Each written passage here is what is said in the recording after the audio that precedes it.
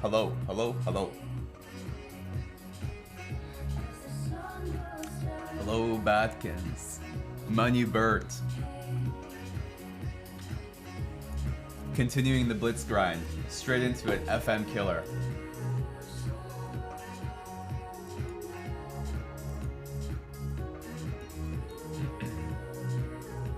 I like to go D5 here.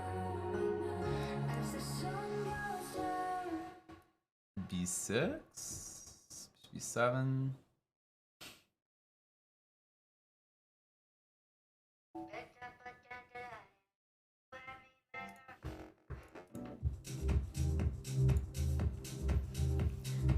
Thank you for the 5 gifted subs. Good energy from Big Badkins. Hope you're doing well, sir. Ooh, the pressure is on. Not sure I can deal with it. Okay, gonna go... Okay, he's going for this hanging pawn structure. I respect it.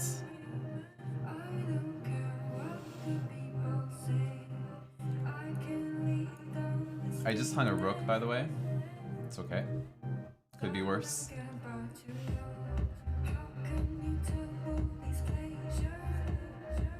Oh, the move must be this, no?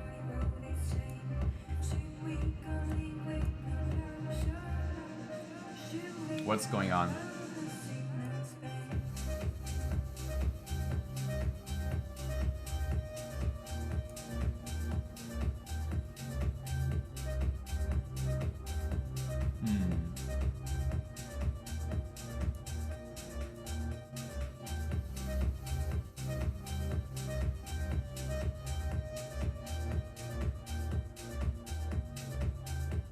Okay.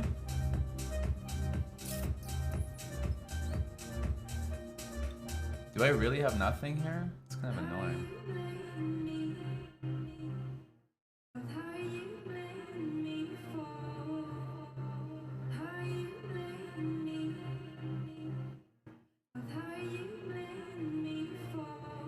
Okay, let's go here.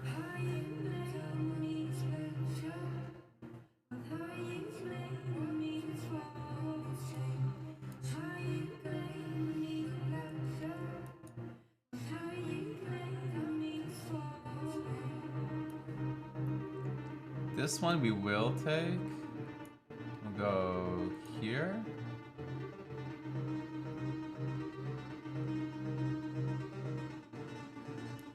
Here.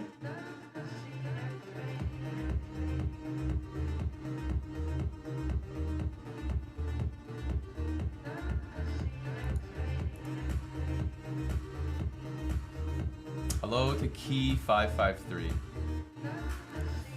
Yeah, my last move was objectively quite bad, but it's okay.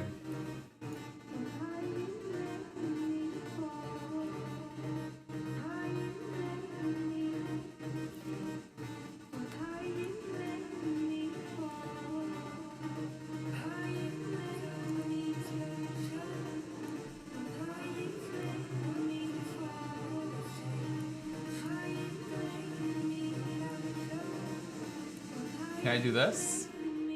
Is this a trick or no? Check. Here. I mean, he can go rook g1, but...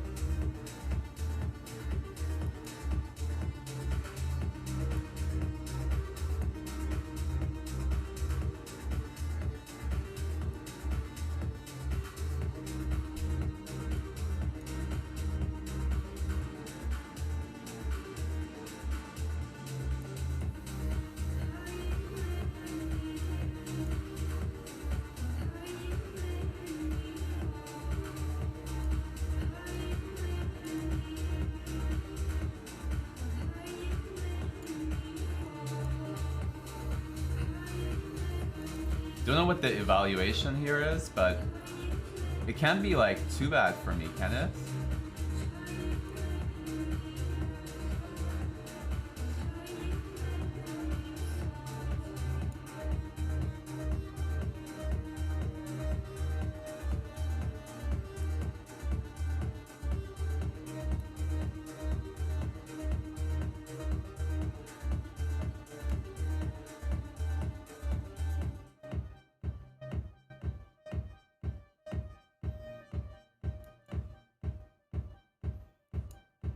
think I just shuffle.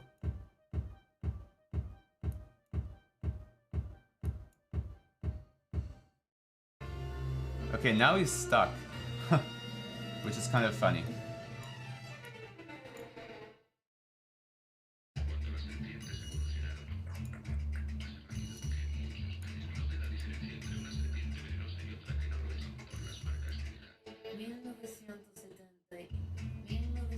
Can I try and checkmate him, by the way?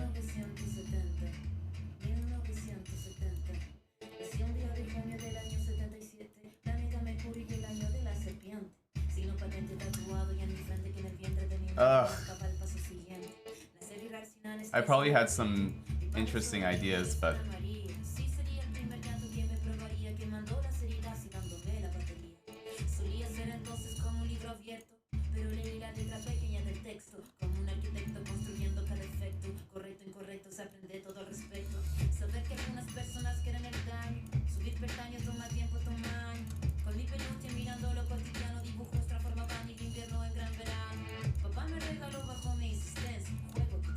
Oh my god. Good hold, good hold. FM killer. Ain't nobody rilla. That was a very interesting endgame.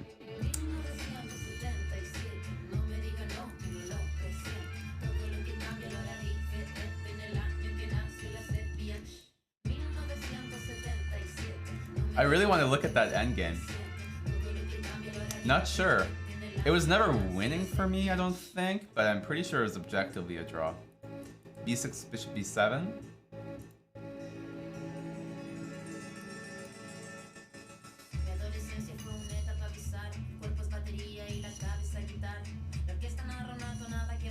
Let's go rook here. Knight a5.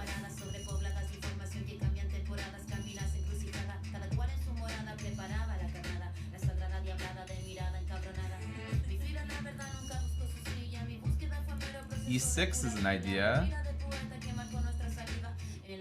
but b4 is coming, and if I can't go knight c4, what do I do?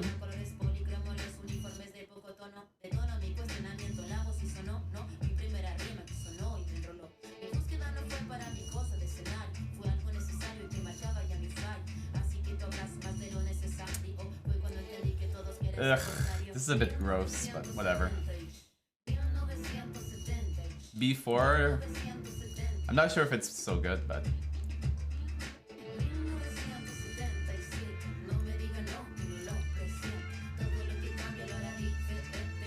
Okay, I will do this.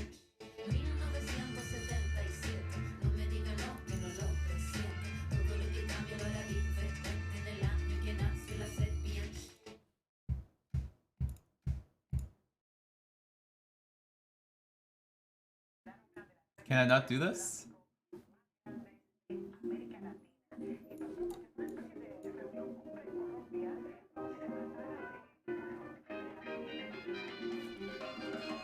Let's go.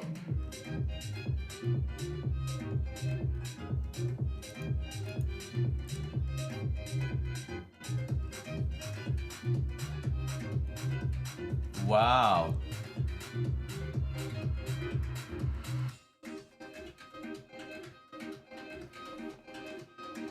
I'm not sure he should have resigned there, by the way. Hello to Eric.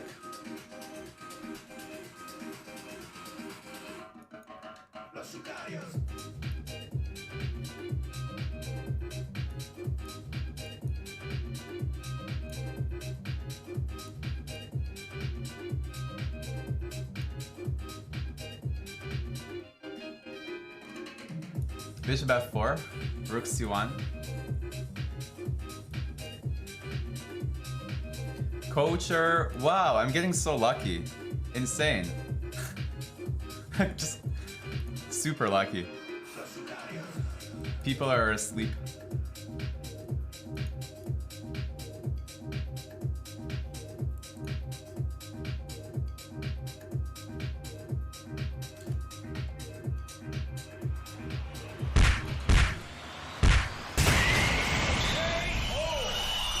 Let's go here and here.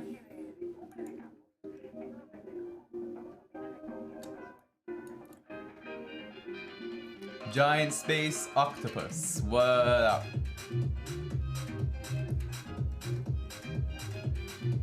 Okay, have some tricks here. Bishop f4. Ah, okay. Doesn't do it. Rook e1 stays solid.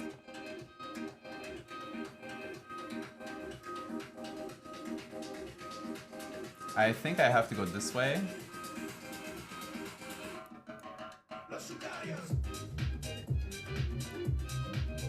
Never going to say no to the bishop pair. This is a bishop pair channel. B3. Rook c1.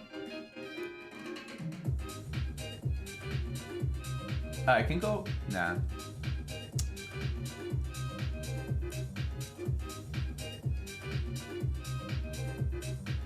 Queen d4. Queen c2, queen d4.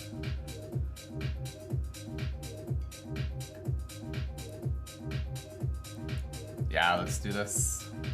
Seems tricky.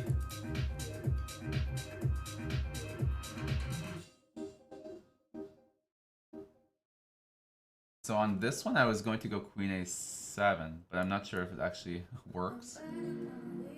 Because here I'm threatening this and this. But maybe... kind of missed that.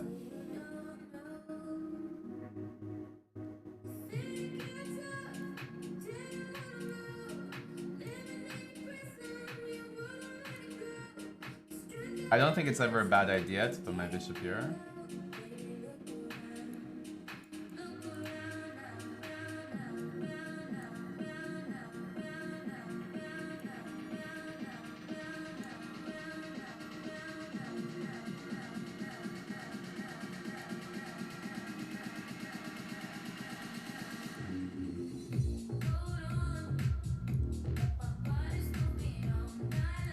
Have to play down some material now.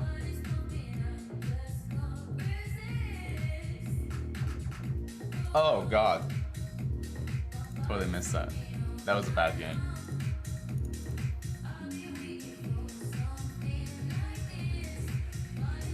Skincare routine? I actually don't do anything. I just put moisturizer. I just use moisturizer like a few times a week.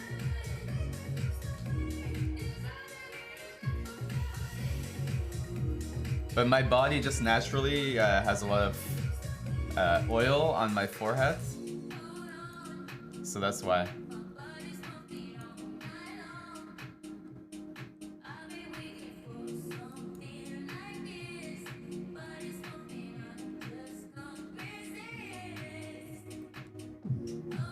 Adenary, thanks for the sub.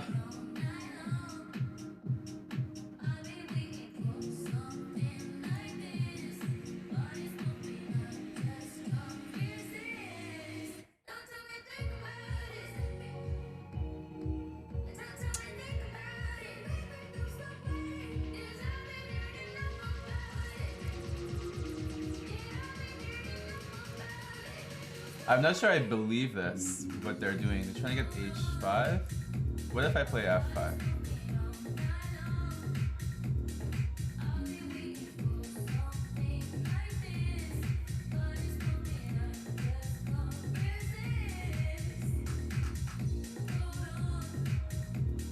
Yeah, let's go g5. I think it's interesting.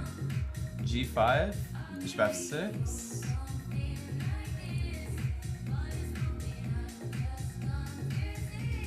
Do I want a game? Yeah, I'll play subs after I start tilting a little bit. Right now, still, I don't think I'm tilting, so I'll take advantage of that.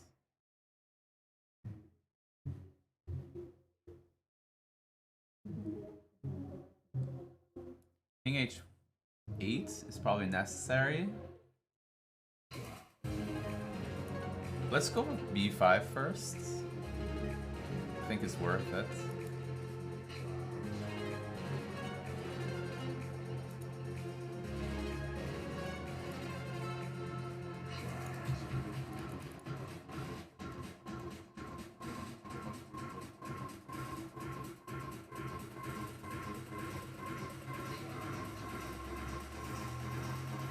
Take.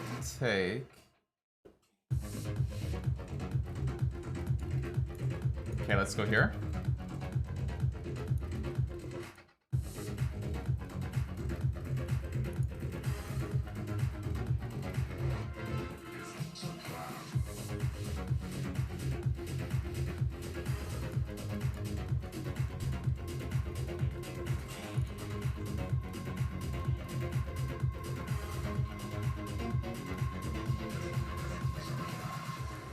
Check.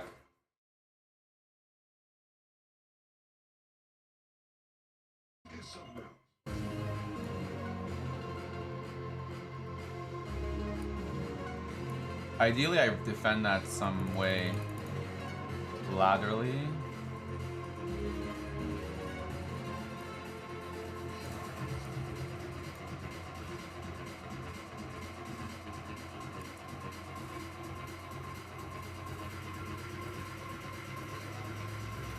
Yeah, I agree. This is a strange game.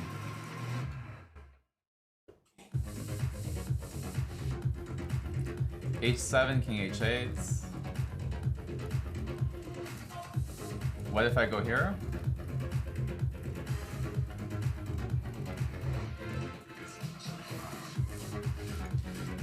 This maybe?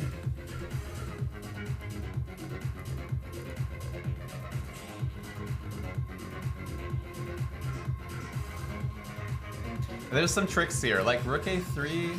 Okay, not anymore. But let's throw in rook a3.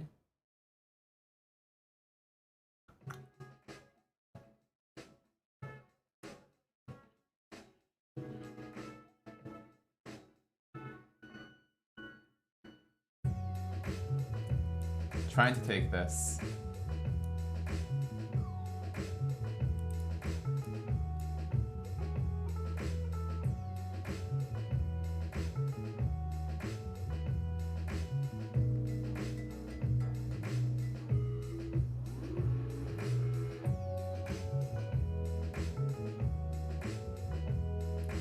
Check.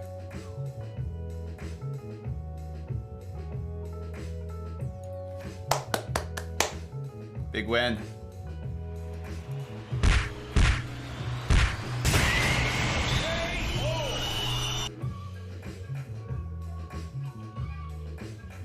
And I'm killer, ain't nobody real. Let's go. Fell for it? I don't think there was a way you could stop that actually, in the end.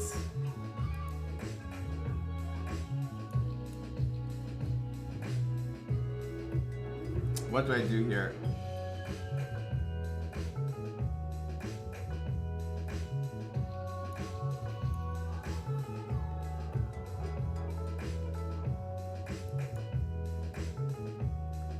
Eric likes to play this line.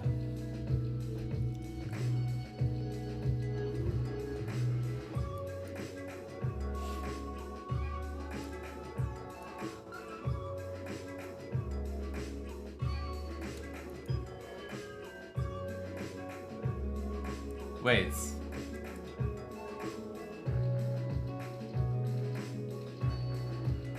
Am I hallucinating or is this good? Whatever. Let's go. It's good energy.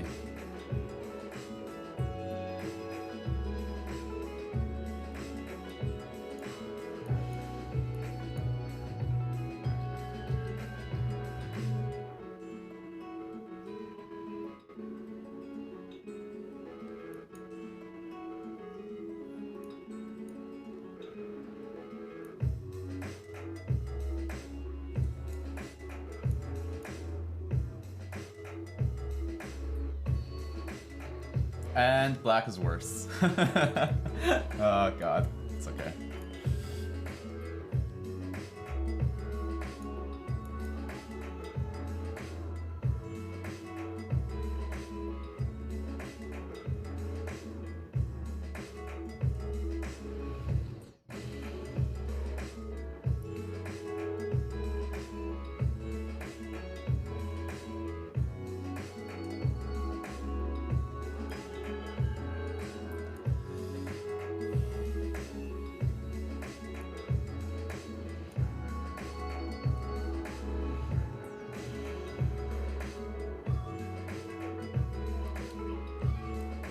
need to go here.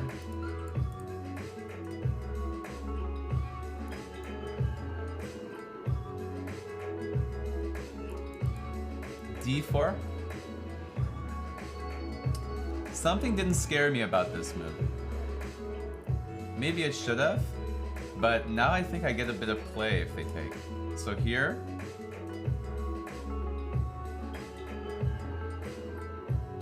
Okay.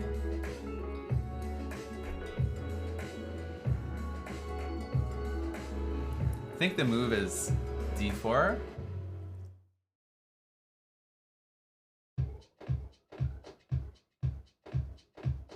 Whoa.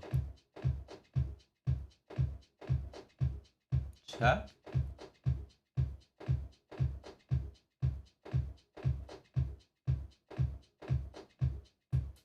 Check.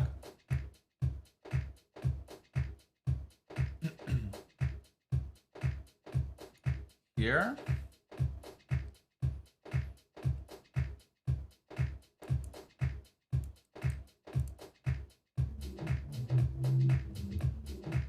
Which way should we go? Probably this way, huh?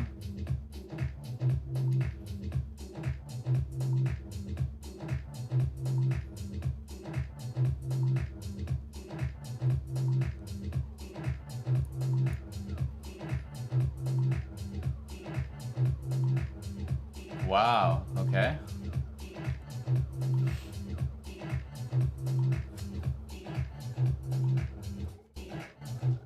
And then kill it. Let's go.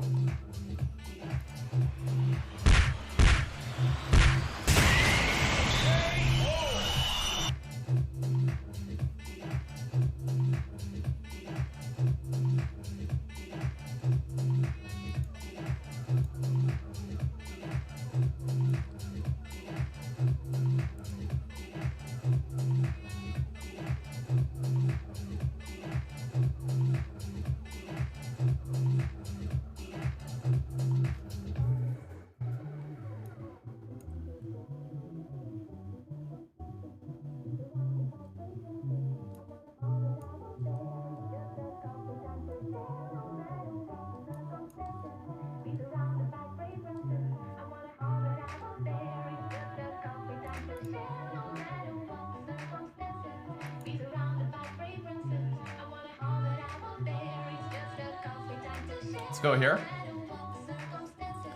E4, knight here.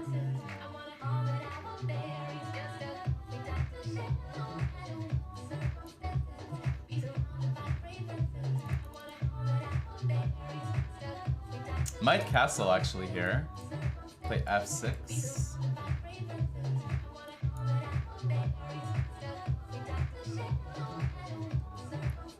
Yeah, I think F6 is very good.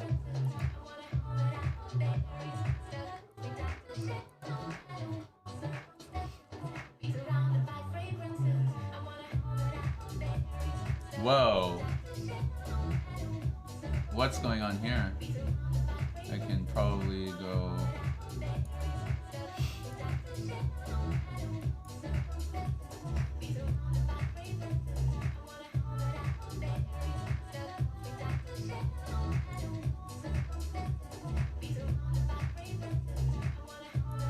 Definitely need to stop the bishop.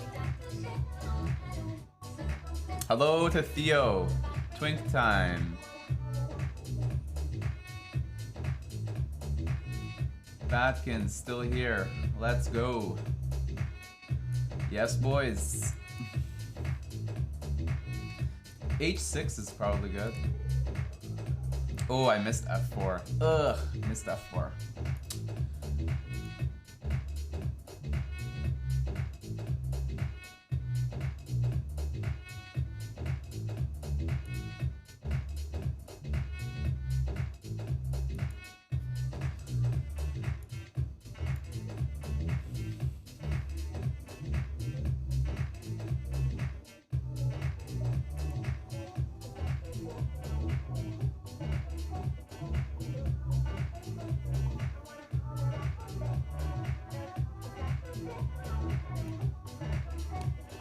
Hello to Dr. Lord Mayo. I had a really good position, but messed it up. It's okay. It's not okay, but whatever.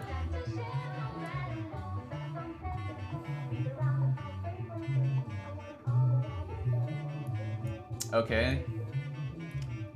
Let's take that.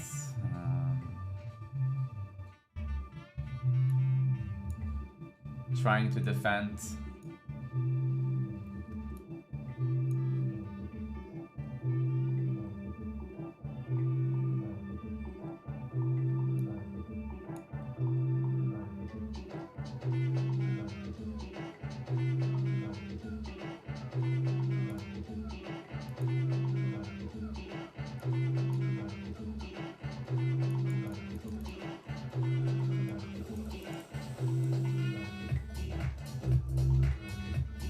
Just lost. Just lost. Oh man, that was annoying. I just missed actually F4. That was the problem. In this position, F4 is so good. But it's tough, like, I actually don't know anymore if F6 was good. Yeah, it's not good. Should just stay solid.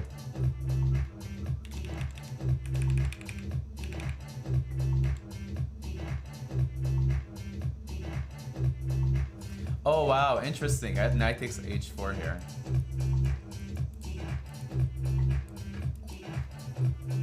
It's nice. Missed.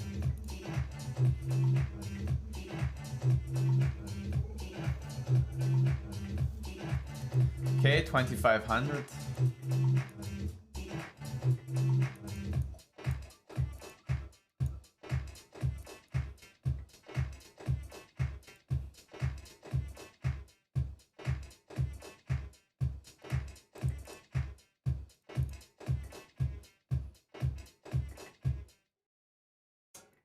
Bishop g5, h3.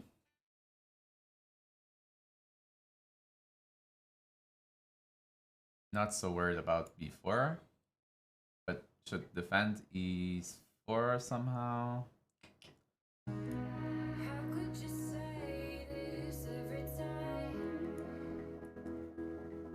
His pieces don't really make sense. I don't know why he's putting his bishop on b7.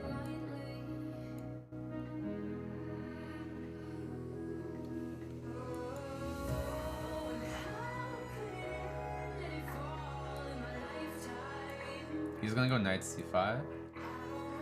Makes sense. Where's my counterplay?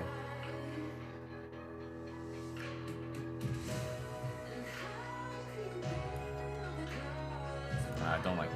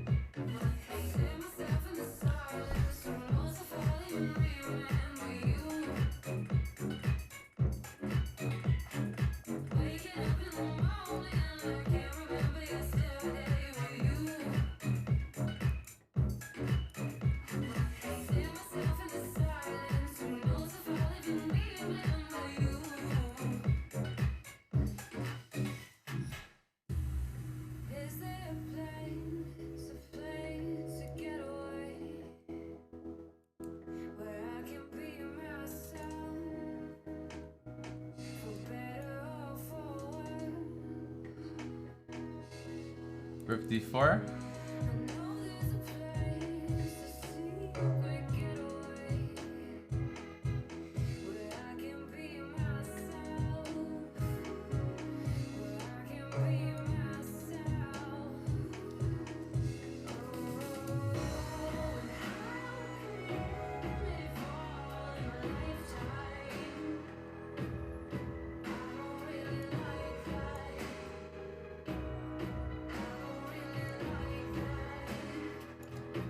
A3.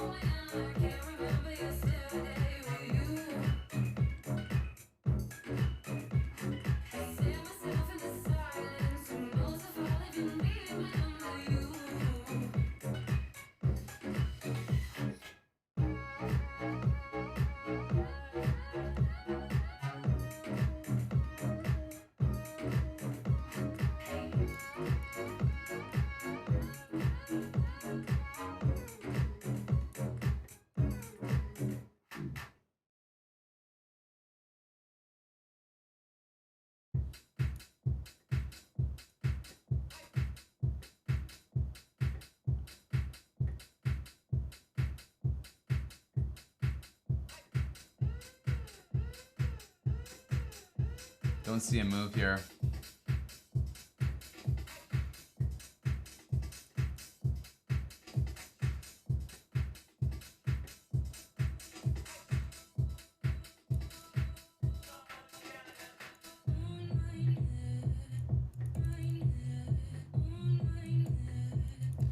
No moves, just trapped.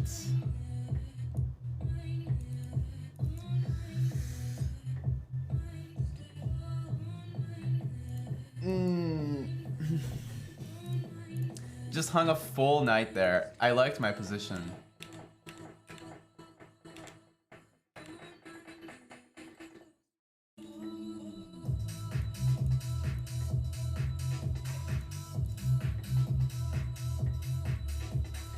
Yeah, I mean, he was a strong player though.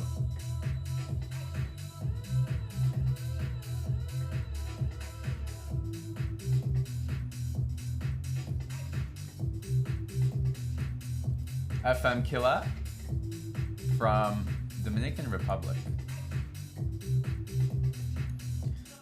I'm so tired of this King's Indian bullshit. How do we mix this up? Let's go bishop f4.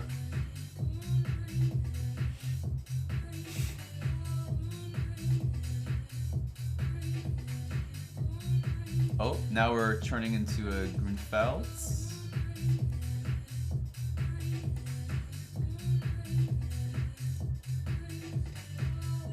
E4 coming.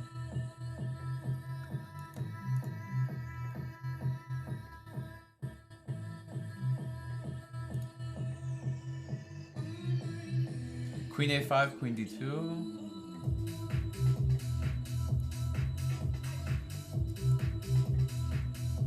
There's some line, but probably not going to do that.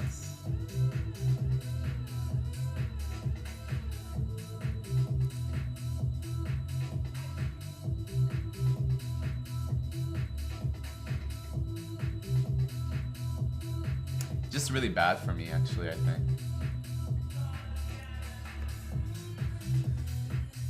Whenever you play e5 like this, Black should be very happy.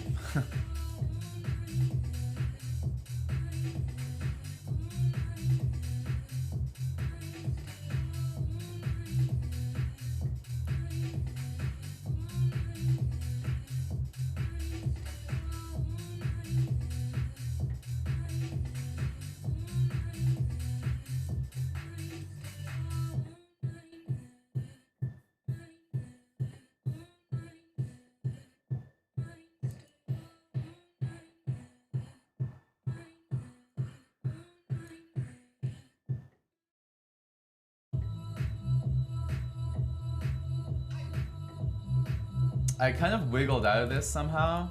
Don't think this is ideal for what Black wanted. I don't mind losing this rook, by the way. Whoa, I missed that, though.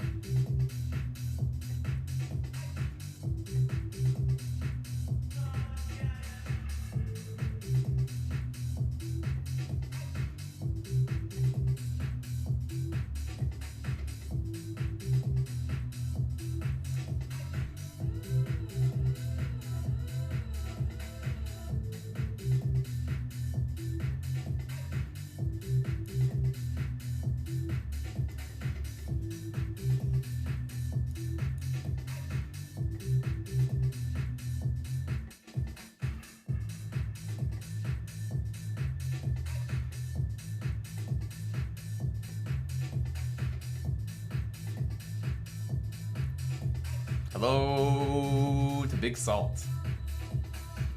Just trying to confuse them with A3. Just take my damn bishop, man. Come on. Just take it, bro.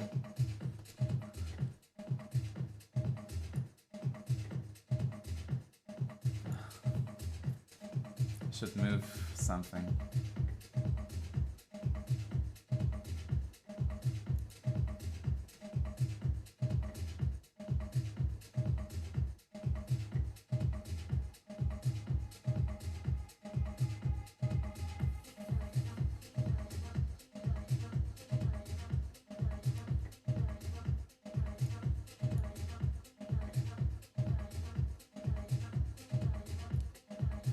This is now officially the bullshit phase of this game. Don't try this at home, kids.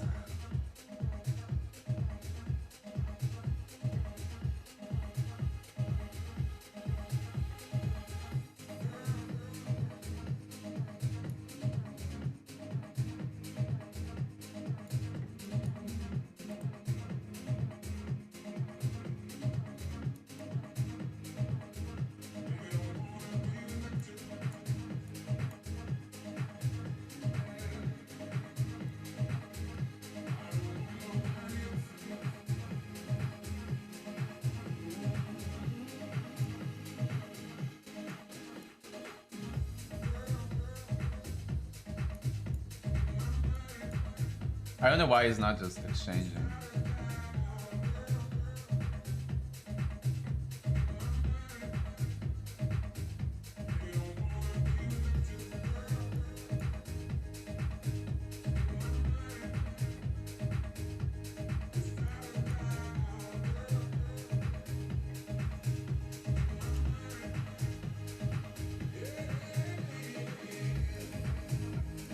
Oh, damn.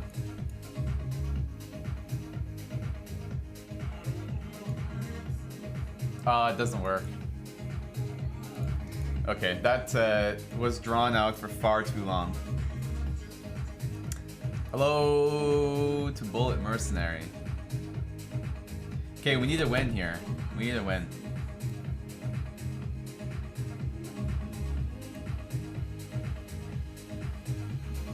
And we need better music, maybe? That would be nice.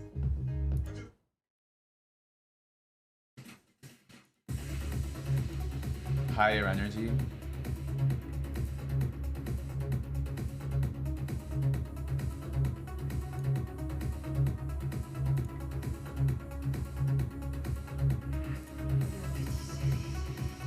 Ooh, I like it already. It's French.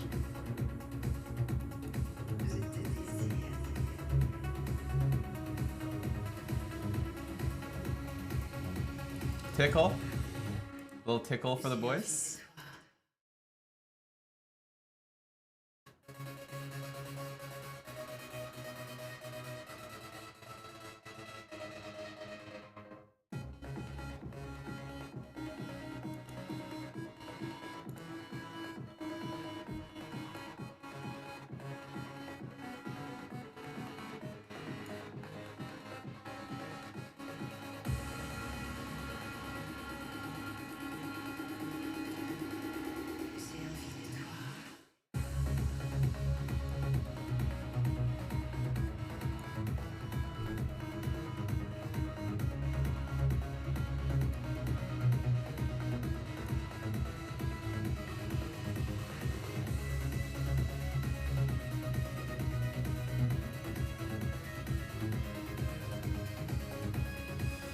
Knight c3, e4?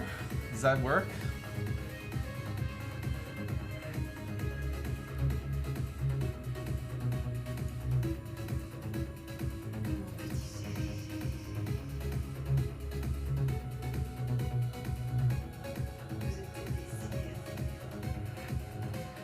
Like, he could have probably trapped my shit, by the way.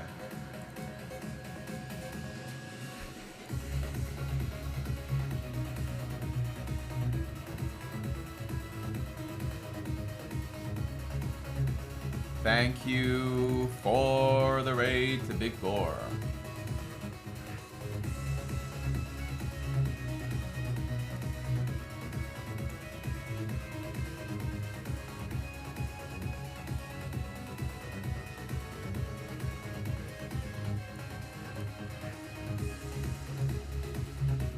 Time to pray.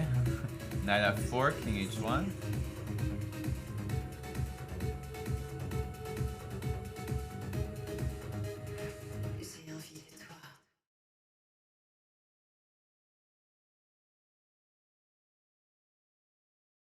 F5, queen c4.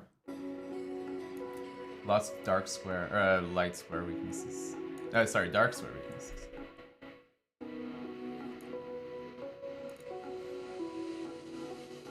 Oh no. I'm missing a lot now. I'm missing a lot. I'm playing really badly.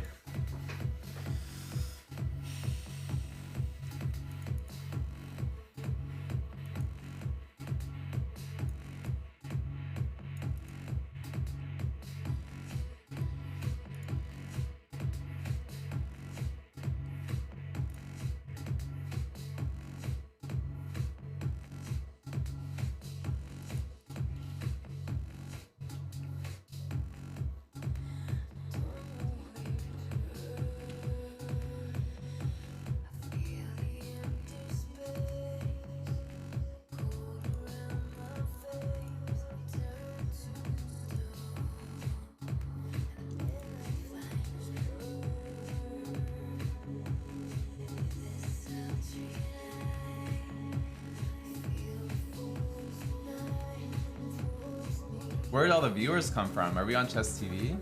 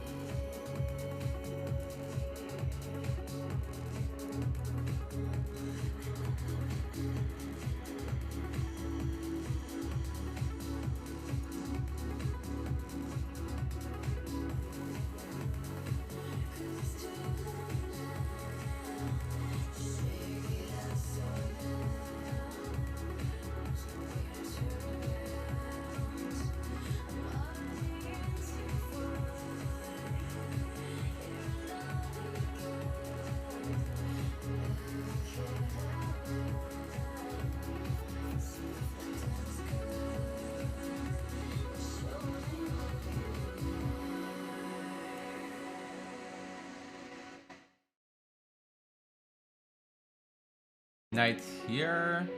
Like if King H1, knight here, and knight here anyway right now, probably.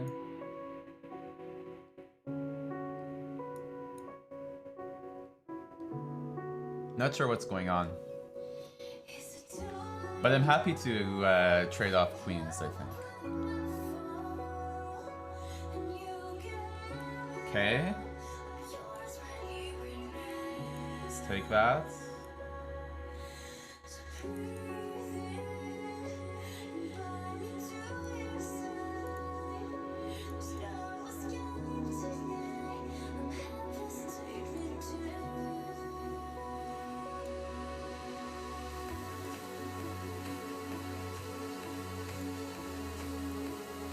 Let's go here.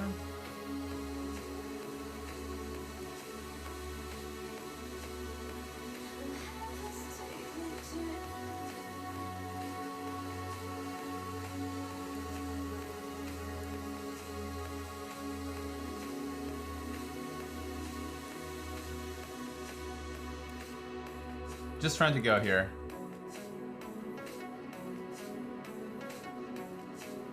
Maybe b5, b4. Okay, so my plan is rook here, b5.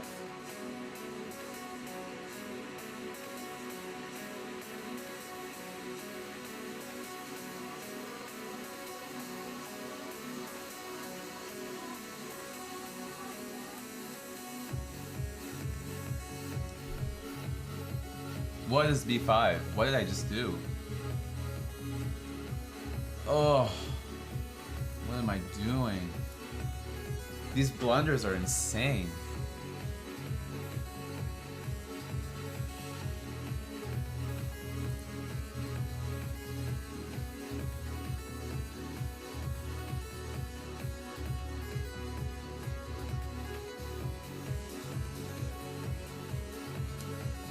Oh,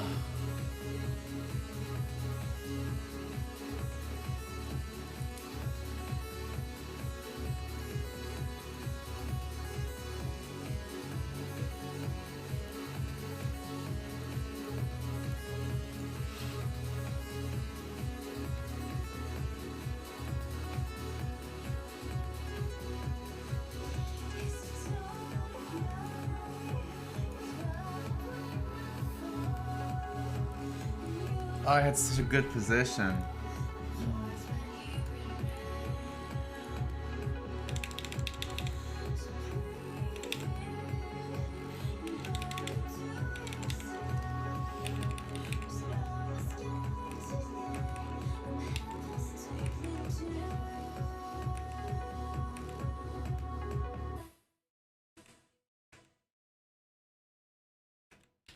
Bishop e3.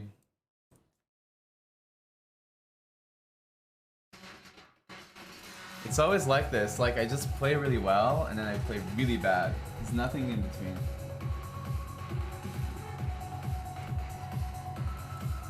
Just need a single win.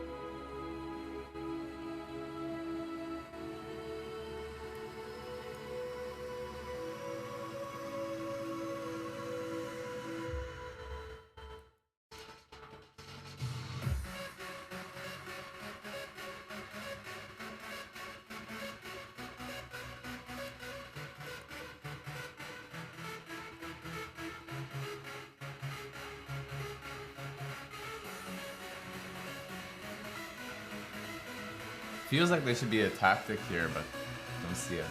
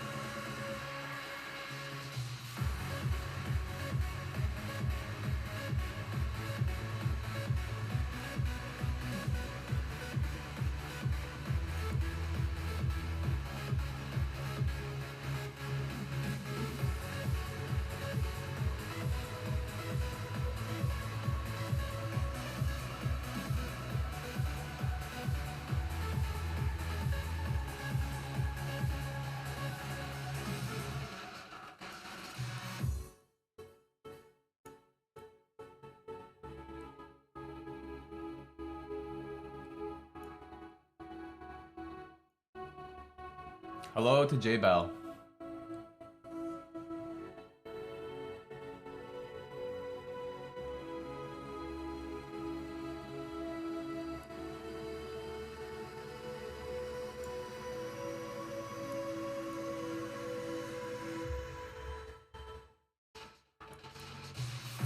Just trying to keep the pressure, keep the tricks.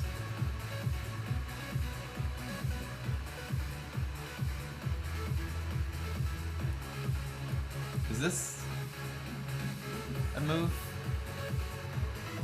Probably not. This is, though. I have a big trick here. Damn. Was hoping he would miss it. I can still kind of trick him. I just need to make a nothing move. Like this? No. How do I make a nothing move here? Like this. Come on. Come on.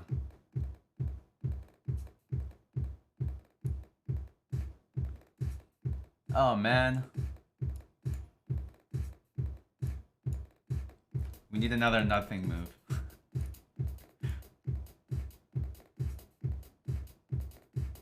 It doesn't really work. You're waiting on the trick? Okay, let me try and get it. I'll try and get it.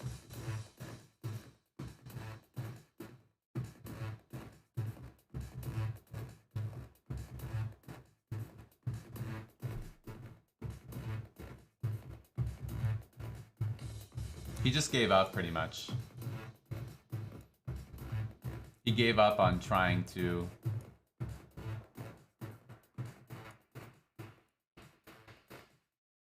Right.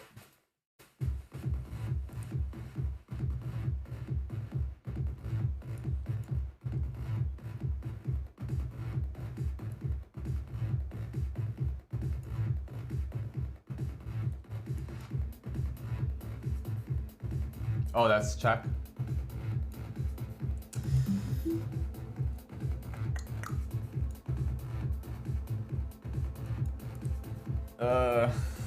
So bad. Okay, I'm losing like every game.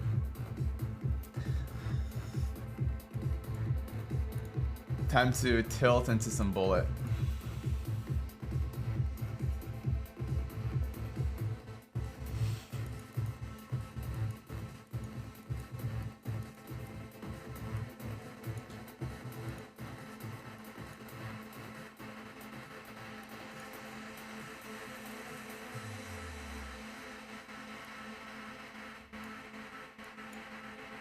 She has no ninja, thanks for the 40 months.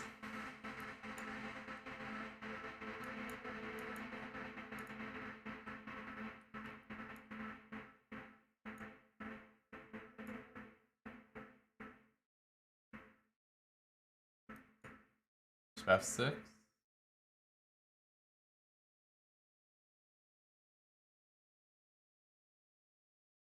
Gonna go rook c5.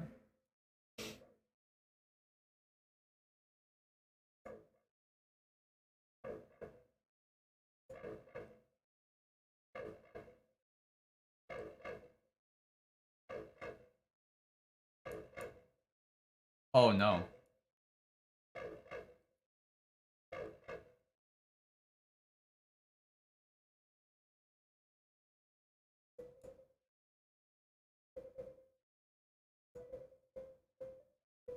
So bad.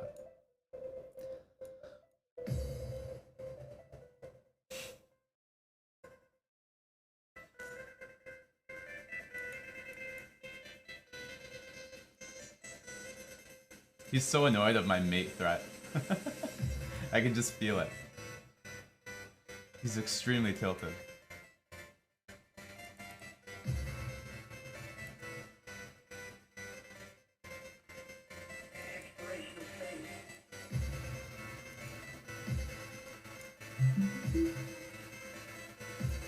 Wow, I forgot what a win felt like.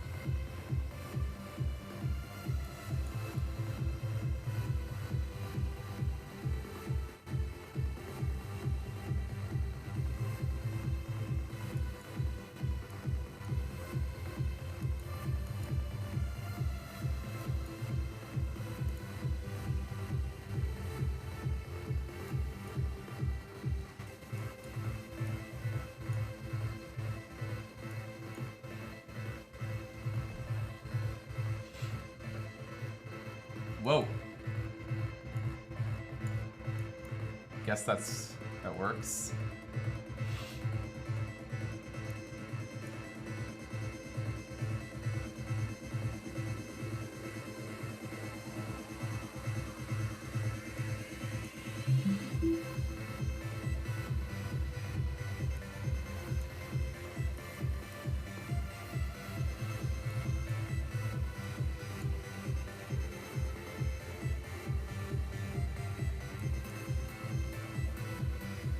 You should probably try and checkmate me soon.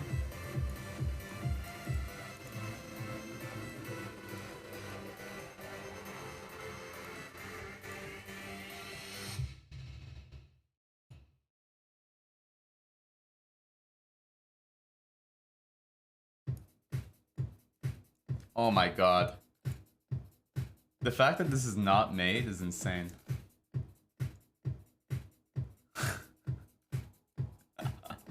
Hey, champ.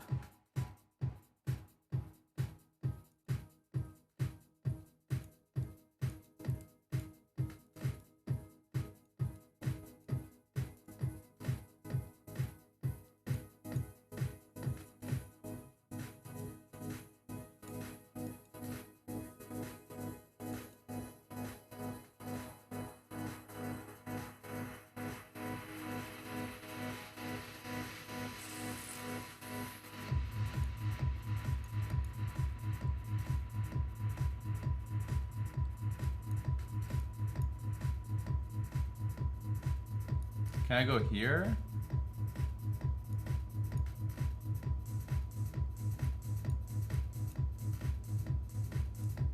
Take.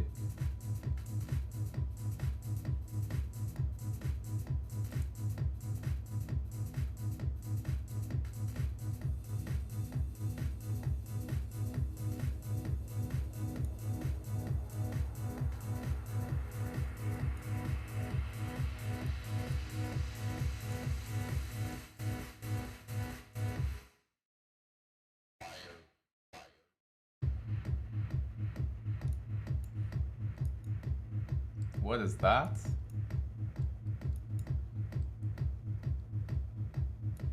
Check.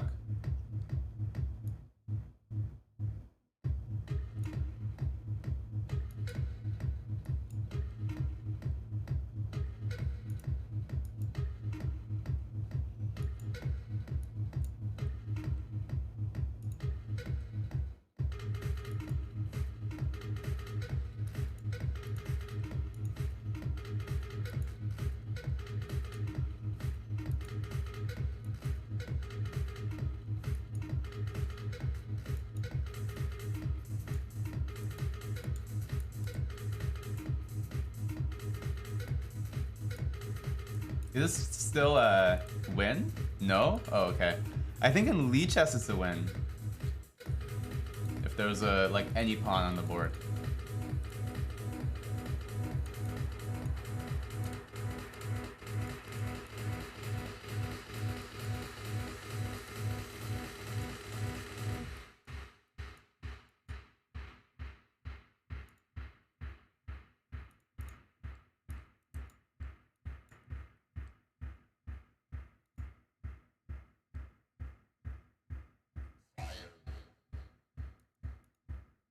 Yeah, it was a nice game, but it's bullet, it's fine. It's normal in bullet. Okay, so we'll go here. I don't mind if he takes that. Maybe I should. Oh, I probably traded a bit too much. My structure is not better here, so I shouldn't be trading.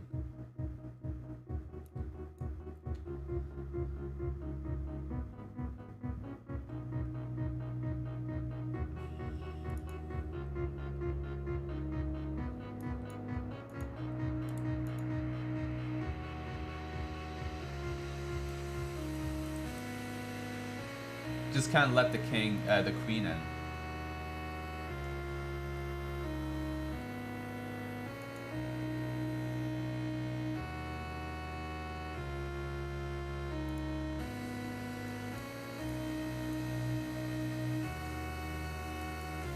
It's like a forever pin. No one wants to take.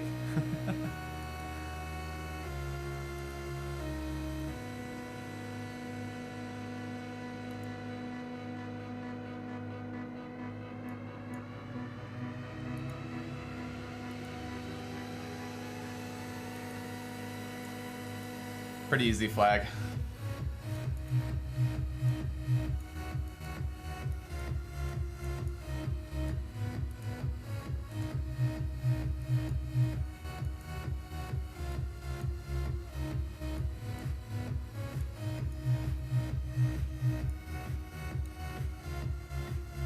What do we do here?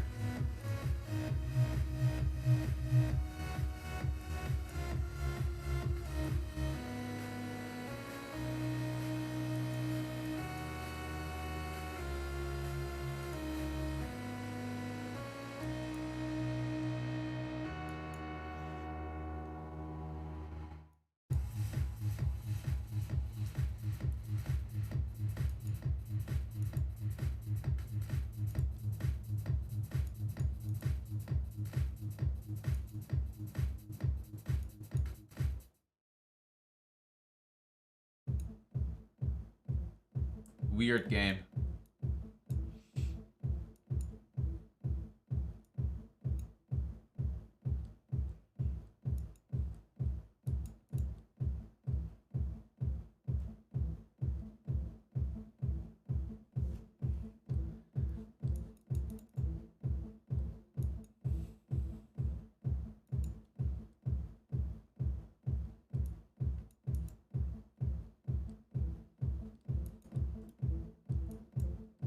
Oh god.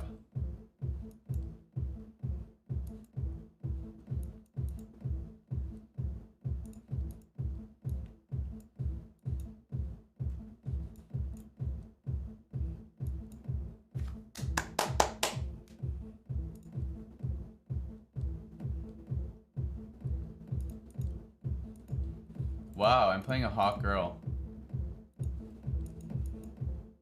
Bunny noted. Wow, and she knows theory. It's kind of hot.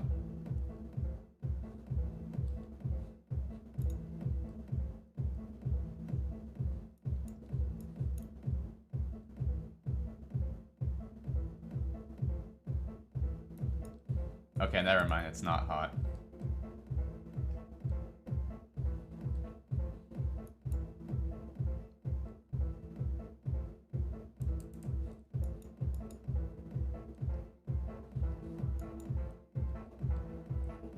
She wants my number? That's because I'm a Chad.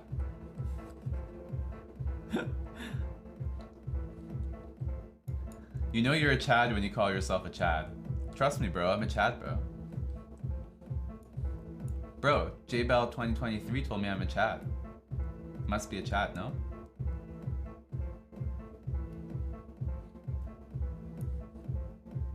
Wow. Oh, I don't think what she did works.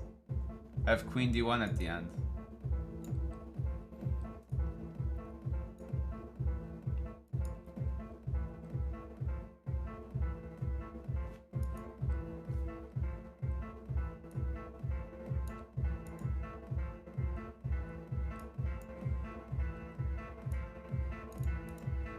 Bait, brah.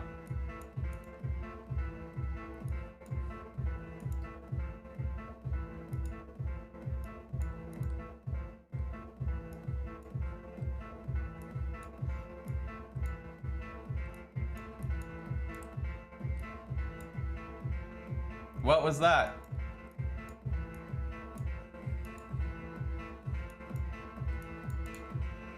God.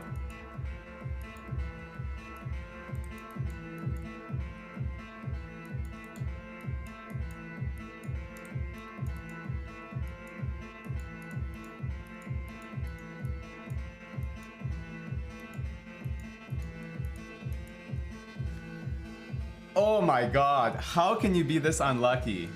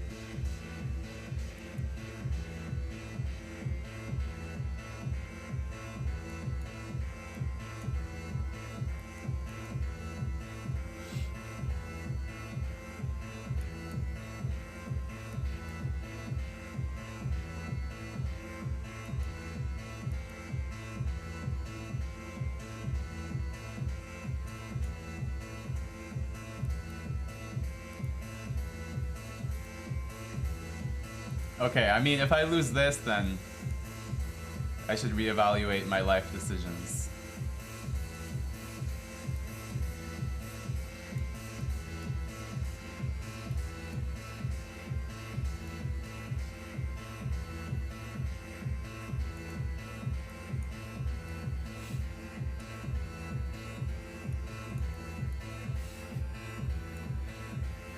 Okay, now it's a draw, so even if I lose, then I don't need to reevaluate my... Or sorry, even if I draw, I don't need to reevaluate. Because I didn't lose.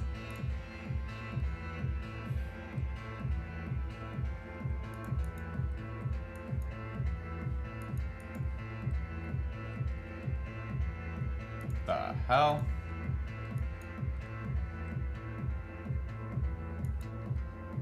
Not going into those complications again.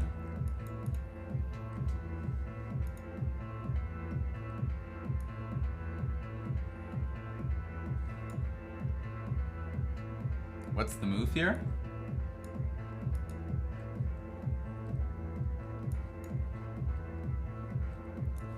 Okay, need to go faster, please.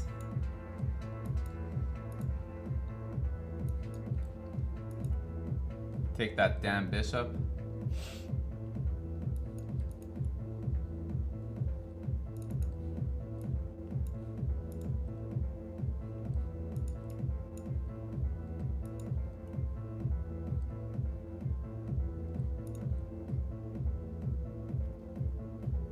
Oh my god. Holy shit, it's dripping.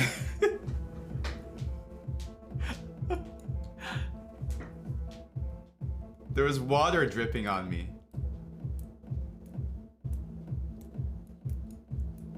It's happening again.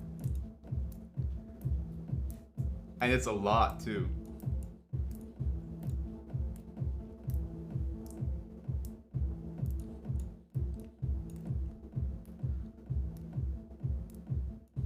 Holy crap. This is very distracting.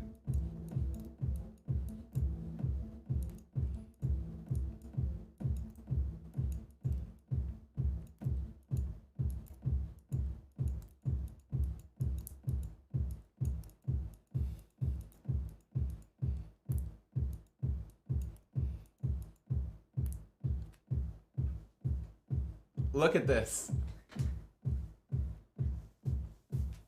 I don't know if you can see it, but I'm soaked.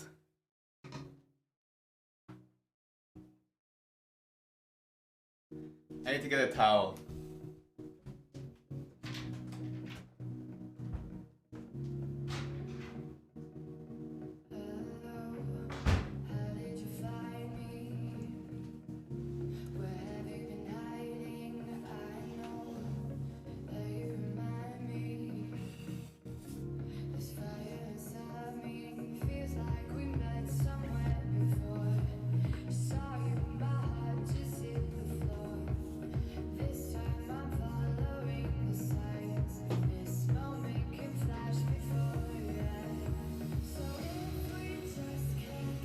Okay, I have to play with a distance now.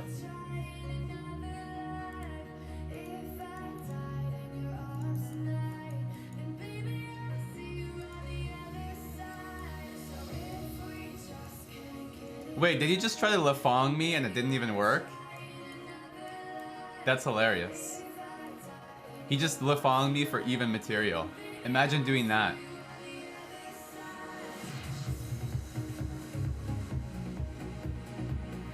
Lafonging for even material?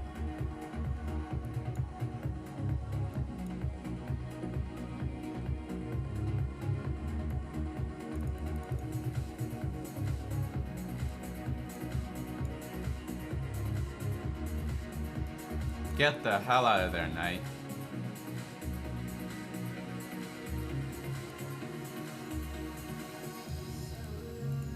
My turn.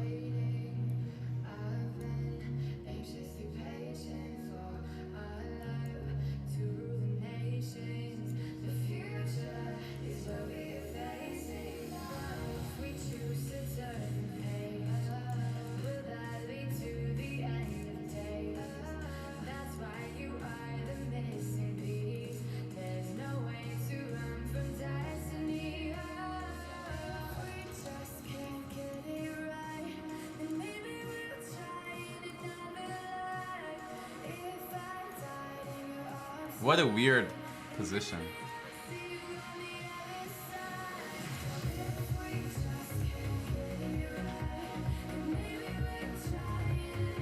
This is a hilarious position.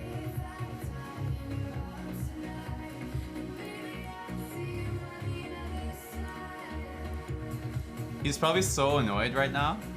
He's fuming.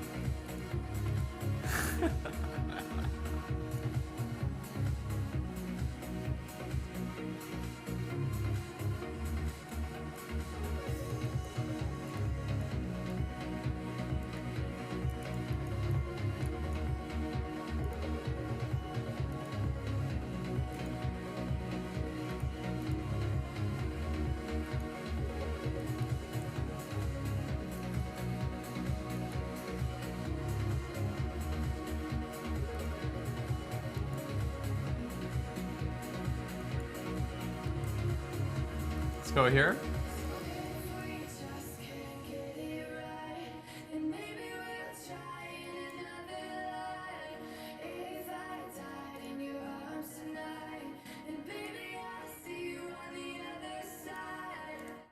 Oh, have to be a bit careful.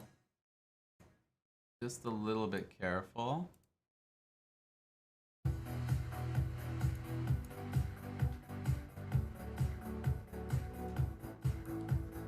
Oh, I thought I was trapping. Oh, okay, we can take this.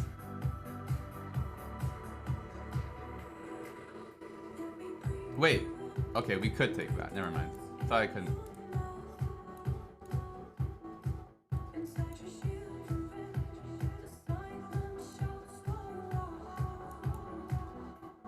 Come on, move the knight.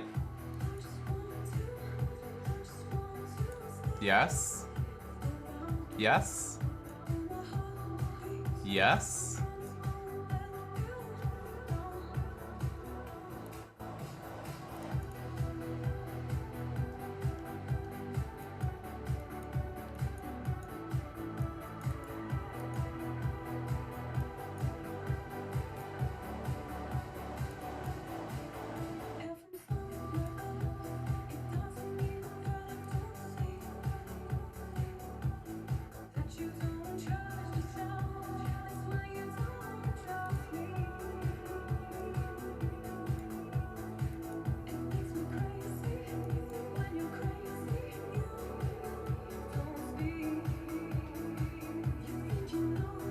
Good tactic.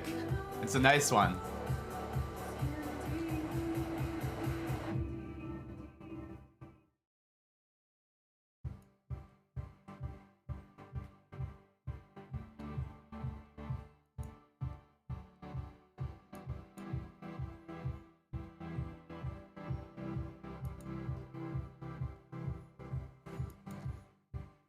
Oof, just destroying this guy. Holy crap. Did anyone see that? That was an insane game.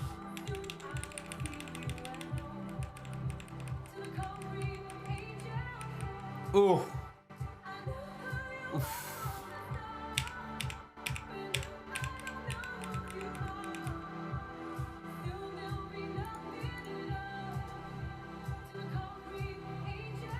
Oh my god, she's back. Oh my god, she doesn't want to play me.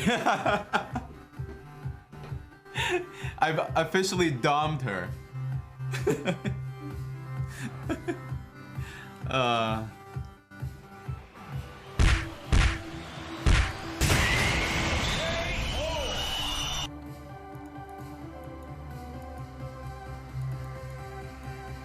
Man, not even the chess girls want to play me. It's really rough out here. Imagine you spend 15 years of your life trying to get good at chess and hopefully pick up a chess girl, and they still don't want to play you.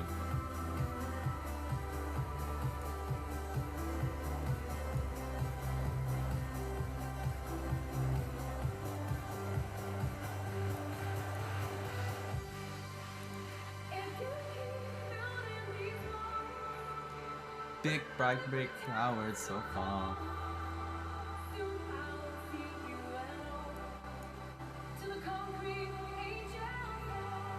Bishop f5. Yeah, I mean, it's okay.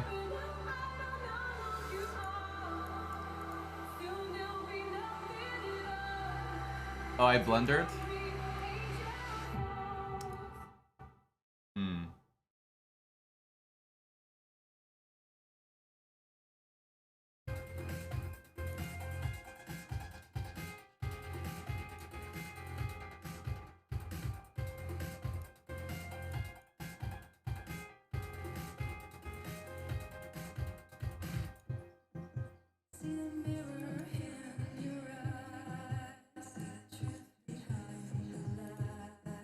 I'll play f3.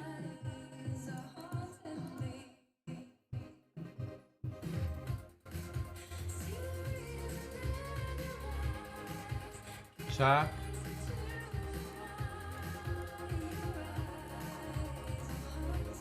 Speed, please. Need some speed. Speed, speed, speed.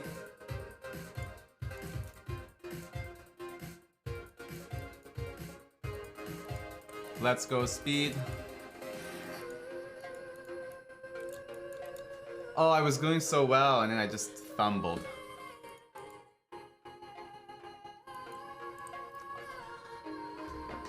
Okay, it's...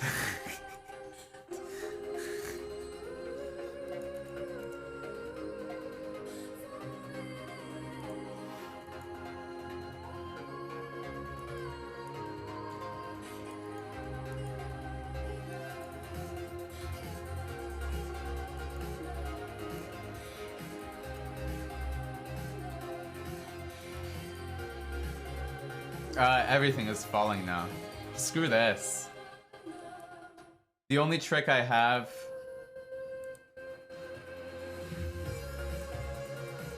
is this.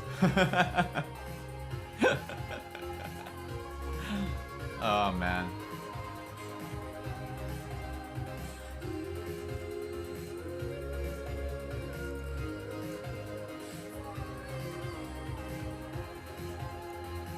Okay, let's go. He's stressed.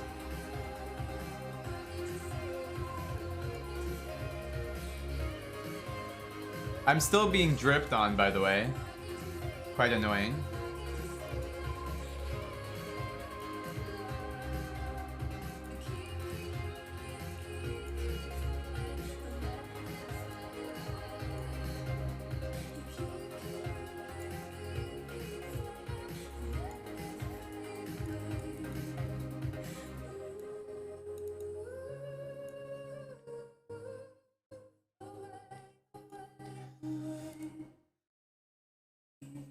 Oh wow, he's going to wait until 1 second. Fuck this guy, man. He's gonna Lafong me and then also wait until 1 second. Wow, huge alpha. He must feel great right now. Oh, he doesn't even want a rematch. Queen takes f8. Aman, there's water dripping on me again. It happened when I was playing in the middle of a bullet game. A solid bucket load.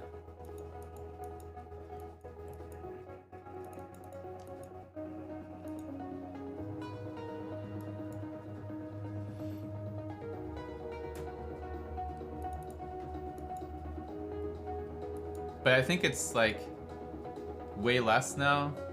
It was just for like the first 10 seconds.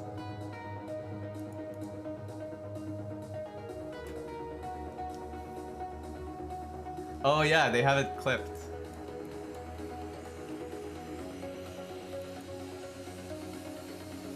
Yes, it's because Omen is in the roof.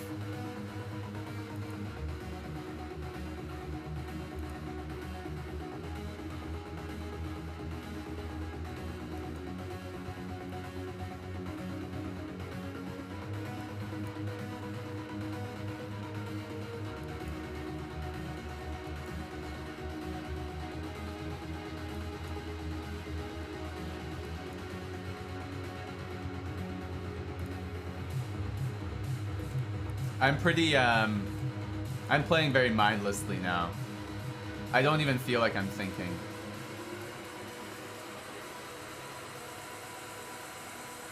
Pretty tired from chess today.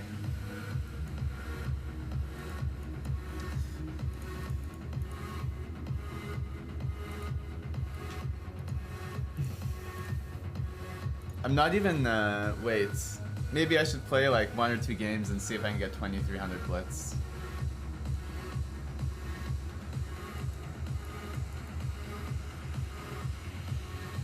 I was 2390 elo bullet, are you sure?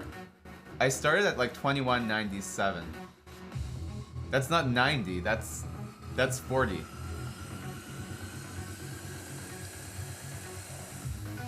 2337 was my blitz. I'm playing blitz now. This is my blitz rating. That one was my bullet rating.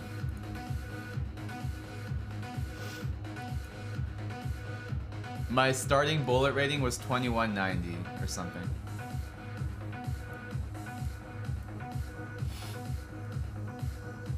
Okay, let's go here.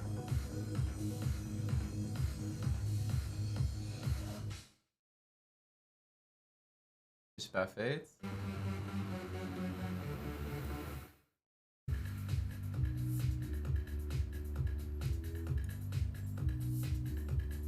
Wow, I just hallucinated that move.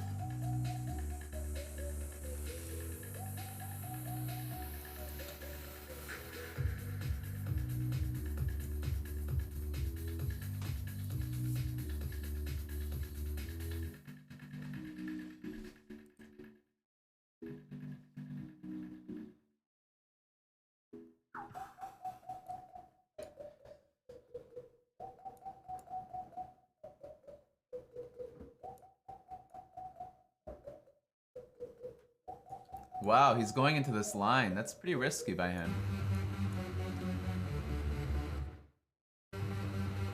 I mean, probably not. It's good. It's probably good. Just feels unnecessary.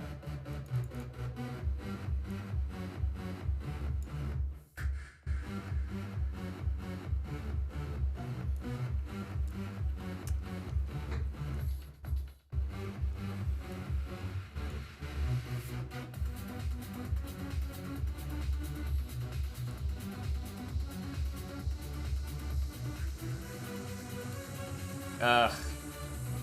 Completely lost now.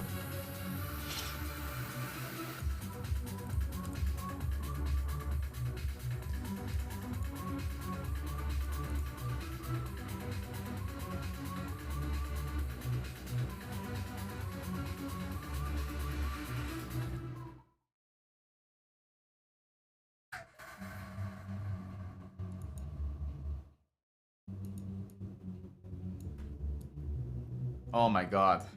It's still happening.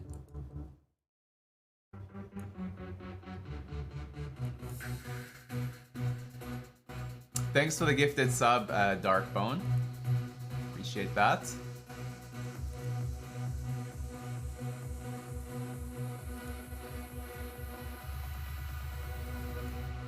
Let's go here.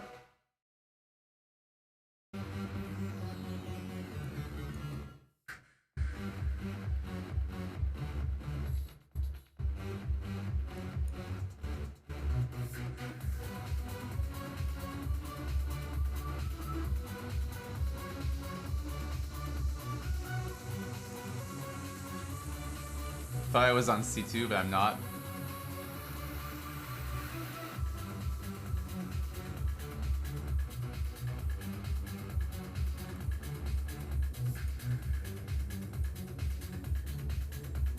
E5.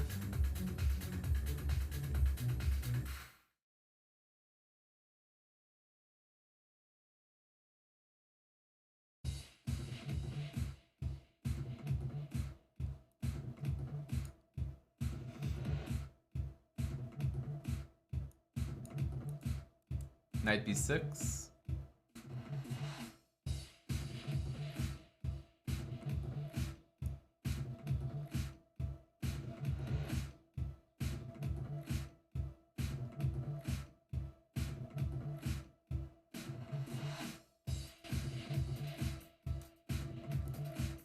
Stay solid.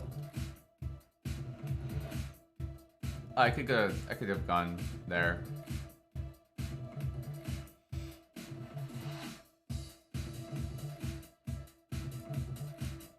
We'll take that.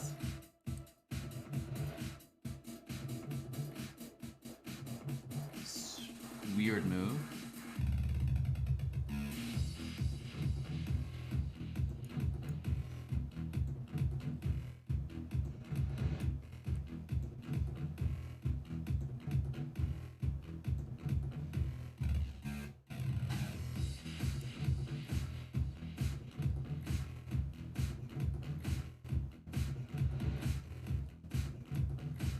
Should I actually go back to B6?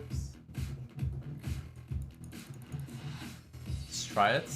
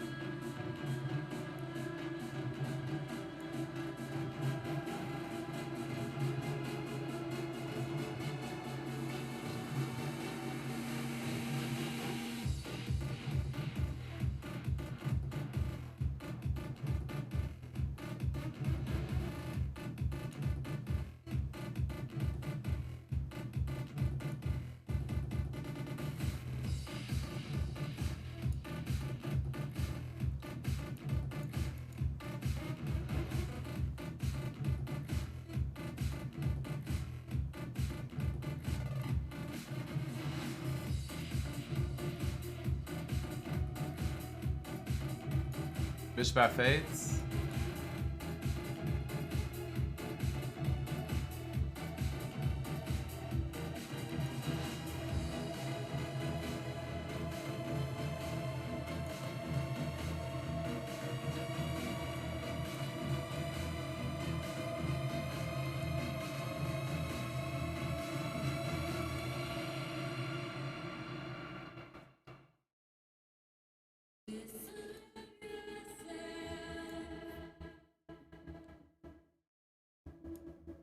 Have to go for it.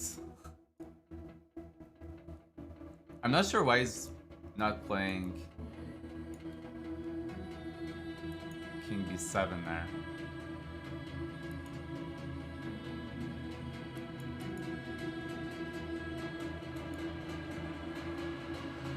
Now we should be winning again.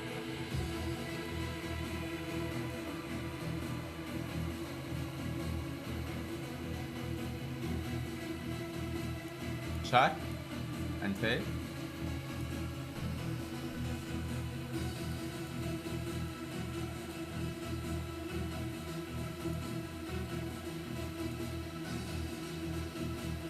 It's probably just a draw.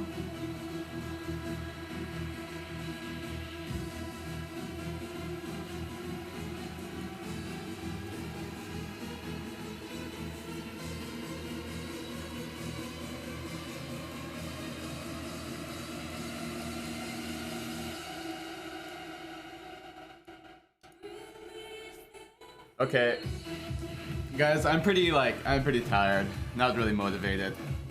It's been a good hour and a half, I think. I think I started at around 11. Just leave it here for now. We'll go for 2300 another time. The dripping is like pretty much stopped. Like, yeah, I think we can just open it once, let it all come down, and then it should be okay again. I don't think we need to get the landlord, Aman. Like, I think we can just handle it. We can just bring the... pretty much do what he did. And hope that there's not another bad snow. But anyway, I'll put it on BRB. See you guys soon.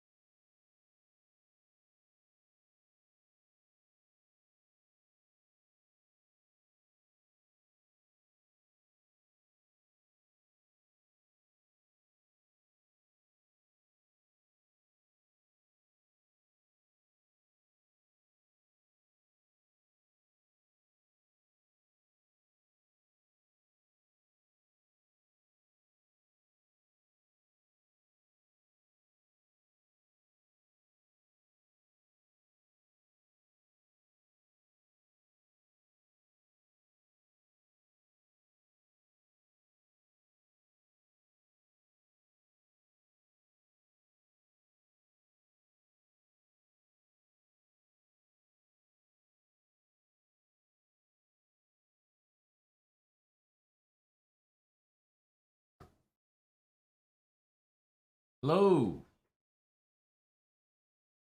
Good afternoon, friends. I like this routine. Jeff starting off the stream, getting the people going, taking the drip for the team. That water could have dripped on me, but no. We started the stream with Jeff, and it dripped on him instead.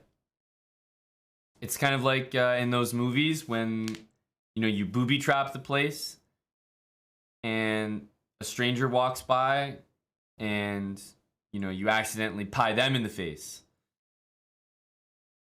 and then in walks the person you were supposed to get.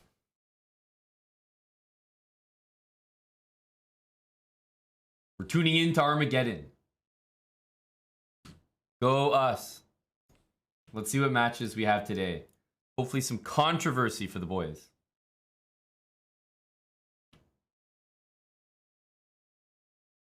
Put this over here.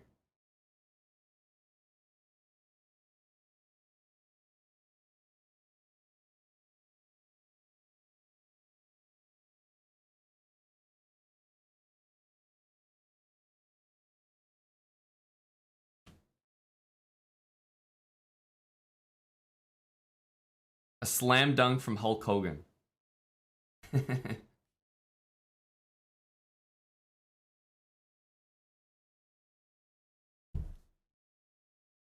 It's the music. It's back. Yes.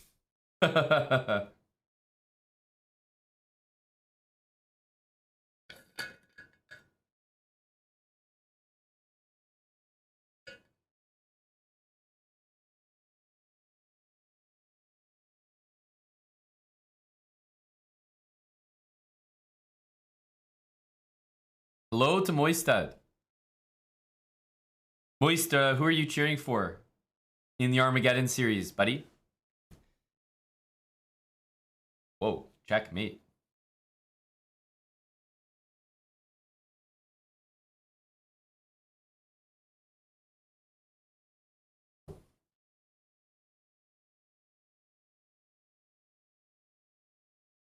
Terry bra, yes. Cheat bra.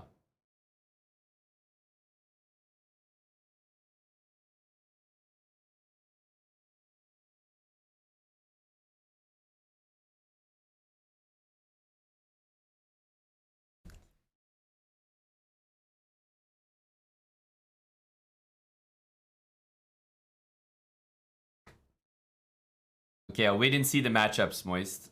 I forget what they are. I think it's a good TV series, Lally. I mean that.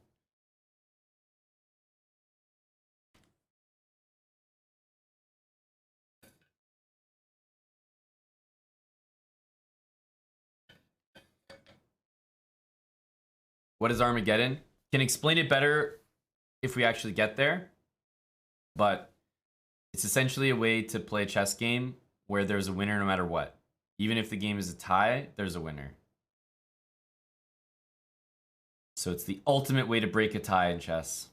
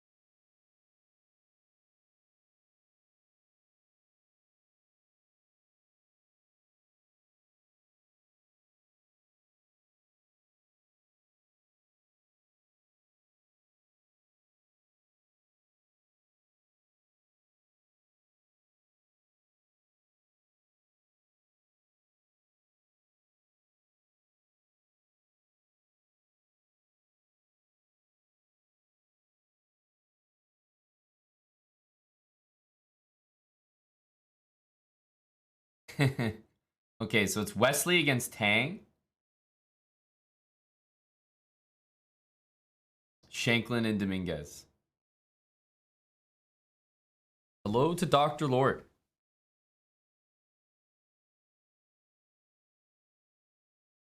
Yes.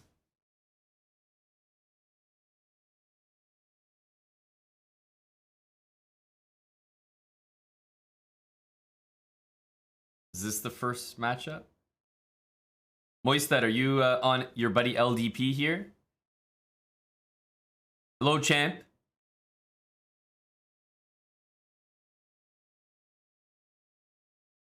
I think so as well, Dr. Lord. Moist, I'll take the opposite.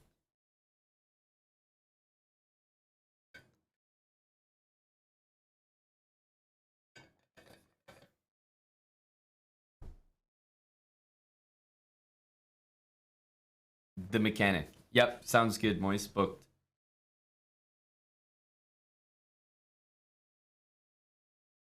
Gajillionaire, where are you at?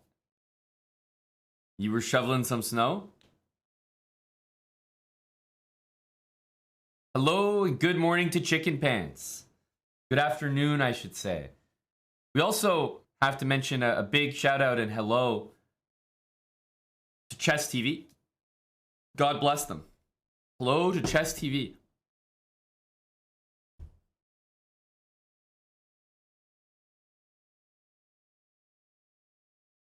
Josh Jens, thanks for the 7 months, buddy.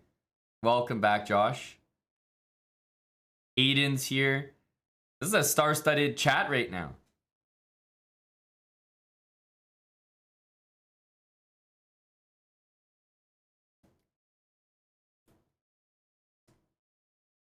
Is this old? No, this is live. This is live.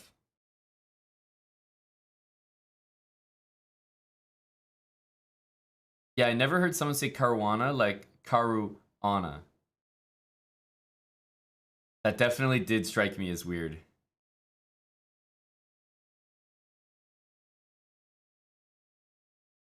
Sam against LDP.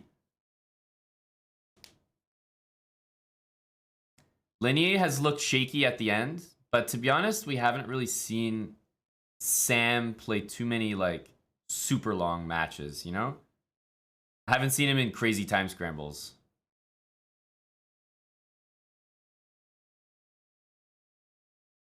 Wait, did they change it today? I think they actually may have improved the overlay. No? They have the heart rates on screen. They're showing the actual board. This is better.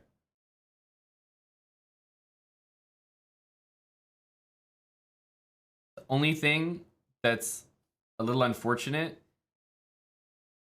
was the fact that this is about to happen. Ah, shucks. It was too good to be true.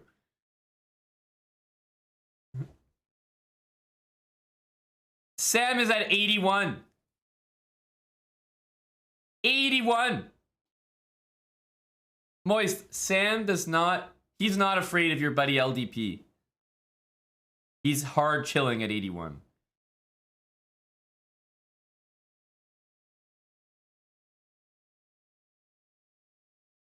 Man, they really, really won't stop talking about how fit Sam Shankland is.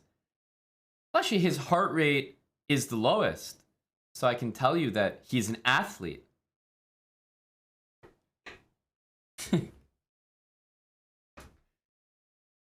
Hello, Asios. Good afternoon, buddy. We were thinking about that, Hella. Little heart rate monitor action.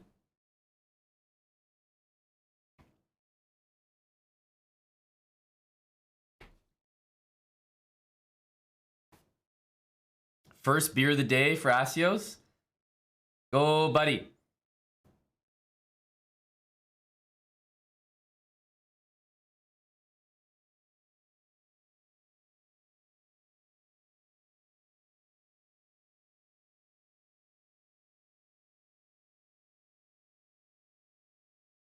Black has to be a bit better here. Bishops look nice. Nothing crazy, but...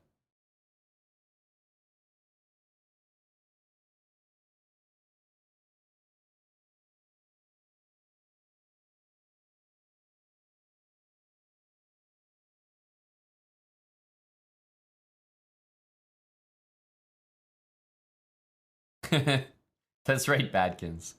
Big athlete energy being given off by Shankland here.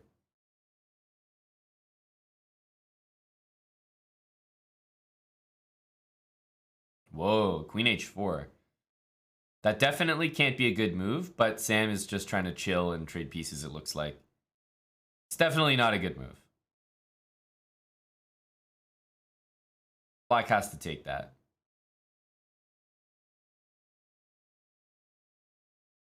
It's one of those positions where, like, Black is better, but it's because they can outplay the position. And here it is, Rook B8, A5.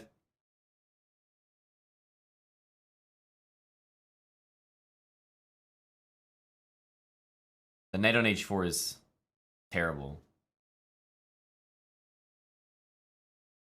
No, this is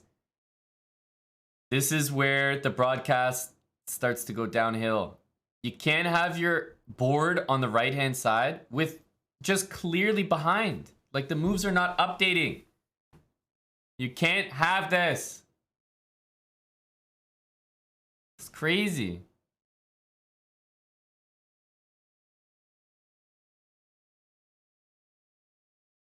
There we go.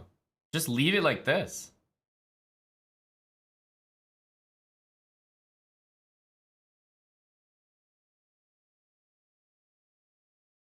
You know how they're renaming things in the world right now?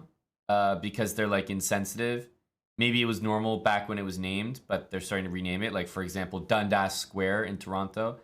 You know, university, like Ryerson University, I think they renamed. Do you think they're going to rename the minority attack in chess?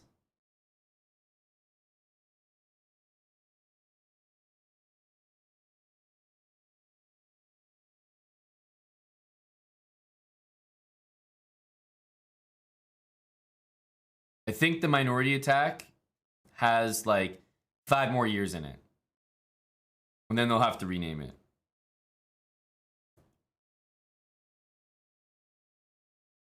Like, you can just see there's going to be one incident where there's commentary going on and they say something like, you know, and, you know, wow, and the Mexican is really utilizing the minority attack there. And people are going to go.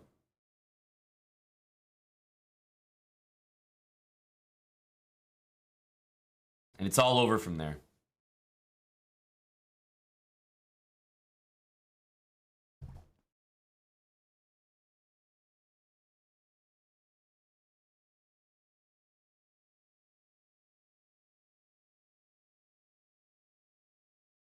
Bishop is coming back to d4 here, though.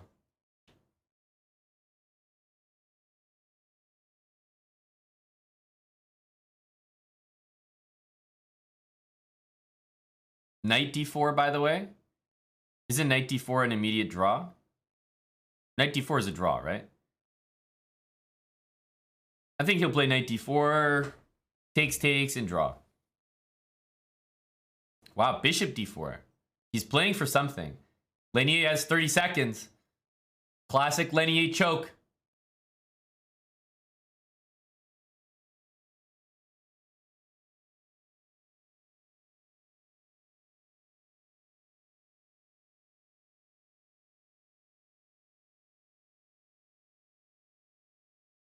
Johnny Michaels. 5 months with Prime. Welcome, Johnny. I think he's going to go... What? Takes. You almost have to play h3 after that? Wait, what? Wow, what a move. He's going to play h3, I think.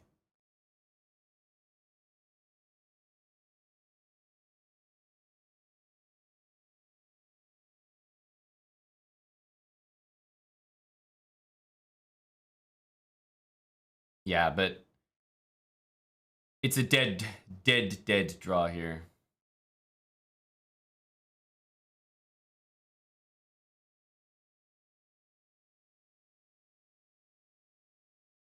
Rook d5. May as well tie the rook down to c8. Ooh, rook e5. Is that playable? Yeah, I guess it is. Good move.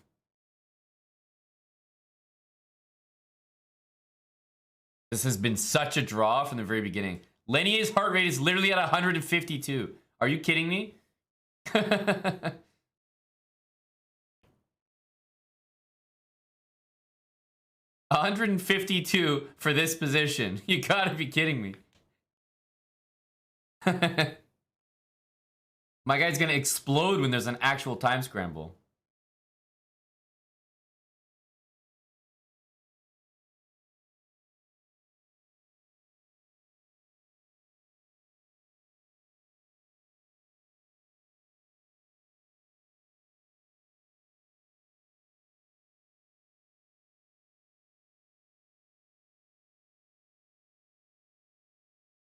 Heart rate for me in Title Tuesday.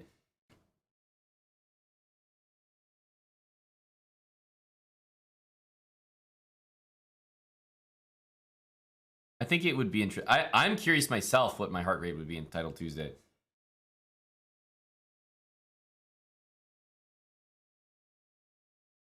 You like seeing the heart rate? Don't know why. Do you think you would also enjoy seeing the player's current weight on the screen? Because remember, these guys are burning 6,000 calories playing a game of chess. Every game they play, they're losing weight. So by the end of the match, I think it'd be interesting to see their weight before and after the match.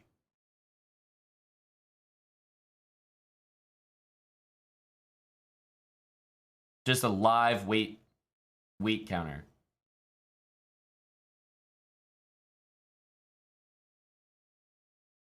Wasn't that debunked? What do you mean debunked? Do you really have to debunk a claim like that? Can't you just look at it and understand that it makes no sense?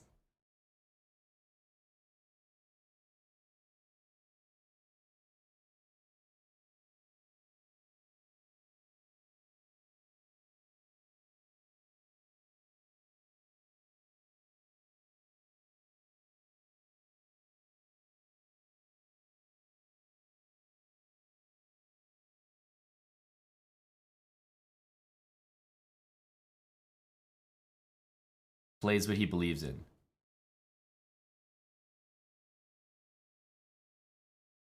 Lenier Dominguez, we know the broadcast likes to say he plays what he believes in. Me, I don't play what I believe in.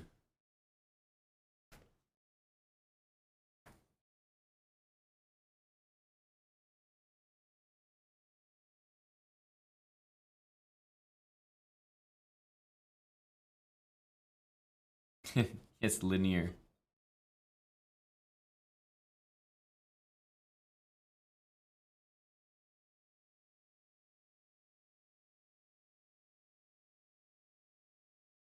%100% correct, Badkins. The 6K claim is quite something.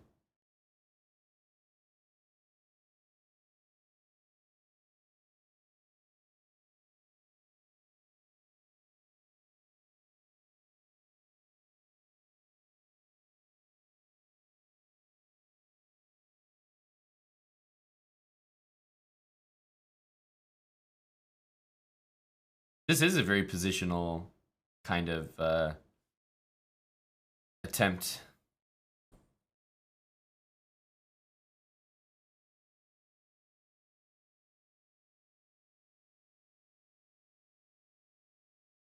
They're really sending the moves here.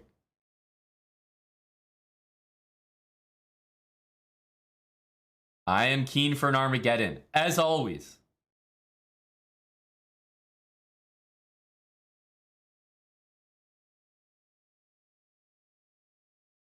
I like how they managed to only use black and white and create a lot of contrast, like on this layout here with the board and the clock time and the heart rate and the numbers. But then they just have the board colors so incredibly like vibrant neon. I just don't know why.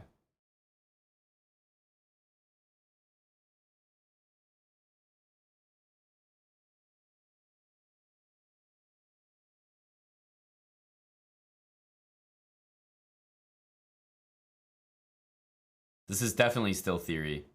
The way Sam is playing is like seen this before type of energy. Bishop on b3 will be taken. So queen g5, which would normally be a nearly winning because of queen takes g6, is not anything too scary.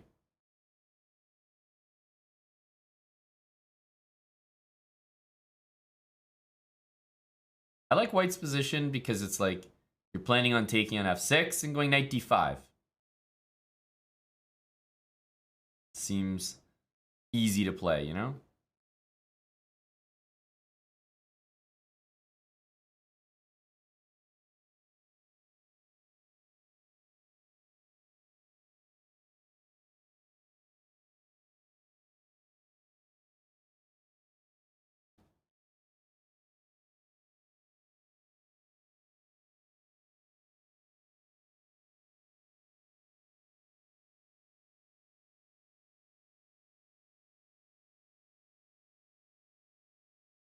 Good, Lisa. We need more habit students.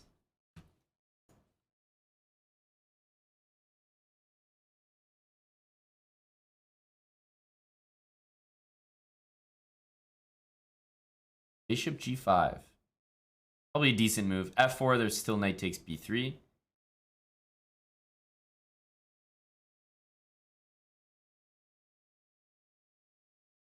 Queen d3.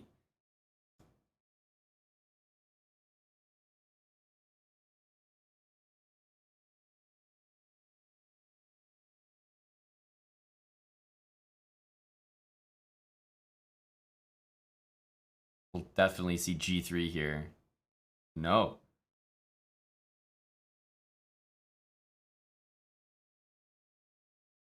The chat is clamoring for f4. Ooh, h3. Normally, I would say white wants to go g3 to cover f4, but h3 is interesting.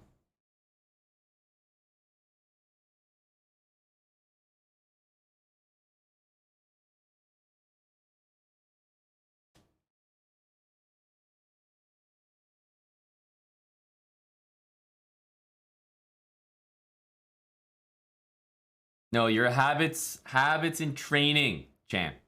In training, buddy.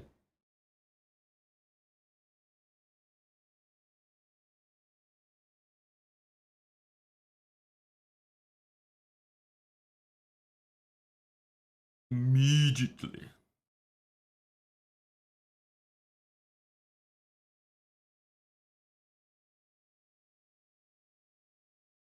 Wow. Knight e2 check if queen d6. And if king h1, there's bishop e3 and knight g3 at the end of the line.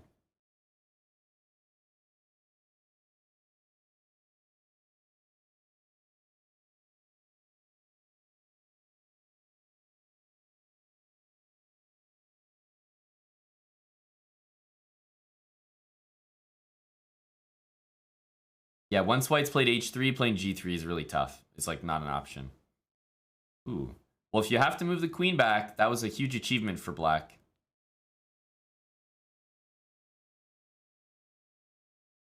$55. Holy cow. Dominguez is an athlete. Cyclist. He's an absolute unit. Oh my goodness. 55 heart rate. He is a 6% body fat, bro.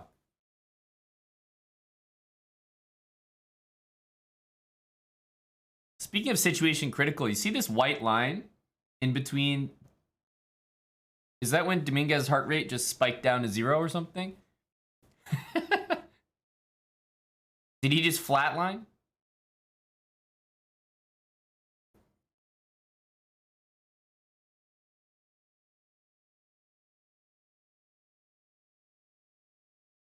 Knight takes h3 is like, I mean, we're ready to send it here. Black's pieces are really saying hi to the position. Opposite bishops. Nasty attack here. Time's ticking.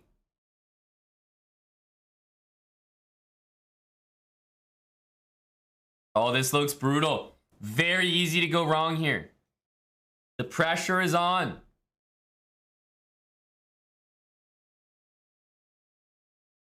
Do you pull the trigger? I don't see a forced win. Tough to pull the trigger on this. Because you can also, I don't know, almost F5. 20 seconds. You feel like this is the moment.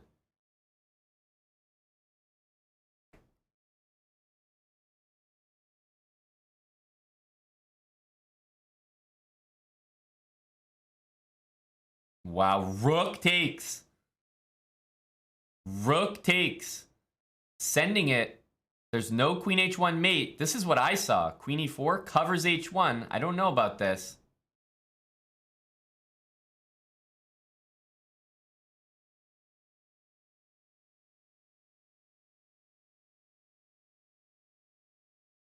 That was a great move, but I'm not sure what comes next.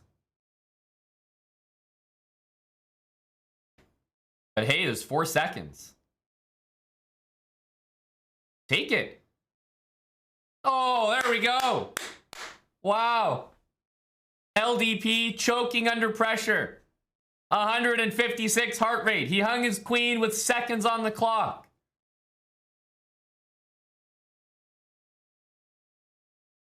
That's your friend, Lanier, Moistad.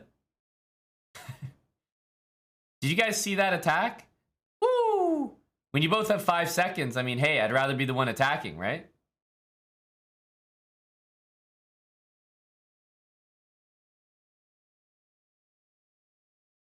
His queen h2 move was nice.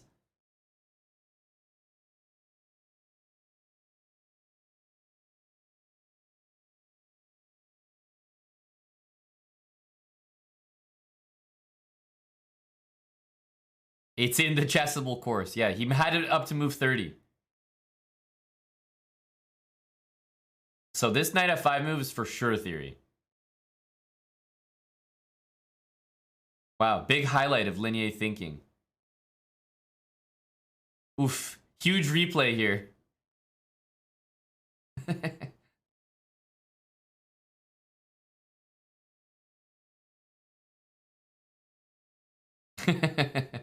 Whoa! I am getting energized watching these replays.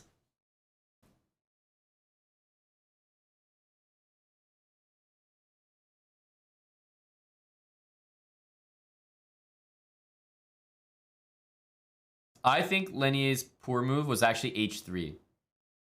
Because I thought white was better here. Low JKA. I would definitely not make it far in this tournament, JKA. I would have too much time trouble, buddy. So he wants queen h2, queen h1 checkmate. Sacking the queen. This was nice, though. With 5 seconds, he didn't plan for this. But after bishop g2 here, queen h2 is sick.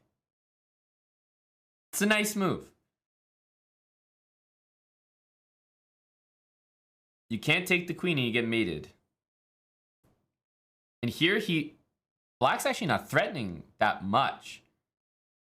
It's knight g2 and queen h1.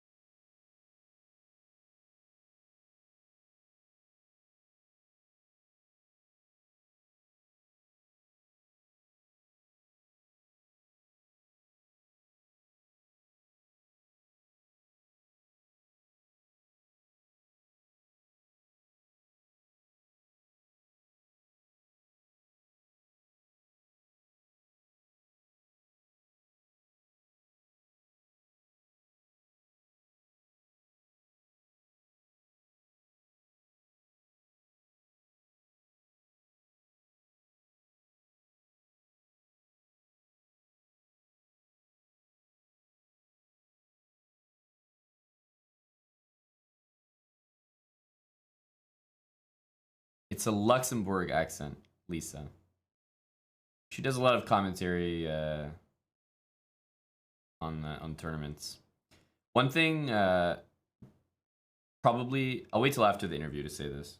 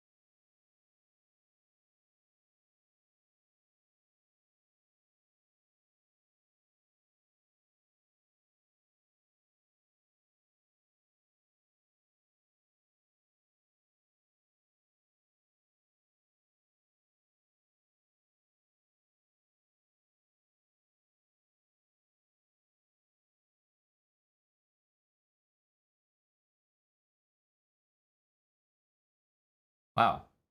Sam sounds like he doesn't give a flying fuck. I've never heard so many different words all sound like the word meh.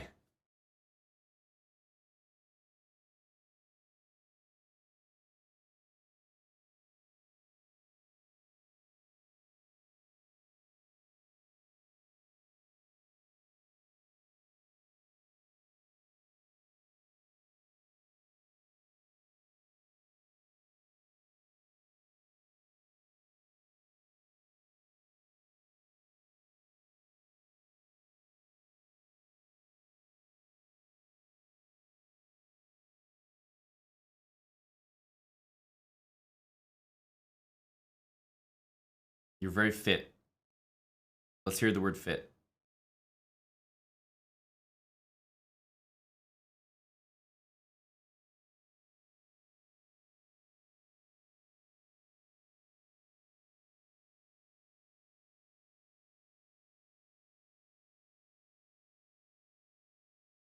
Wow, 50 to 60 base heart rate.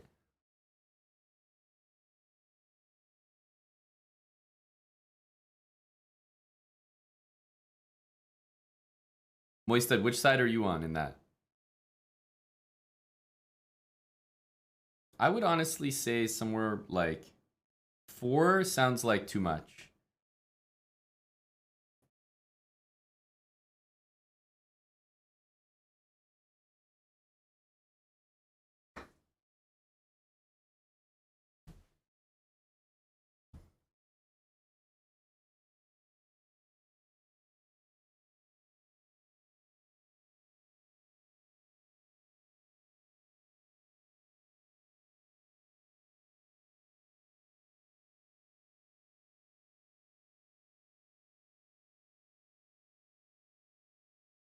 Yeah, I would have said 3 to 1, Dr. Lord. 4 is too high. 3 was my first instinct. I also want Wesley.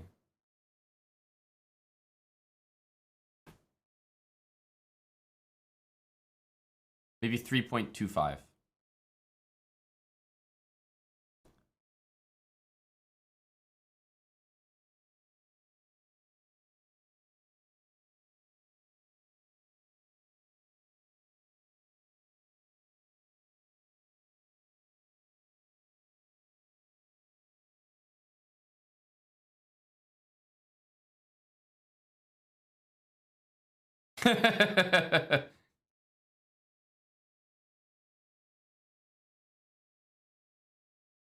Why is Sam Shanklin's name on the top? And why is Lenier's name there at all? I mean, that's quite bad. This is what I'm saying. I like the format, love the concept, but their production execution is so bad. on basic levels. It drives me nuts.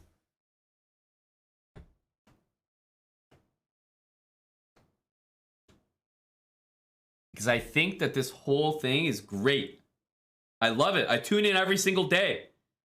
But there are some basic mistakes like spelling or like things that just not correct, like wrong names. Basic stuff.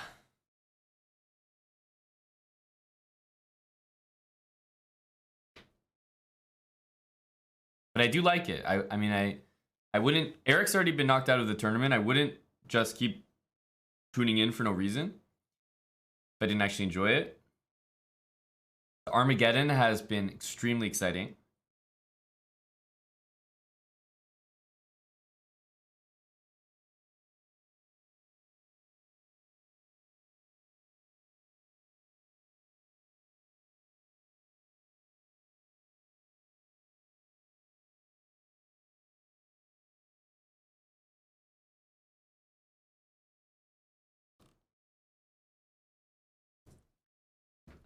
Moist, are you taking the 3.25 that I proposed? I'm on the Chess TV guy. God bless Wesley So and God bless Chess TV. 3.3. 50 base? I'll do that. Yeah, Dr. Lord may be taking the other side now.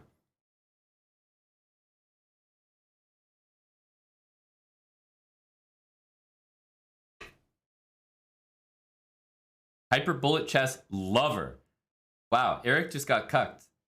Eric is only a fan. Eric is the side cuck for Hyper Bullet Chess.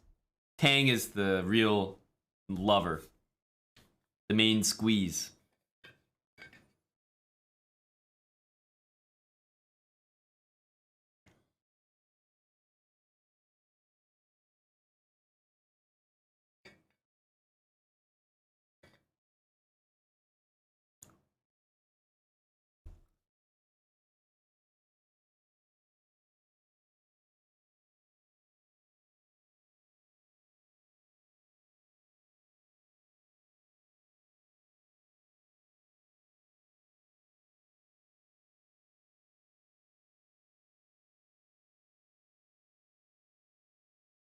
I think this is going to be a great match. Yeah, the tender age of 19. I know that's an expression, but it reminds me of one of those like memes where they're like, so when you said the tender age of 19, what did you mean by that?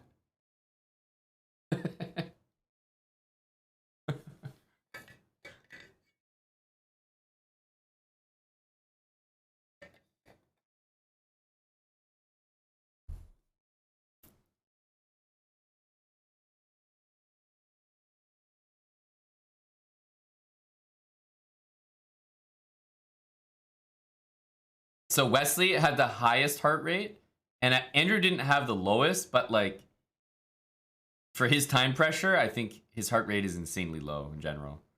Look, it's starting at 143. Our boy Wesley is gonna rocket out of his seat soon.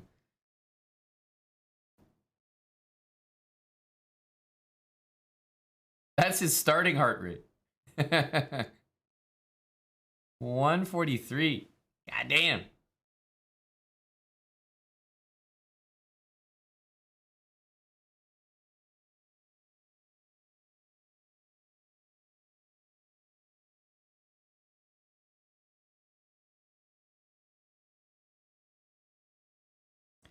I think it's hilarious if you pay attention to Wesley's shirt. You get a good view of it right now. His last name is so short. So they have to just put SO and have it take up the whole space on the sweater. So it's just small S and then just O. Like across the whole thing.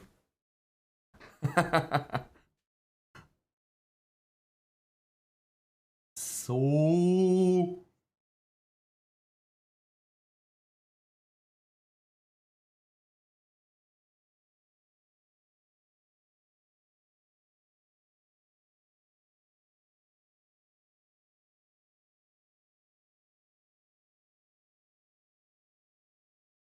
Wow, I didn't know that. I didn't know Magnus pioneered B4 and A4.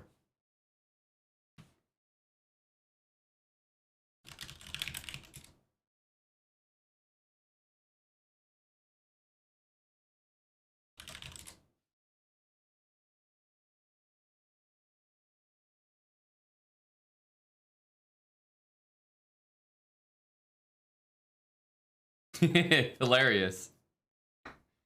Actually, I'll just play chess to lose weight. Why would I go to the gym?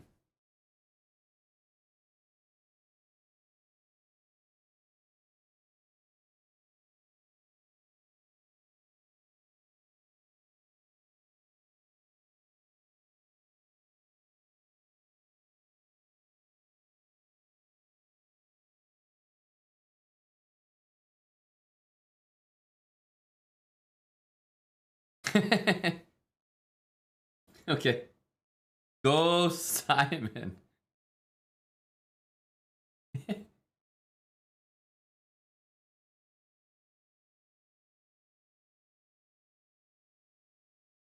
Simon is hilarious. Pretty solid game so far. Pretty typical time advantage or disadvantage for Tang to be in.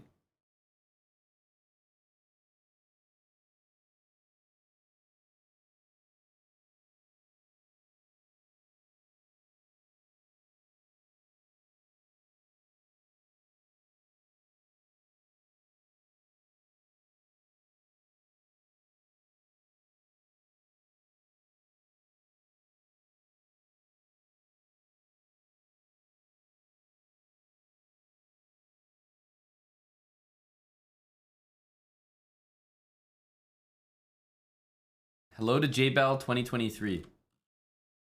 JBell has had this username for a while, waiting for the year 2023. Is this going to be your year, JBell?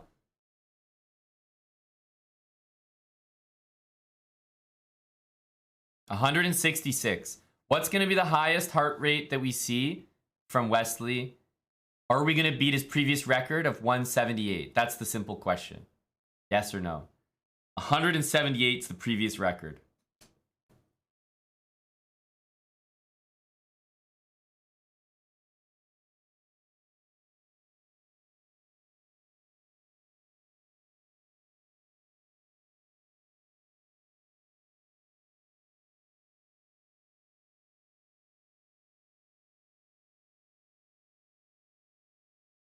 Is he winning a pawn here? C4 and bishop takes f3, I suppose, will happen. Yeah, forced.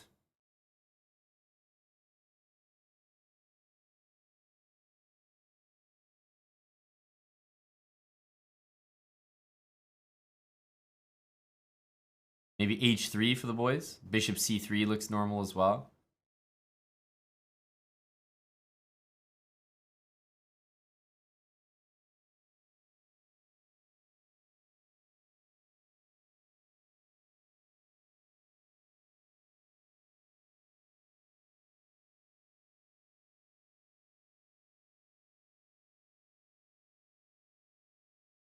Whoa.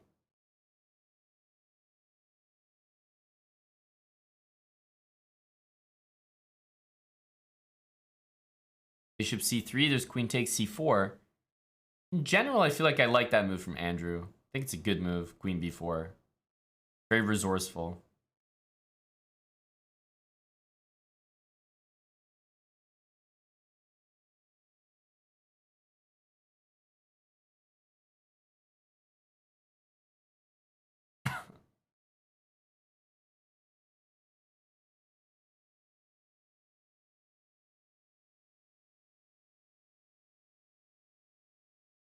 $171.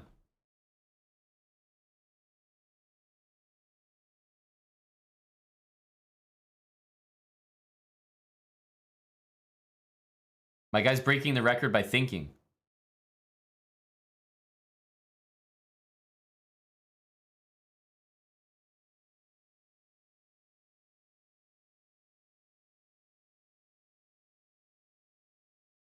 $169.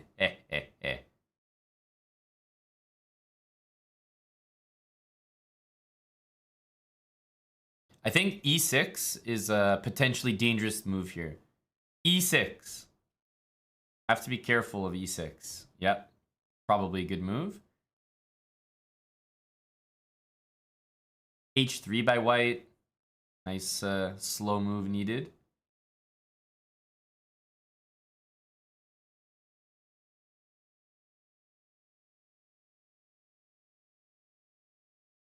Oh, 5 seconds. But Tang does this for a living, man.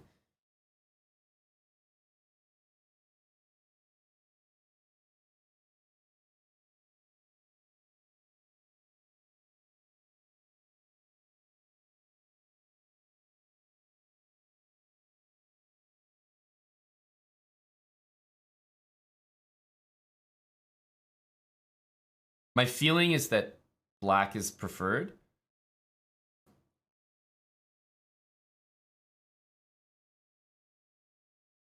But with the time,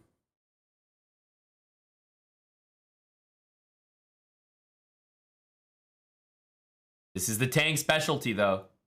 Right here. Right here.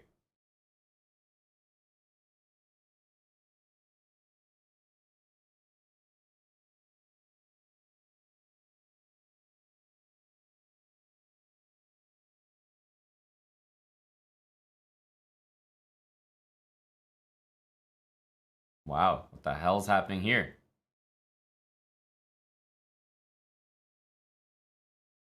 Messy as hell.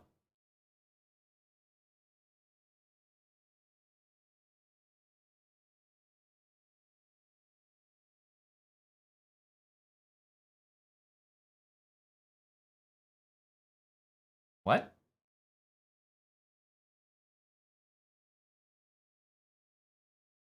Is bro watching the same game as me?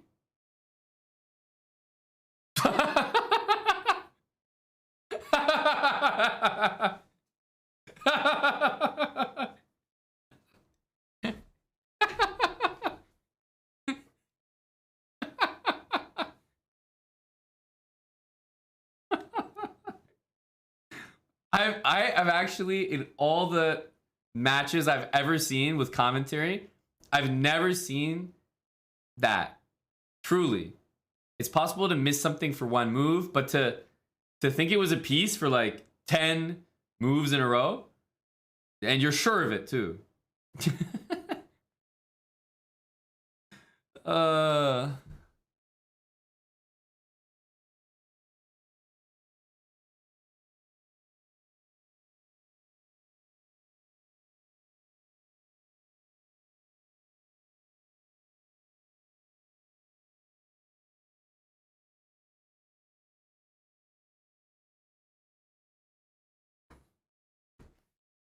That was hilarious. Swan E, thanks for the 6 months with Prime. Orkin31, a brand new Prime sub, and RLB improving. Thanks for 44 months with Prime, buddy.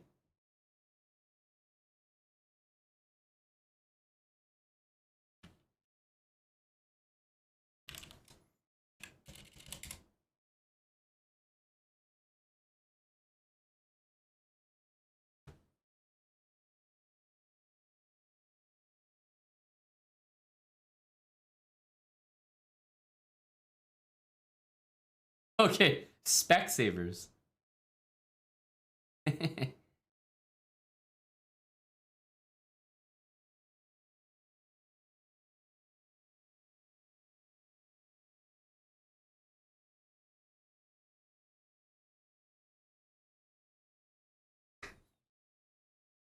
Kamikaze 152, thanks for the 2-month resub.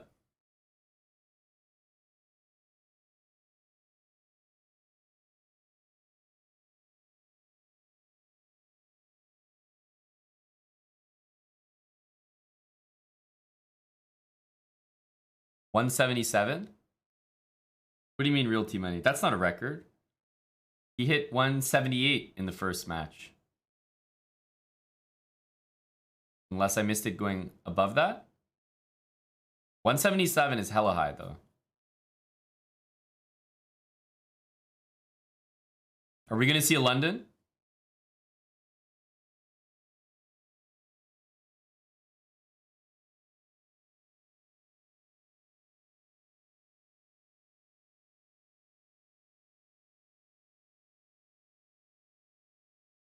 Dun, dun, dun, dun.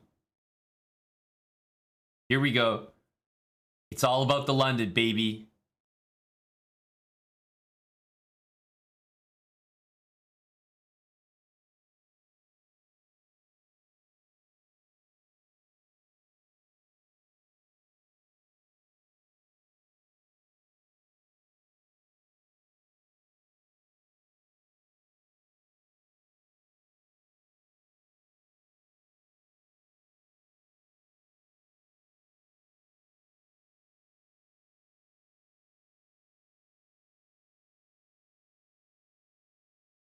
Pawn takes pawn in the middle, e takes d4, and then knight takes d4 falls into a very common trap. White plays knight takes d4 and bishop b5 check. So yeah, if black took the knight right or the pawn on d4 right there instead of playing e6, white plays knight takes d4, sacks their own queen, but then plays bishop b5 check and wins material in the end.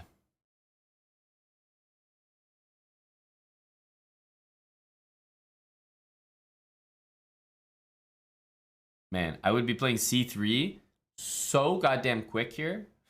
Like, c3 would have been on the board yesterday. There we go.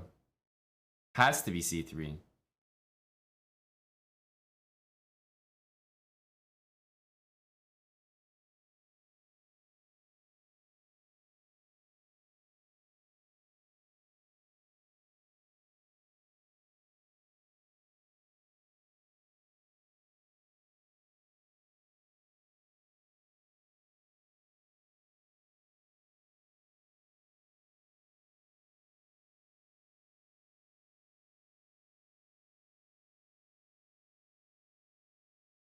I think black plays queen d7 and literally plays g5, knight e7, bishop d6, these kind of moves.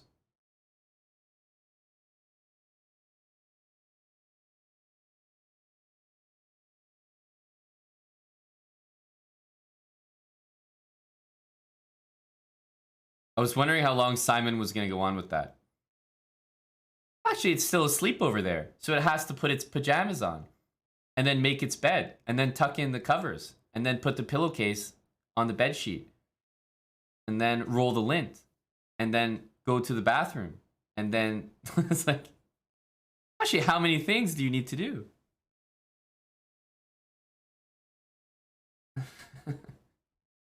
Could have just gone forever. Like, he might never have stopped.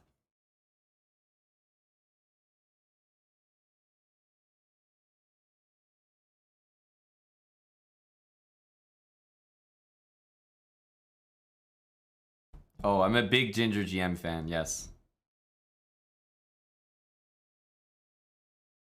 Andrew has played this system before a few times. I've seen some chess.com matches.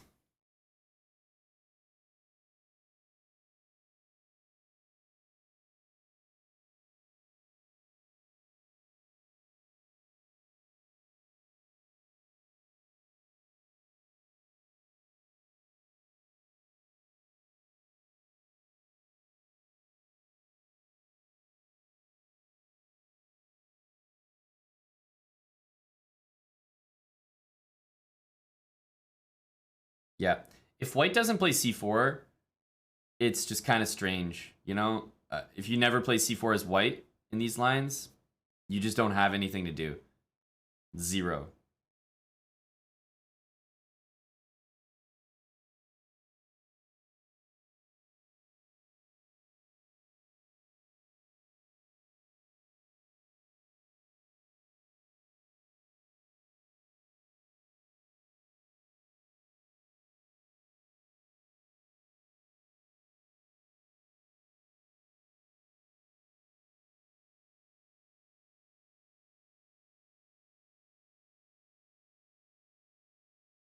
He's going d5, right? Yeah.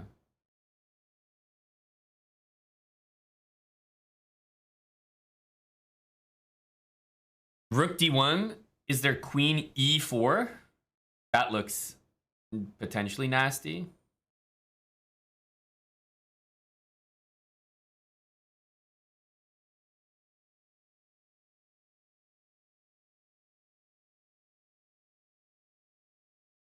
Whoa.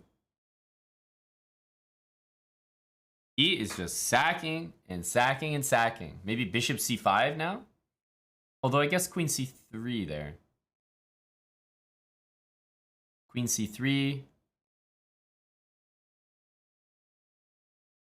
Queen c3 to me looks kind of strong. Like,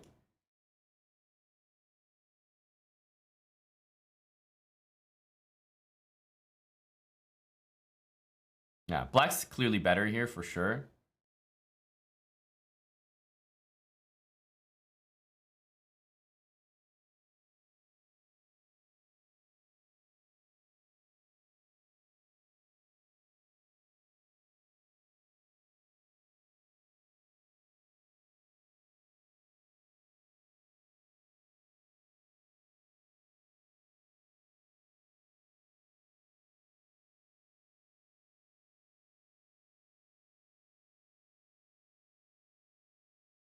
Wesley 150. So he's still relaxed.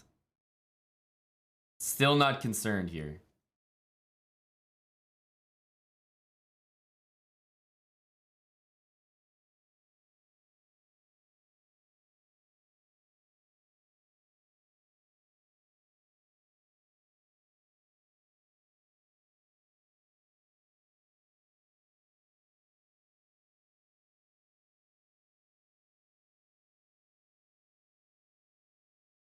Wow.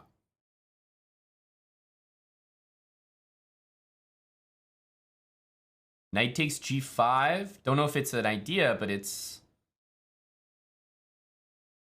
close by.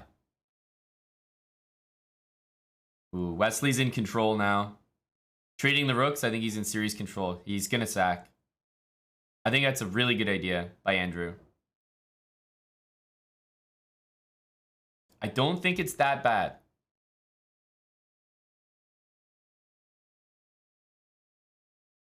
If he moved the queen and traded the rooks, no. That it would be a bad position. Nice attempt. If Wesley finds a few active moves, few strong moves, I think there's no chance. Take it.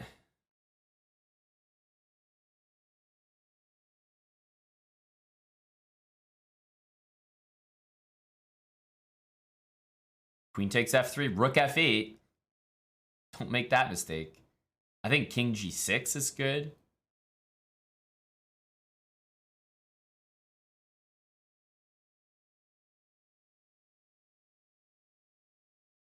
Yeah, I mean, it's...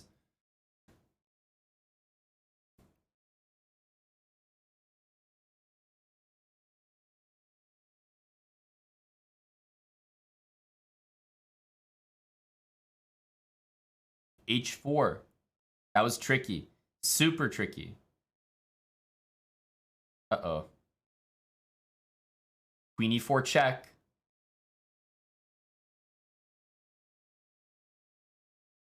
Ah, that's it. That is it. That was clinical by Wesley. That was clinical.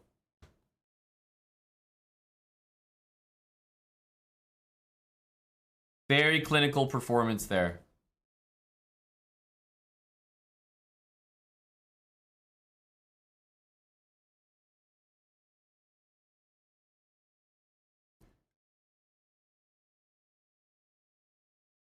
Yeah, Wesley was on top of that right from the start.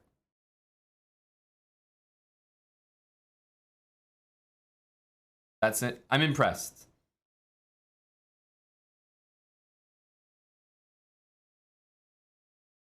No Armageddon today. I know. Disappointing.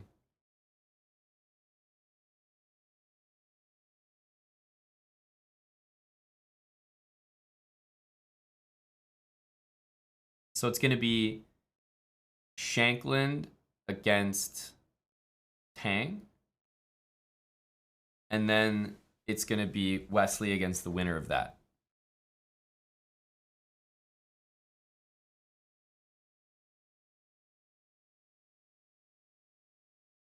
See ya, hella.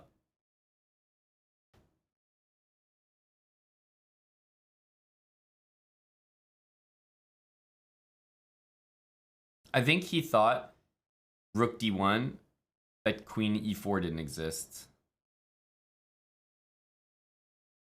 I'd watch that, Val. Absolutely.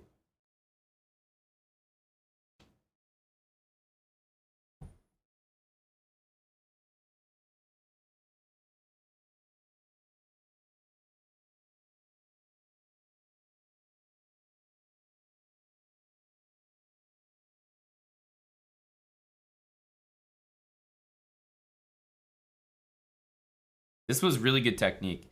A6 was super tricky here. Now he has h4 as a huge threat.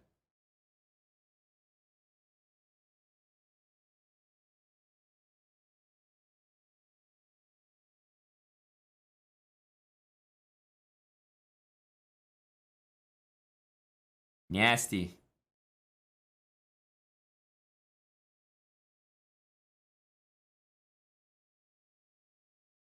I don't think this is FIDE rated. I'm actually not sure. Maybe it is.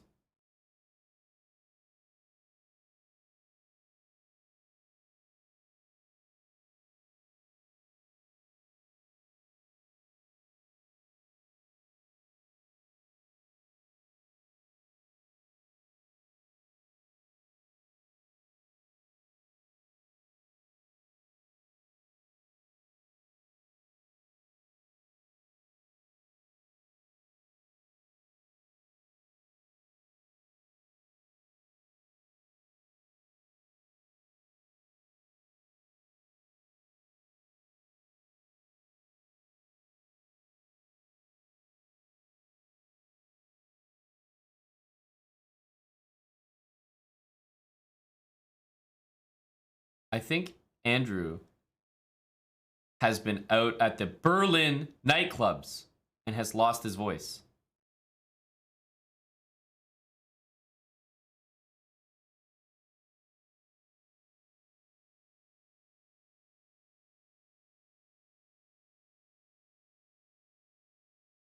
I'm keen on that, Val.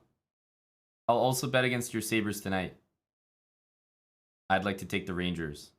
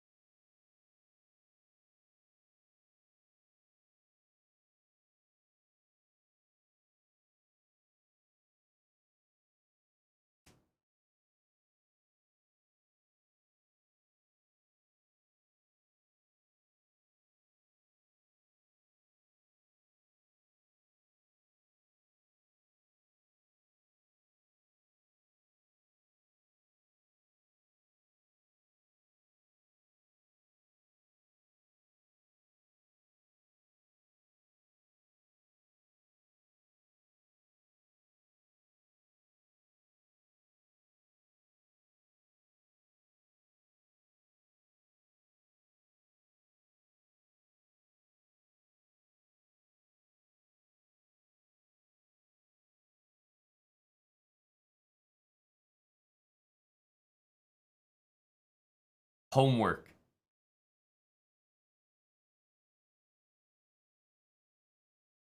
This is like so perfect for TV.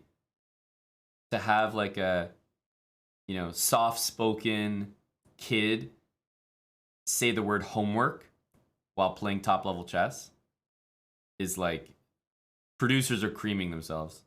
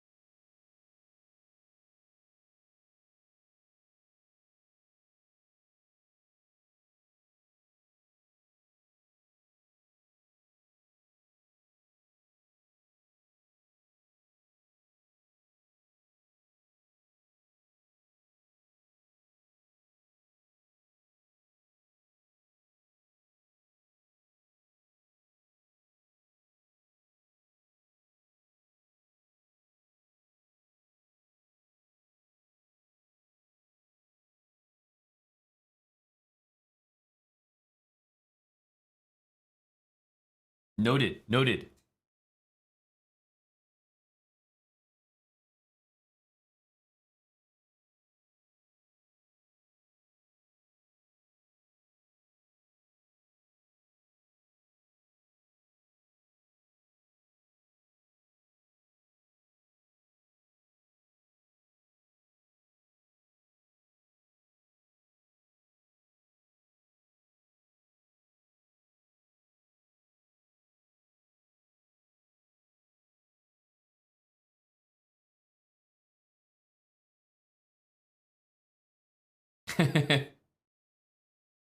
Actually, how did you feel when your opponent blundered? Actually, I felt good.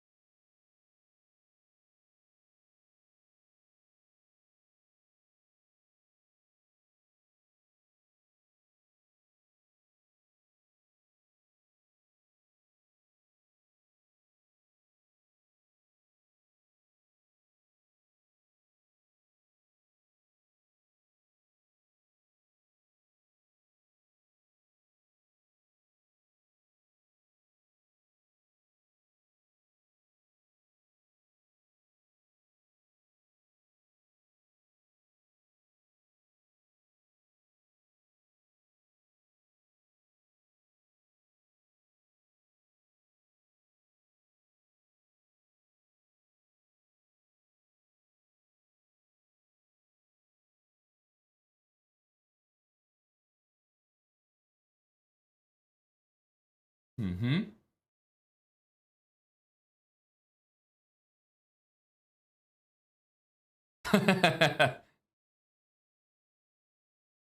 Okay, that's very funny.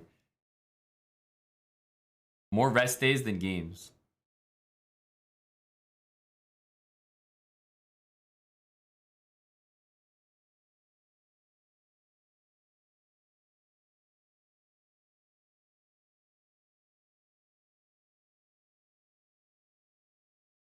Thanks, OG Poinky. Shout out to the producers. Thanks for the 20 bucks. Long time follower. My man. Appreciate you. Thanks for the support.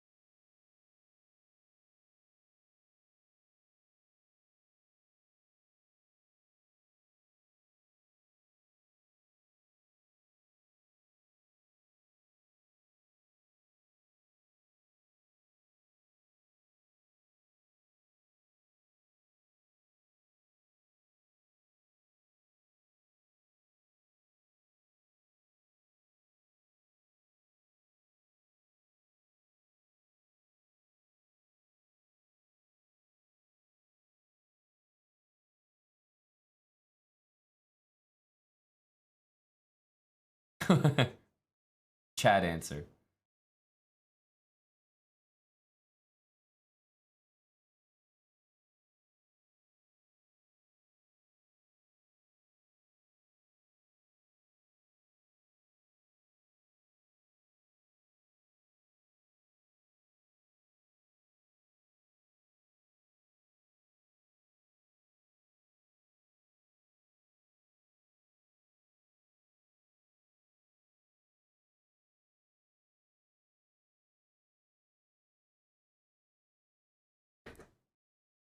Diplomatic.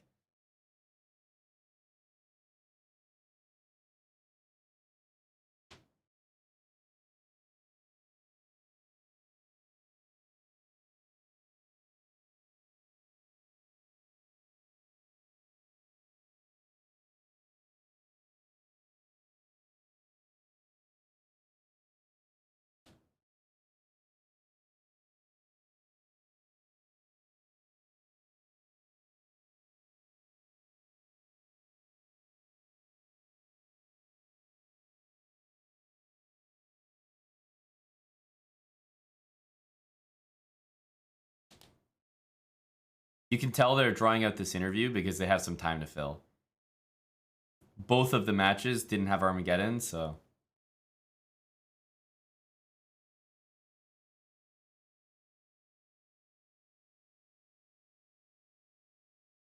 Both.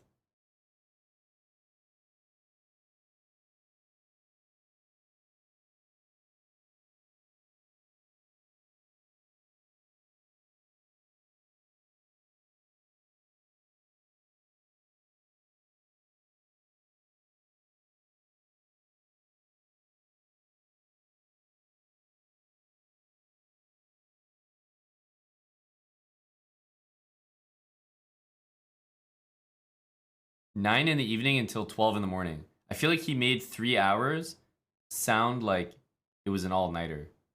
He really tricked me for a second there. It's not a long time.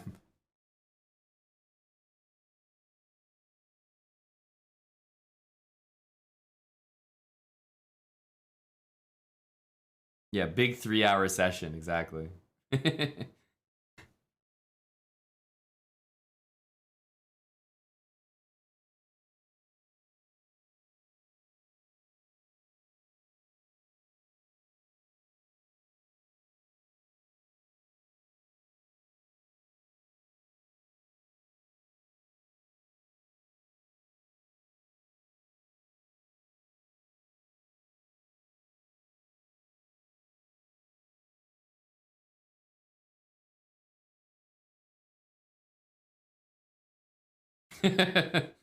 Okay.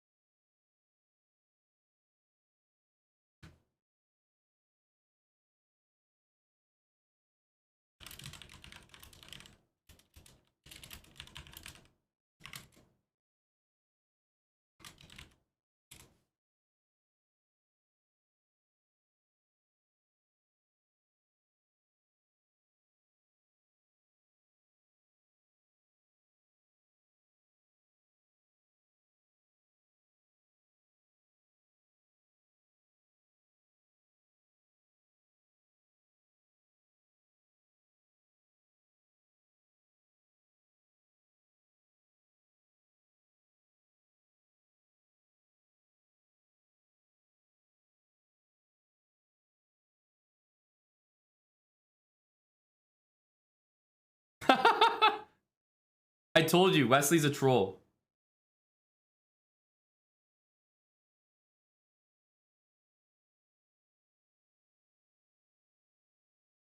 Wesley's definitely a troll. To even bring that up is a very troll move. Go Wesley.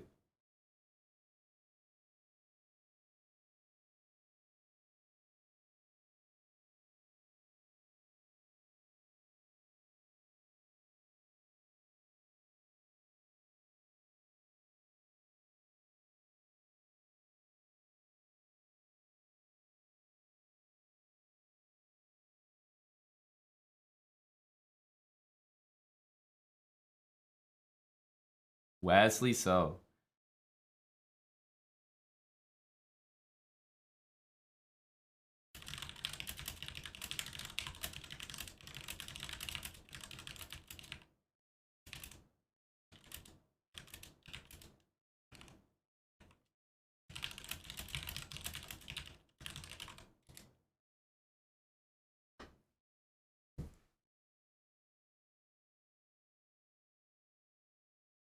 Well. Oh. Some giggling. Okay.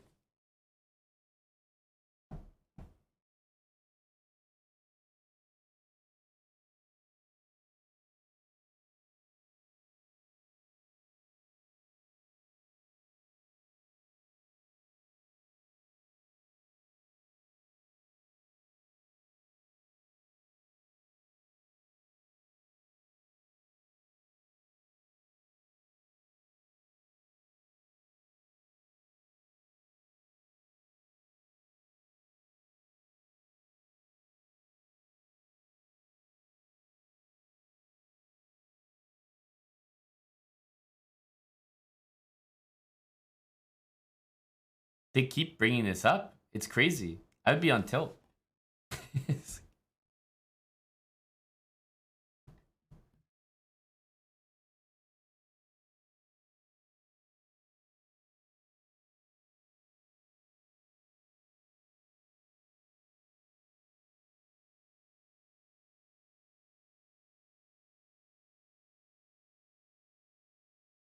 They are definitely being instructed to kill some time here.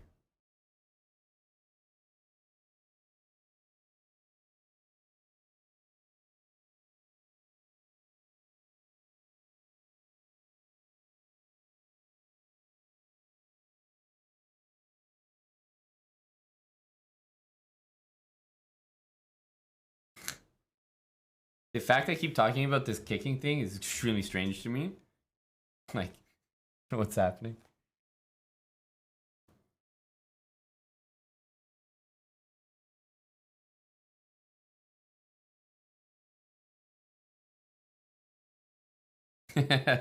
Eddie is a funny guy.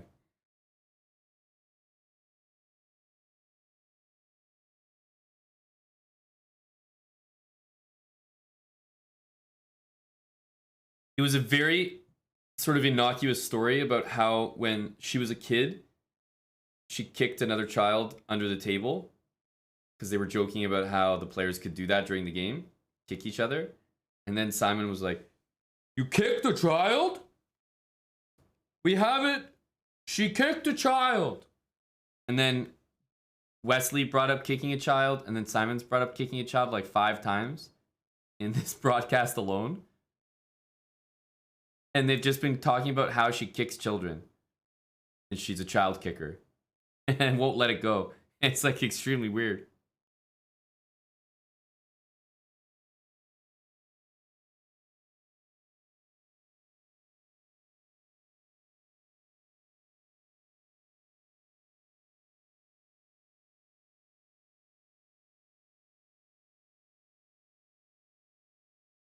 Yeah, they have some time to kill, as I said. You can tell. It's instruction from up top.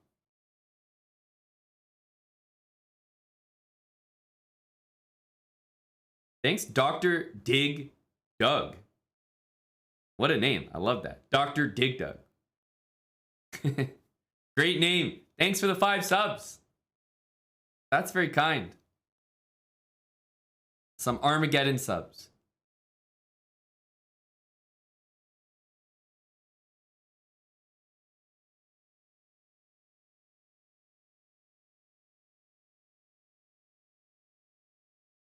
Man, she really has to ask for it.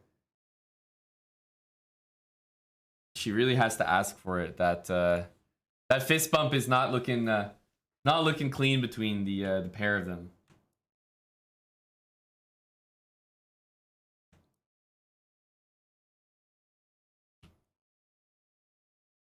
Jeez.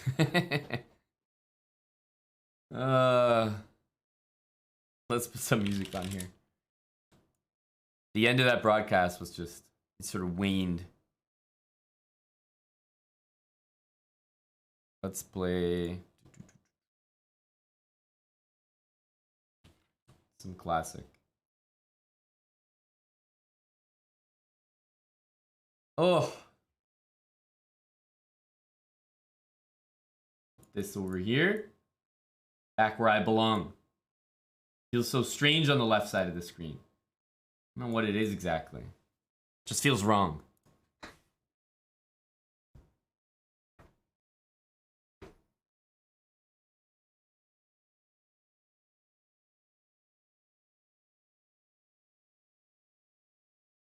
Actual music. That's correct, Darkbone.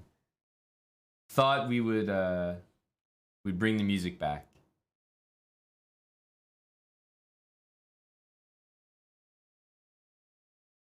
Oof. Okay. That was the Armageddon. I gotta change the title here. I guess it wraps up tomorrow. I think Wesley has been the favorite since the inception of this tournament. And you could say that it hasn't been completely smooth, but all in all, I would say Wesley has made it to the winter finals relatively unscathed.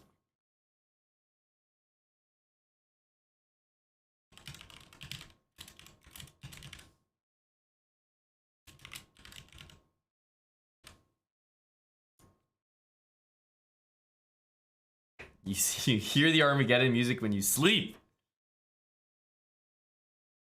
I'm going to warm up. Going to warm up with some chess.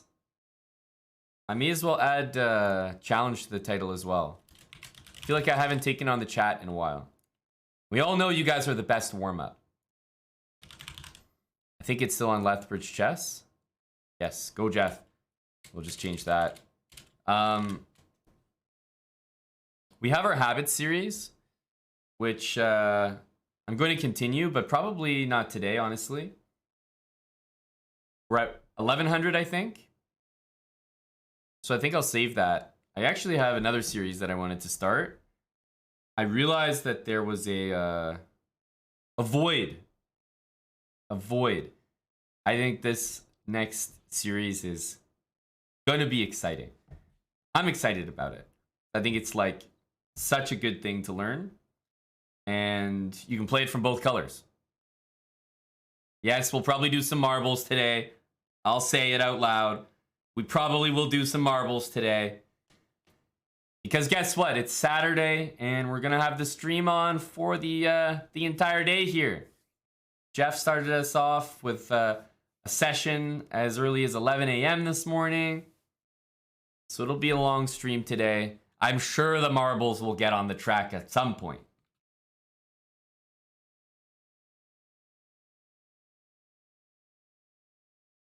Let's move this over. Get me in the center here. Here we go. Jeff streamed? Oh, don't tell me you skipped Jeff's stream. That's really bad. Oh man. I don't know how I'm gonna continue. G-Cobb, good luck. Yeah, if you guys want to send me a challenge, play the chat for a little bit here. We may still have Chess TV. God bless Chess TV.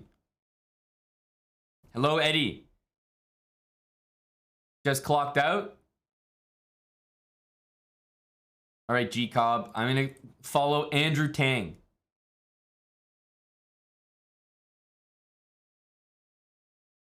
It didn't Daxi Poo, but it stopped. So we'll take it. We will take it.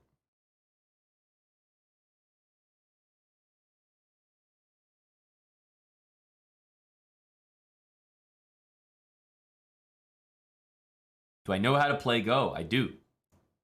I do. Not amazing at it, but I would say I'm not that bad.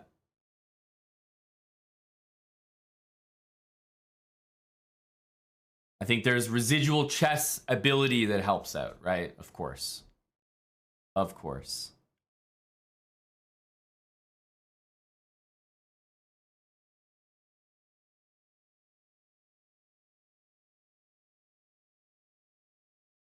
Would you tune into that? Realty Money? What am I saying? You'd tune into anything.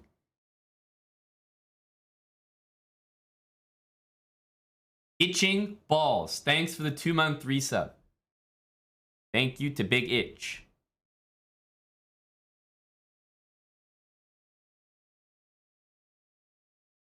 Great resub there. Love to have those guys around. They really make the stream colorful.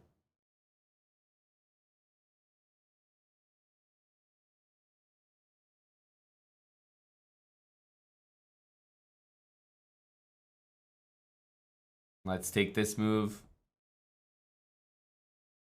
Need to see that from you. Very nice, Mr. Cobb. I think white's a bit better, but nothing special.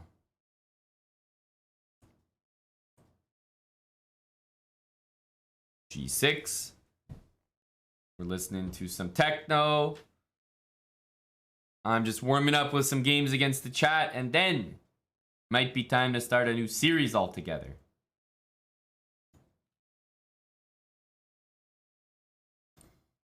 Knight g4. I don't see any immediate threats. I think this move makes sense. Taking, though, might not necessarily be what I'm intending here. So we'll have to wait and see.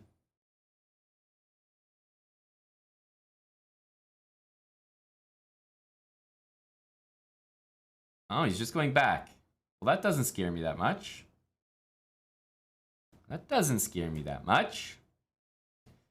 Badkins with the 11 subs. Thank you to Buddy Badkins. Appreciate that, man. Go Badkins. And you know what?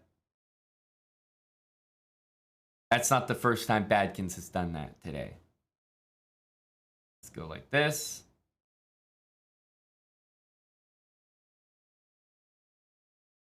Thanks, Badkins. What's up with you today, Badkins? You have the day free. I know your schedule is a little, very much on and off, but not necessarily structured into a normal, for lack of a better word, work week.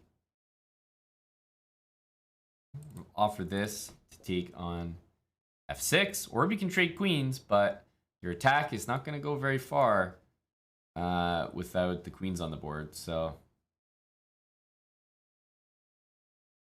Now, important to note, if you want to, you can castle this way. I don't know if people know that. When your rook is attacked, you can castle. You just can't castle through check, into check, when you're in check, or if either of those pieces have moved. But castling here is totally legal. That move should be totally illegal. Queen takes check. Ouch.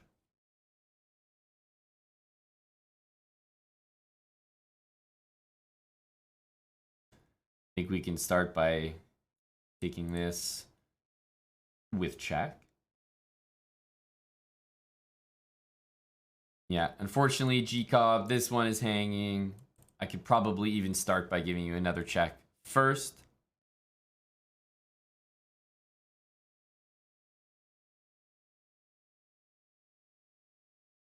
GG, Mr. G-Cobb. Thanks for starting us off today. Adkins, appreciate the 11 gifted subs. And Lisa gifting a sub to Ahmed Emad. Welcome back, Ahmed. Thanks, Lisa.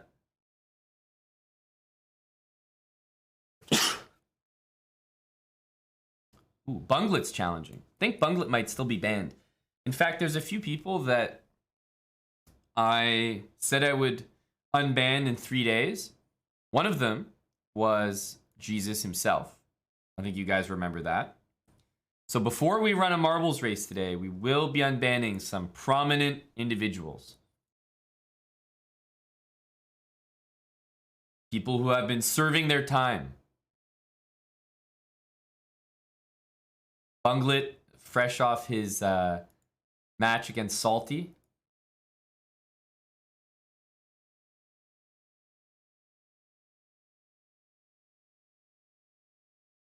Oh my God. We're just getting started, champ. You gotta pace yourself, buddy. We'll be here all day. All night. Champ, 100 gifted subs. Is Champ on that, like, you know, hey, you spoke about marbles, put your money where your mouth is kind of energy right now? Champ, 100 gifted subs. Just wow. Exactly. Just wow. Happy Saturday. Champ.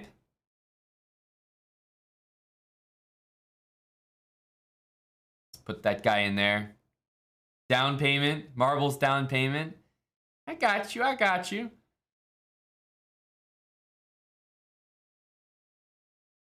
Thank you very much to Champ. Reminding people that today is going to be a good one. It's definitely going to be a long stream. But Champ's reminding us it's going to be a good one as well. Thanks so much, Champ. We got to change our sub goal.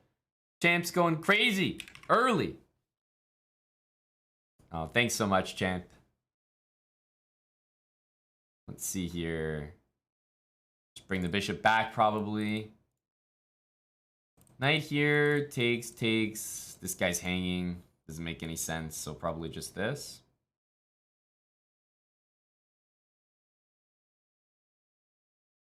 Champ is a stud. Eddie, you said it best. You said it best, buddy. I think we probably need to grab this.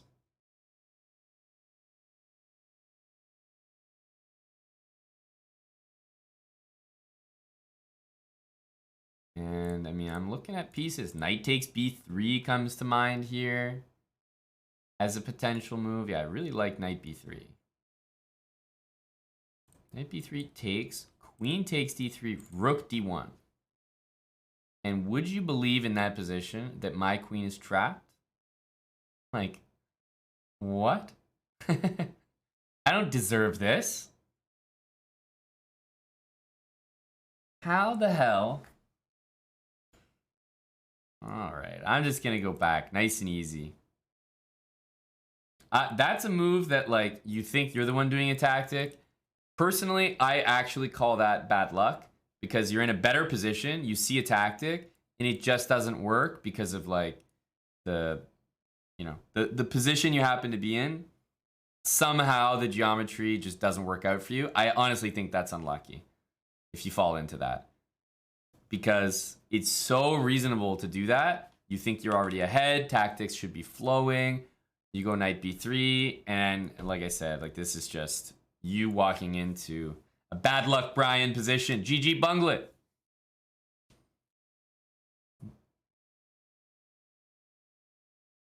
Does luck exist in chess? I would have to say yes.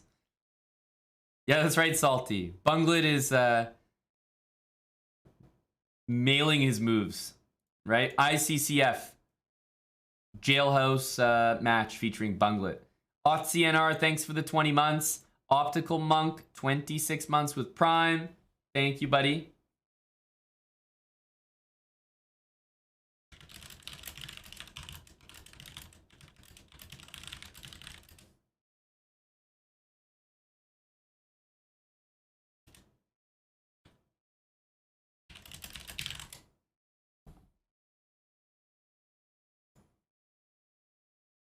Let's take another challenge from the tough chat. Ahmed, I think this might be you. Just got a gifted sub. All right, let's see it.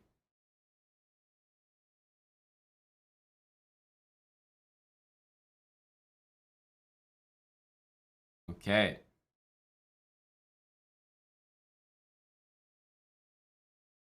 Generally, it feels good to bring the bishop out before you play e3.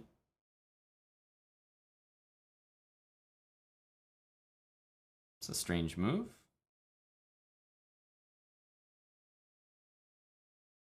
All right, I'm going to take the liberty of playing f5 ahead of time.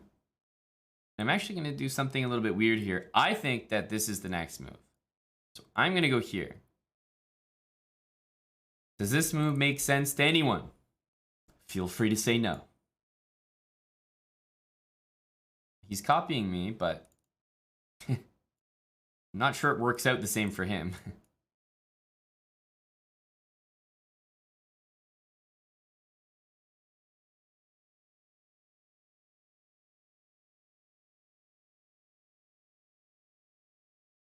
I sense that he's maybe trying to castle that way.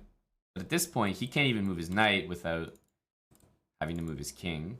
So that's not too comfortable for him.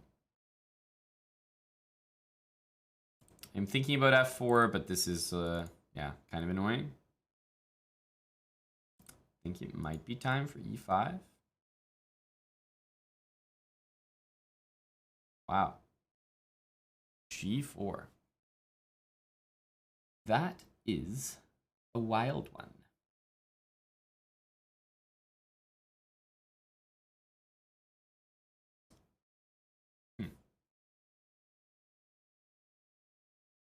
g4, I'm thinking that the simplest, calmest move is actually bishop g6. Just maintain everything. I guess f takes g4 is tempting, and maybe something could happen there, like f g4 takes and then bishop g6, but I'm just choosing what looks like hands down the most solid move.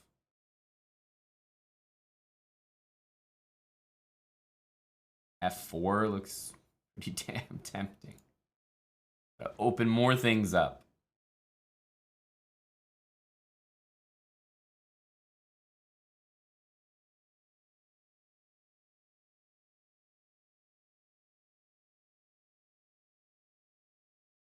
Okay, we'll take.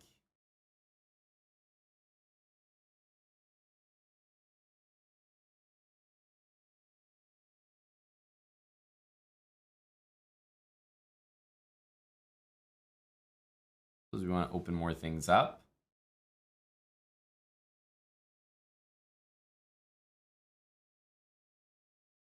Let's go e4, bishop g3, check.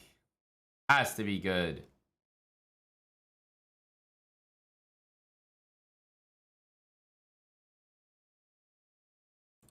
Just try to take this. I think rook g1, queen comes down. Queen comes down to h2 there.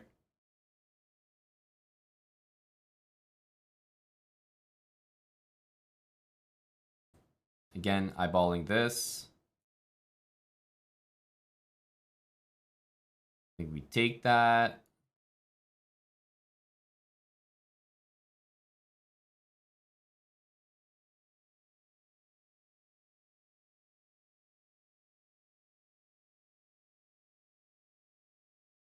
I think this should be quite good. This is definitely on my mind here. Bishop h5, a great move. Bishop c3.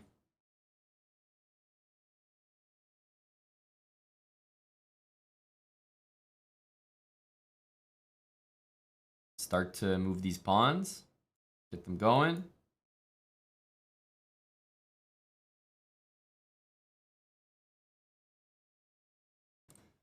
We're thinking of this move. It's not quite mate yet. We need to get our rook down f2, but he's, I think, likely to play rook f1. But we have made in a couple moves here. Yeah, e2 is winning. I actually think the cleanest way to do this, surprisingly, is to take. And again, this is winning, but I think this is more definitive because it actually just mates on the spot. GG. Good game, buddy.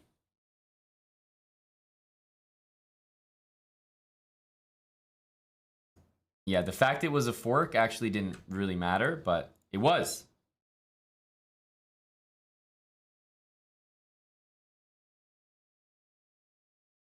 Good game, my friend. We got to get something. We got to get Champ in here for a game.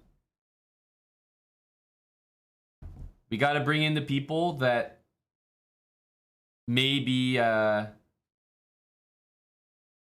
reason we start marbles earlier rather than later.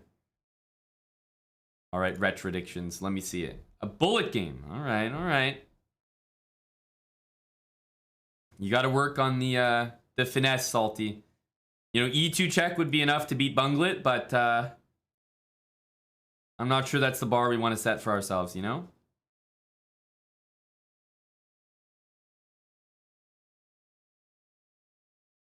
Let's bring this knight to g3.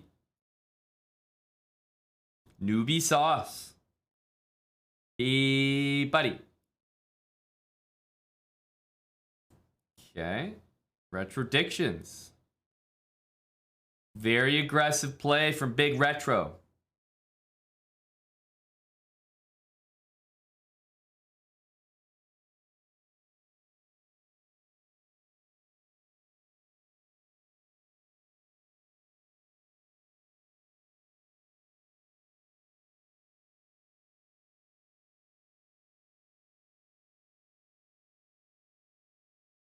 Rook d1. Bishop f7 was very tempting, I'm not going to lie.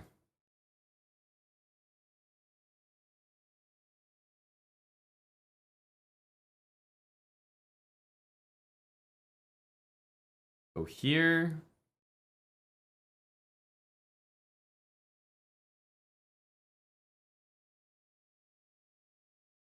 Queen C1. D4 looks good. Let's go here. Eyeballing that pawn, boy.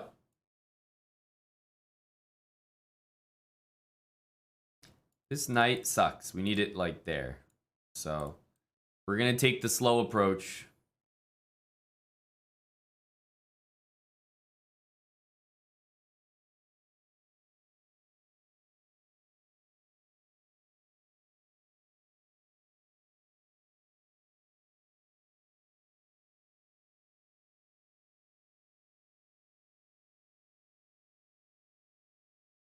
GG Retro Dictions. We can play a rematch. It's Bullet after all. He's practicing those habits.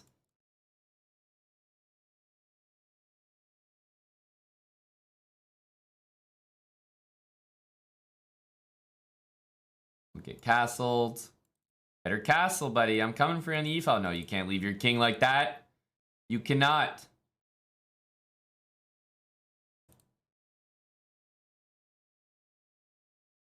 Check. And we don't need to take this bishop. It's trapped, right? Let's play this. I don't want to deal with knight g5. I like my bishop here. Whoa. Some big moves from Big Retro.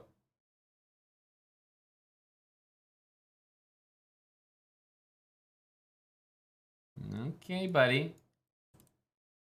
My balling you there, boy.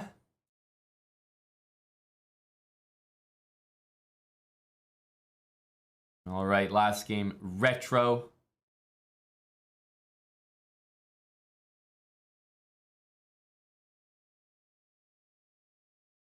H6 is the idea, so I think I agree he's probably got to stop that. We'll take. Ooh. That don't look right. Let's go here and see what happens.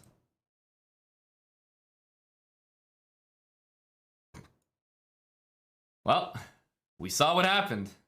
Retro Dictions.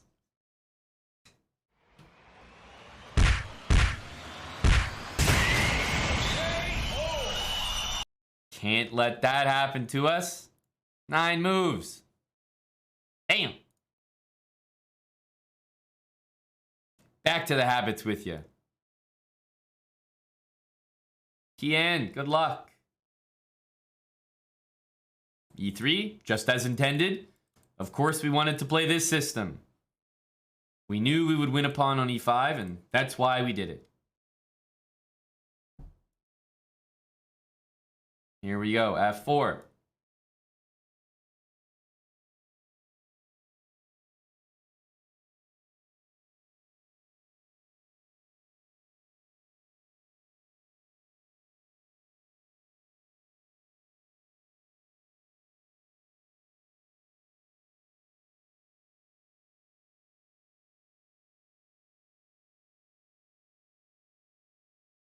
Bishop G4. Okay, okay. I see you. Trying to make something of it.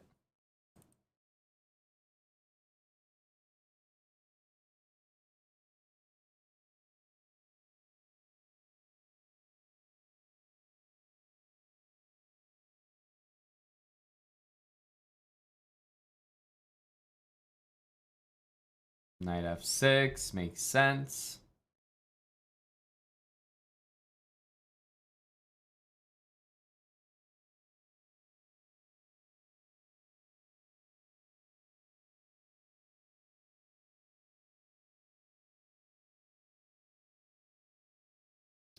I think I'm going to castle this way. For fun. Olmec Guru. 26 months. Welcome back. This is a threat. For sure. Let's bring the queen back. Safety.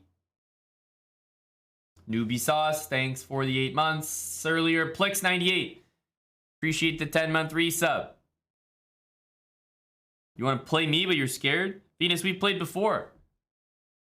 Ain't nothing to be scared of. Is Dill around?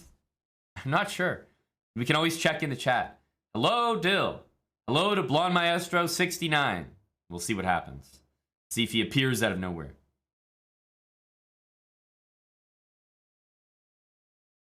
All right, I'm going to take the greediest approach we've ever seen. Queen takes a6. Let's see how this one works out, you know? Maybe just here. Not sure we want to open the E file for those pieces. Let's go here.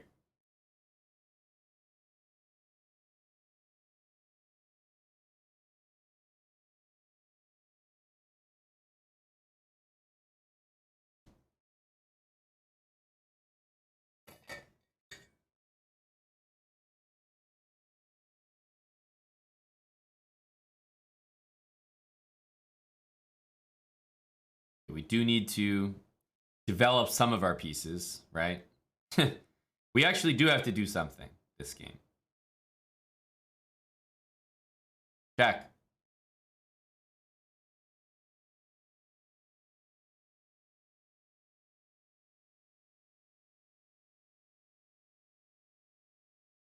Maybe pawn takes here with a pin. Try to utilize that.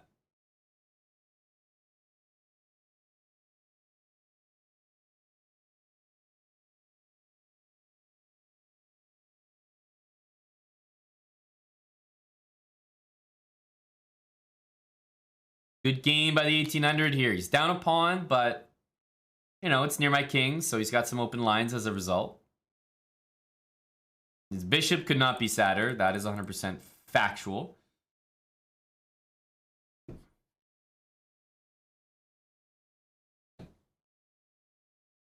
What's the move going to be? Takes. I think rook takes to keep the pressure up here.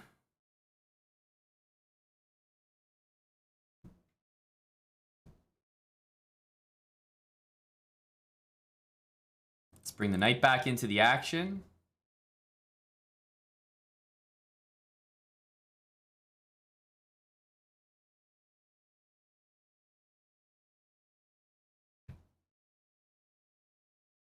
Yeah, he definitely didn't want to open that piece up. That's absolutely true. Take. Let's fix that pawn as a weakness there. Put all our pawns on light squares. Looking nice. Don't really want to start pushing that pawn all the way, but a4 is sufficient.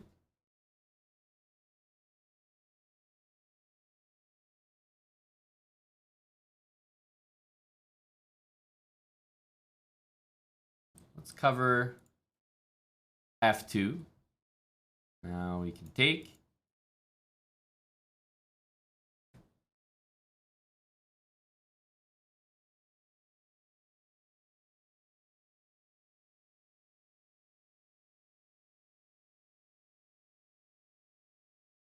Damn it, why won't you stay put?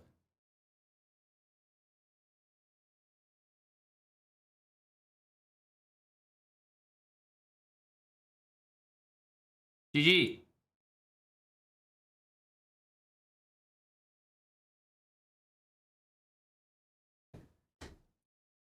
SPX Water Kitty. Thanks for the brand new sub. Kian, GG. I know you didn't have to. Thanks for the 5 subs as well. Kian is actually setting the precedent. That's a reminder to Bunglet, Ahmed. Yeah, you guys are currently interest is being applied to the 5 subs after your game that was not received. Kian is actually just reminding me that indeed a 5 sub tax per game. Yep, I forgot about that. Thank you for the reminder. GG. 5 subs closer to marbles. Well, no matter what, that is the case. You know, it doesn't matter if there's a marbles goal. It doesn't matter what that goal is. We are now 5 subs closer, whatever it is. All right, Q Corn. He's been playing marbles. Let's get the tough games out of the way.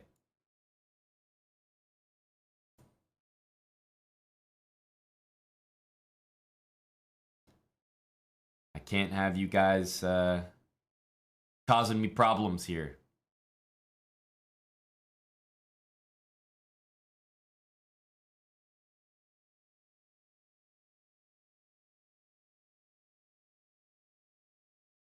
Okay. Here. E5. I don't know. Makes some sense. Bishop can return.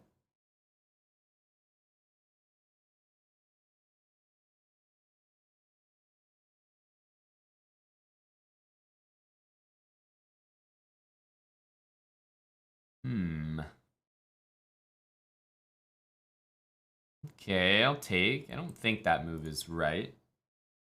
Maybe 5, maybe this. And in the meantime, I'll go here. Remember, I'm not taking this thinking, oh, I'm going to keep this pawn forever. None of that. But here and rook c8.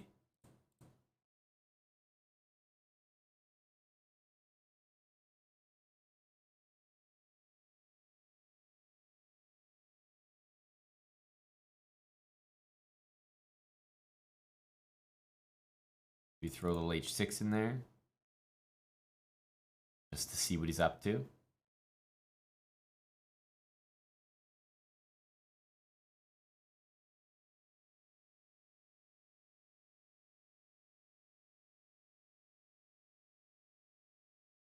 All right, knight e5. I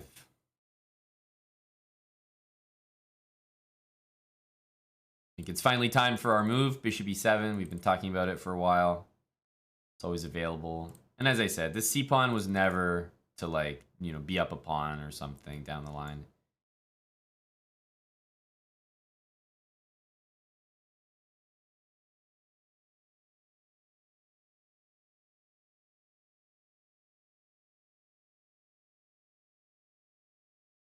Whoa.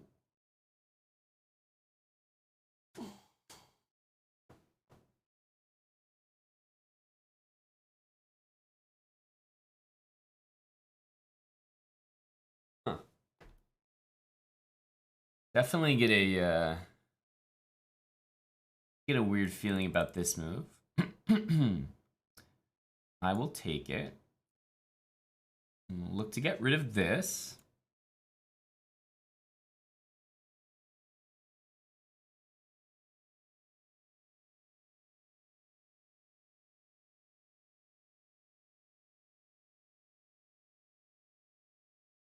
I mean, it is just the classic 2 pieces being given up for the rook here, so I'm hoping it's not too bad for me here.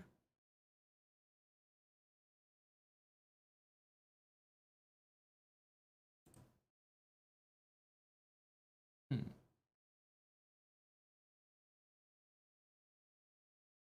here, I think rook here, I'll go rook c7.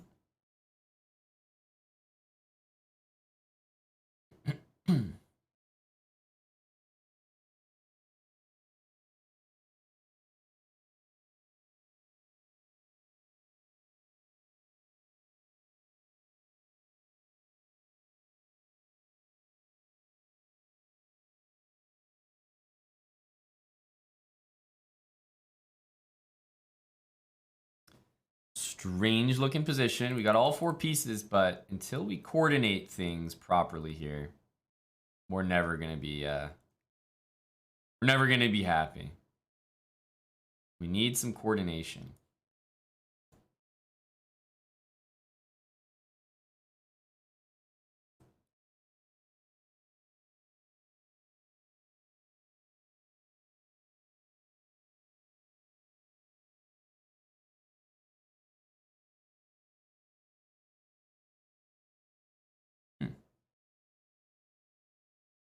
Don't know if that's good for him or not.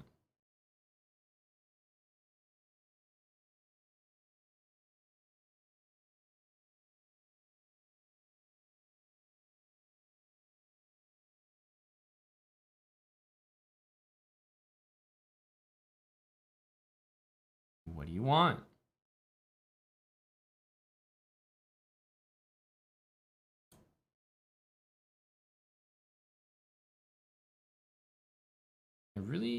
I mean, I'm trying my best to avoid a queen trade, but I'm not like firmly against it.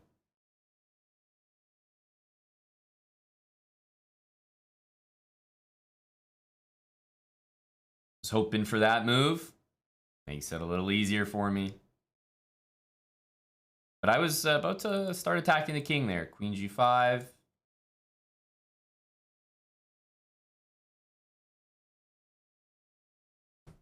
GGQ corn.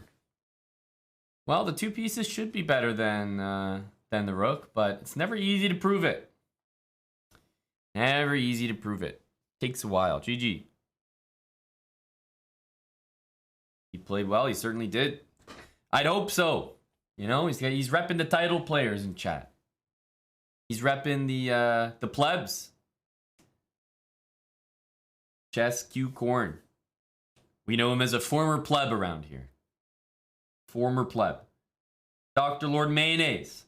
23-month resub. Tier 3.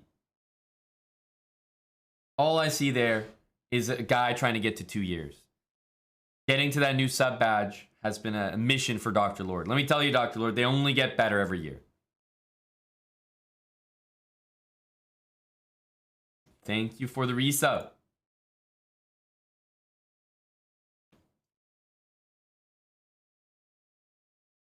These games are good. I'm breaking a sweat here. If only you could see my heart rate right now.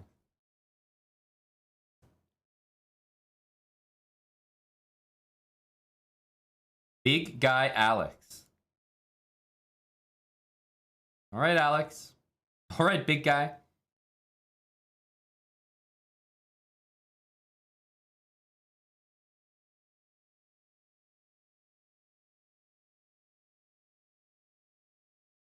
What do you want?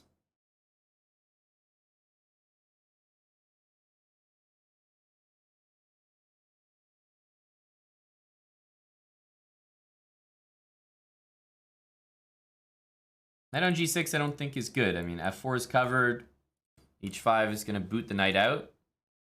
He wants to go here and put the bishop there, but then I'm going to kick the knight, and he's constantly going to be rearranging his pieces, I hope.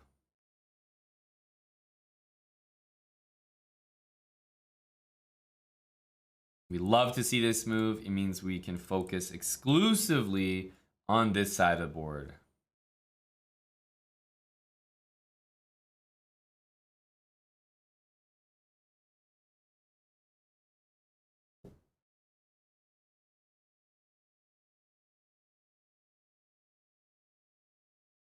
There's always the bishop takes g6 move. You know, that can come in at the right moment. I think this is a game we can do some maneuvering.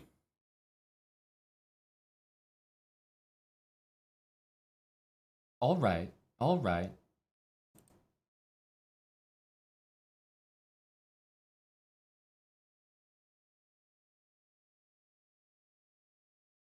I'm going for a simple plan. Let's get castled. I want this knight here and this knight from g2 to f4. Very important maneuver. This knight on f4 will be hitting all the tenders. Let's go queen c1.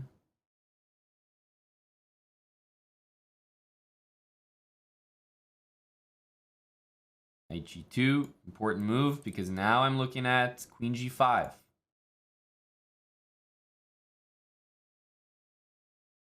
And we're at the point where I can give up my queen side. I don't even think I have to, but let's say I do. You can give it up because then I'm bringing the knights in. All right, king d7. He's vrooming to the other side. This guy. Let's bring the knight here. I think knight e7, knight g5. He's I'm slowly going to put him to work here. Defensive duty.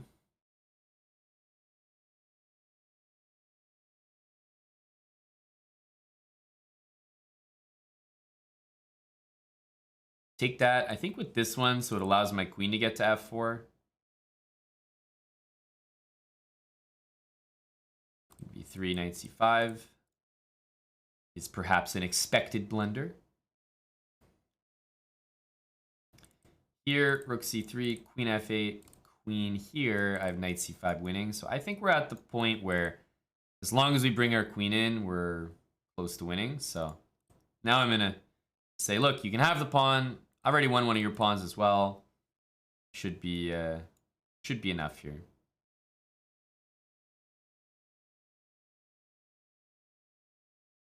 Jack.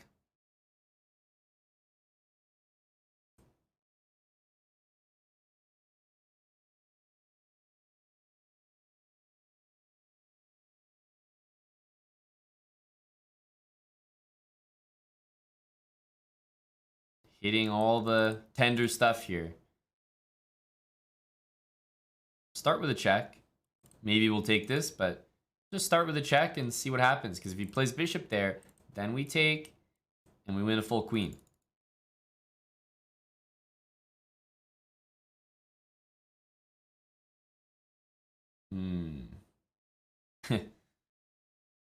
Something looks a little off about that move. Not sure exactly what. This looks good enough.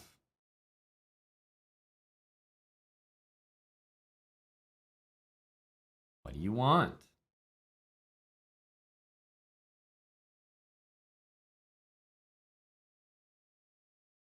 That makes things nice and easy, doesn't it?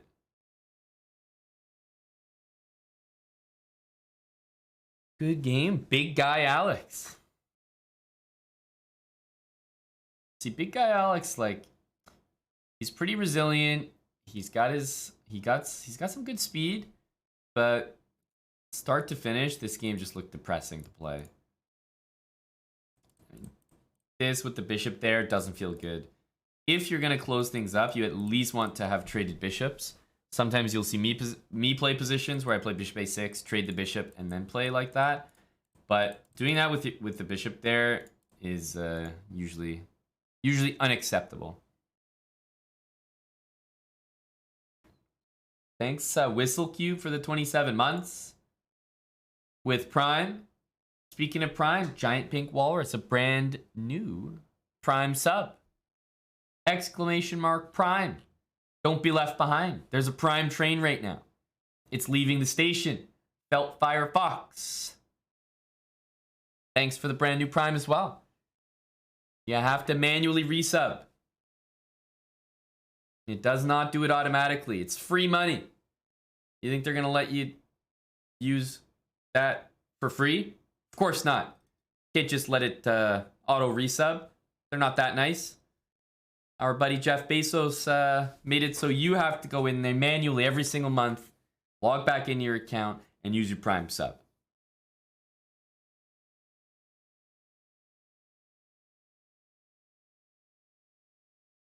This guy's music selection is awful.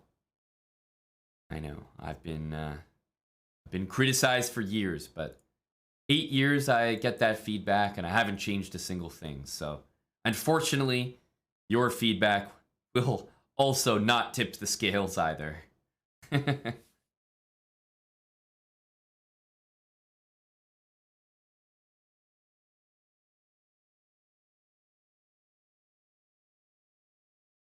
All right, Badkins.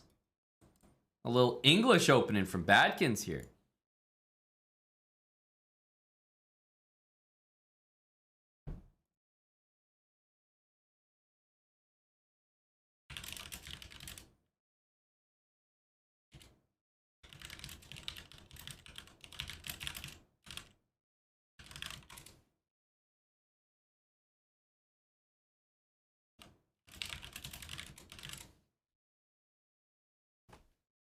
All right, I'm taking a very chill approach, you know. We're gonna bring this bishop back, got h6 in. We'll see how Badkin sets the pieces up. Zeal, thanks for the resub, 14 months. Zeal 29. Welcome back, dude.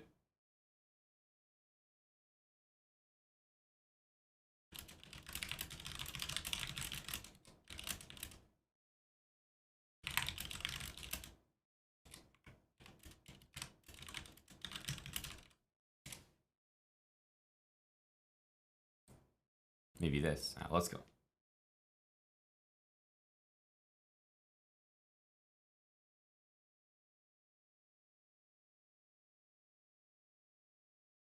Okay. I'm going to play this move because I'm curious how Badkins is going to react. How would you guys react to seeing this move? How would you react to this? Because I think there's probably a couple moves that I would say are very natural, and also a couple moves that I would say are kind of bad. And unfortunately, the natural moves and the bad moves, I think, are the exact same moves. So that's why I think E4 is not the easiest to react to. So I definitely give Badkins a lot of credit for playing Knight D4. Now, I played it because I was curious how he was going to play. Sometimes triple pawns is just so frustrating. Like, I'm going to play Rook E8 here. Curious what he's going to do. Because those triple pawns, sometimes you can make a living just off pawn structure alone. So we'll see if he gets tempted here, because I might even give up the X, as they say. Of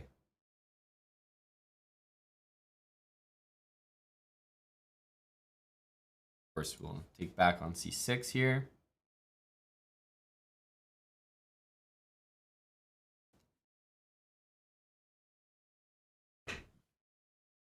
Hello, Aman. Any chance I could blag my way into a game? I'm from London, UK. London, UK, that's a... Sorry, that's a deal breaker for me. That's it's going to be too tough. London, UK, we don't do that.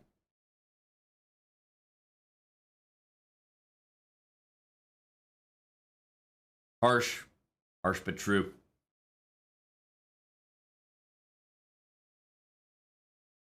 What does blag mean? Is that like some nice UK slang? I'm intrigued. Knight d5 from Badkins. Another very good move. I'll play Knight g4. Will I? Ooh, it's kind of tempting. Oh, we can't play Knight g4. It's a little much. We'll take it. Flag does sound a little dirty.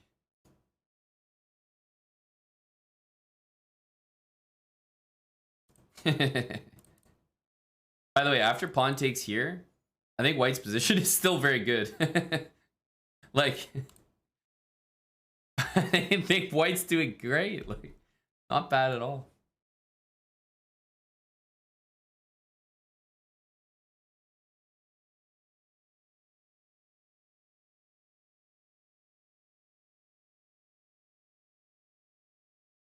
Yeah, the pawns are, they're here. They really are. Rook here, rook here. Let's go rook here for now. Maybe queen g5. Like, these pawns actually really do cover a lot of squares. Like, they're legitimately useful. So, I'm not kidding. Those triple pawns are here to stay.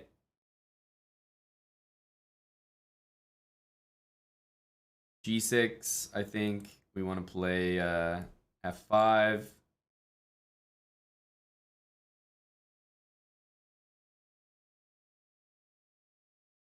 Nice move. Probably the first blunder. I'll take it. H3 and G4, those are good moves. They really are.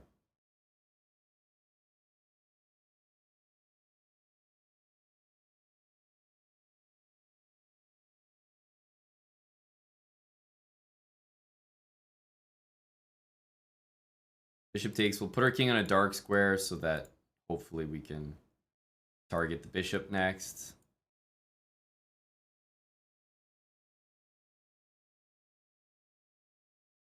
I mean, Badkins, once again, confirms himself to be very high value for his rating. Someone's got to explain to me how Badkin's always 800. Like, do you just not play Badkins? Every time I play you, I see such solid fundamentals, good quality moves, reasonable speed. The hell are you doing at 800, man? You know, we gotta cut the act here. Adkins is strong.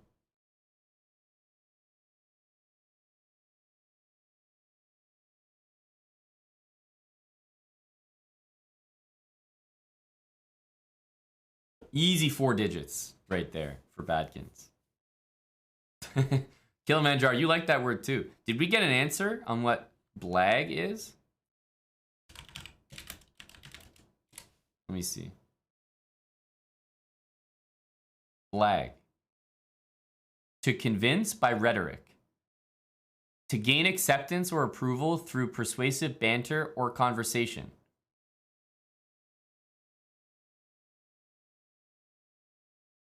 Wow, that's just a really...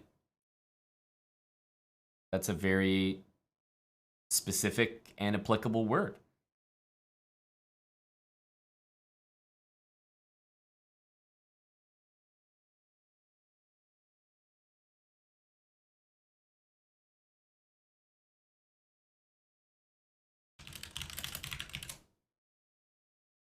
Yeah, blag is British English slang. So it's not like... It's definitely not a word. From the looks of it.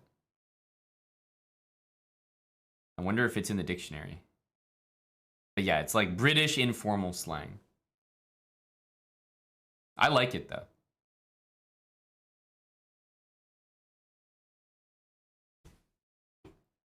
Yeah, so how do we use it in a sentence? You could blag me into playing a game with you.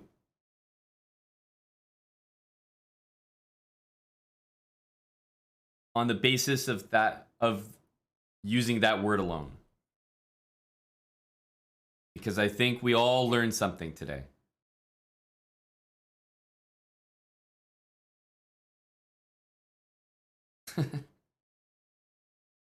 Interesting. Blag. Nighthawk just subbed as well. He blagged me with a sub. Nighthawk 140.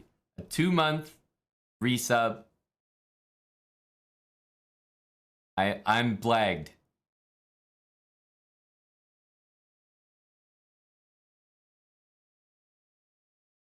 So what's your account there, Mr. Blag?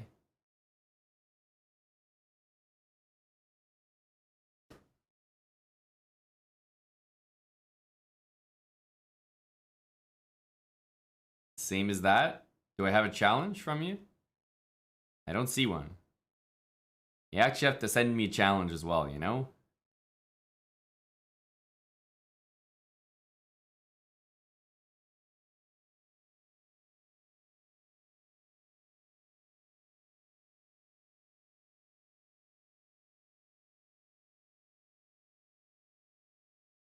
I still don't have a challenge. Here, I'll just take another game to keep things moving.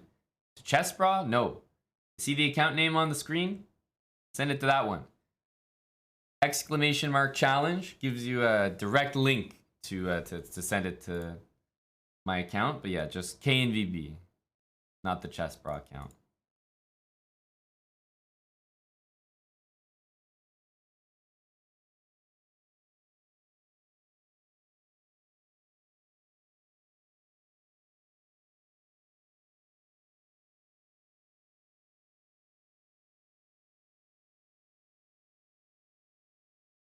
Okay, A3 we take.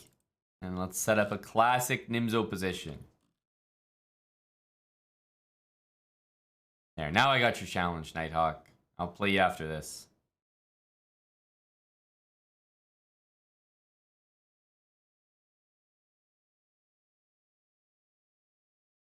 Okay, let's go H6.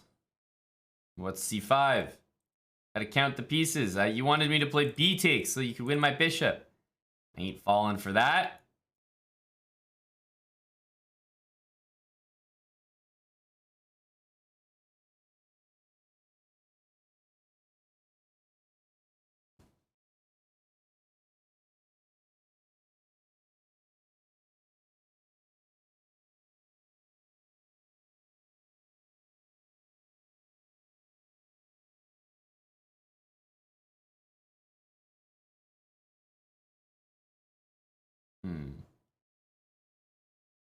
Knight here, rook d2.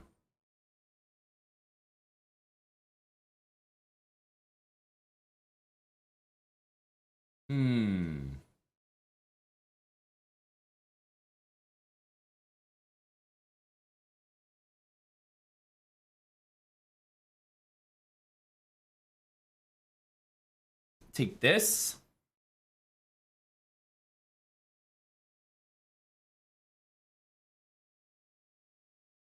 Hitting the rook, hitting the bishop, and the only squares to protect it walk into my bishop. So I haven't really calculated what I'm going to do there.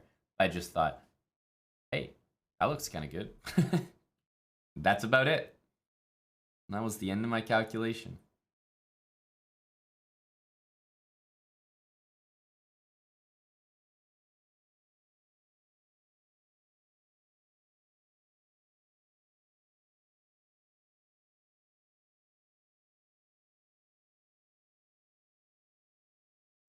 Bishop d2. No fear. Play c5. Take control of that square. Piotr, you don't seem happy I'm playing 900s. Why do I accept 900s instead of 2.6k or other high players? I'm playing people from the chat, man. You know? Do you think that there's only 2600s watching, such as yourself, evidently? Or do you think there's only 2600s watching the channel right now? That would be a strong claim. We would have the strongest chat in the world.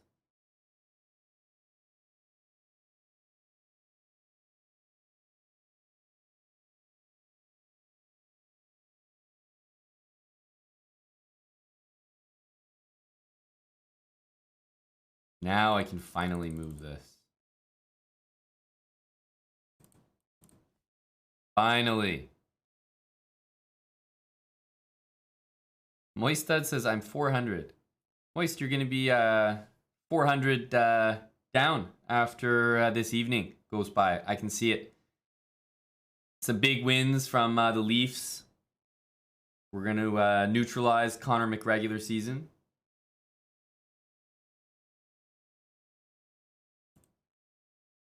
.95. Probably bishop back.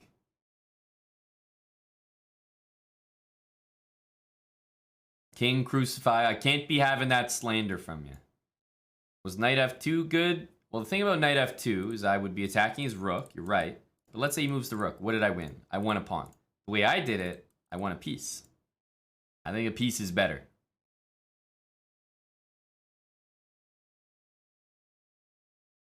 Did I say McGregor? No, I said Connor McRegular season. Because he's a cheat code for NHL fantasy in the regular season, but not necessarily in the playoffs.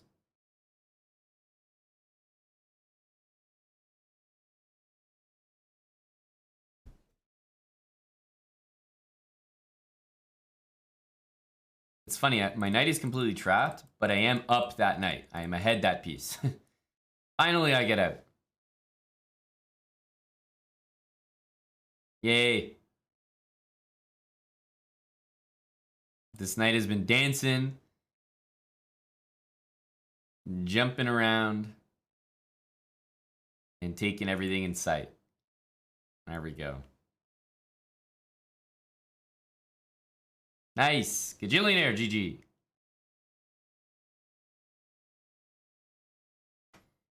You bet he's going further than the Leafs this year?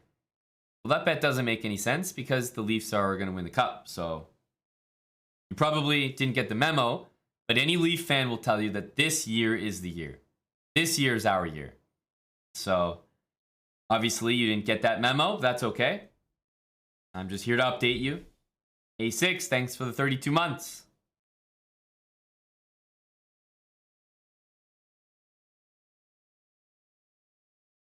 Take it from me, I'm a Leafs fan. I can assure you this is the year.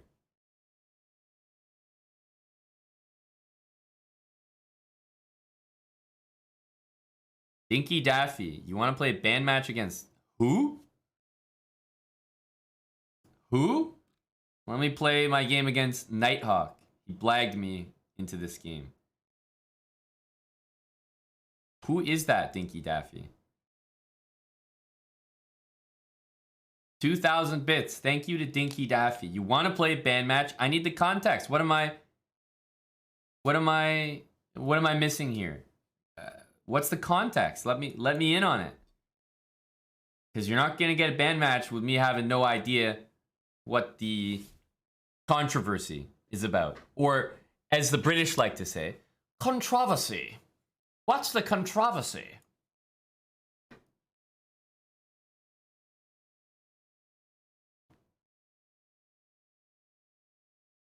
No, Nighthawk. We can't be doing this, buddy.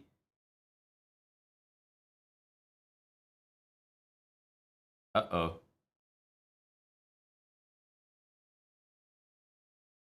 I'm concerned here for Nighthawk. We need to ensure we have a full game.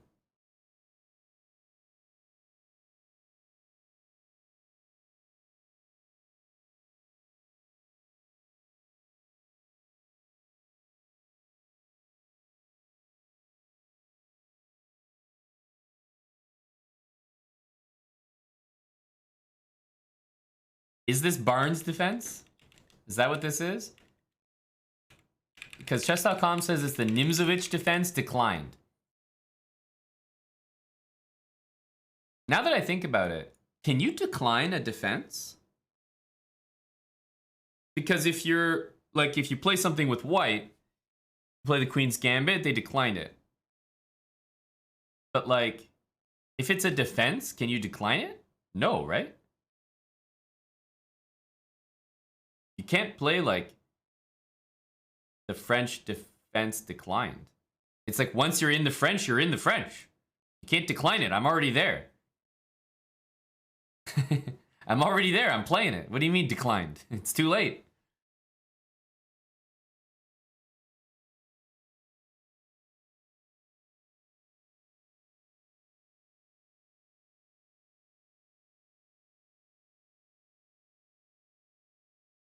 Another club.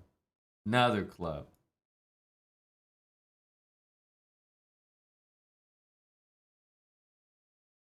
He's not playing Dinky Daffy? Wow. He told you to get a life. Some serious words.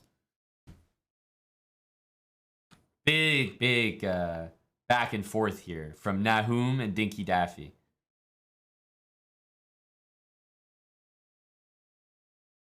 I got the triplets here. I think knight takes here, bishop takes pawn. E6 for the boys.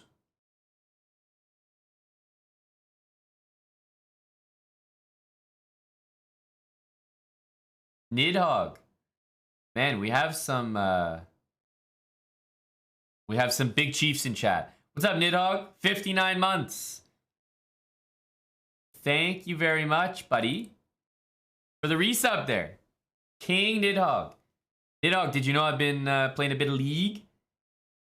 When am I back in Toronto next? Buddy, I live in Toronto. I live in Toronto. I'm in Toronto right now, my friend. I live here, my guy. What are you talking about, Nidhogg? We've been in Toronto for a year, dude. Damn, that's a good move by Nighthawk. I respect the hell out of that one.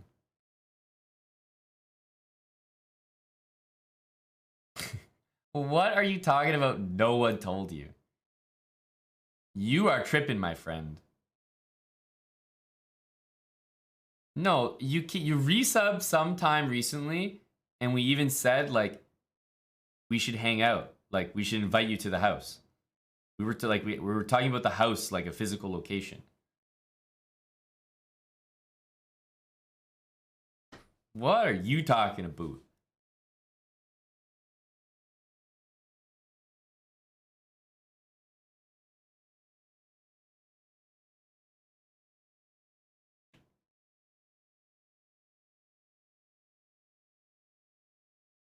Nice little guarding this pawn. Little g7, a little bishop takes rook. I got a little bit of everything here. What can I say? That's what I was saying, Marco. I don't think this was the Barnes. Black started with knight. It was knight c6 and then f6. So I don't know. Chess.com was not giving it the Barnes nod. Yeah, man. I've been playing some. We played some League recently on stream just the other night. I don't think we messed around with the ARAMs yet, but hey, nice move there, Nighthawk. He's fighting. He's fighting. Attaboy, Nighthawk. Let's get some habits in here. A3.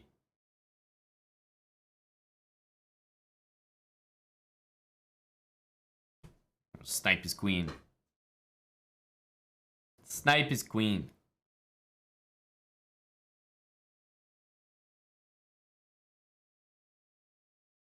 Yeah, sounds good, Nidhogg. I wasn't messaging you because we hadn't really gotten into it, but getting into it slowly, doing it a bit more. So it might be time soon.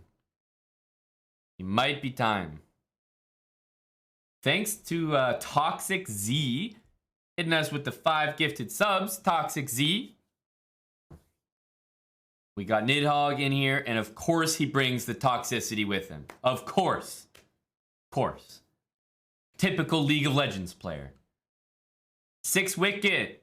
Thanks for the 35 months. And damn near 3 years. Thank you, 6 Wicket. A tier 3. Cheers, buddy.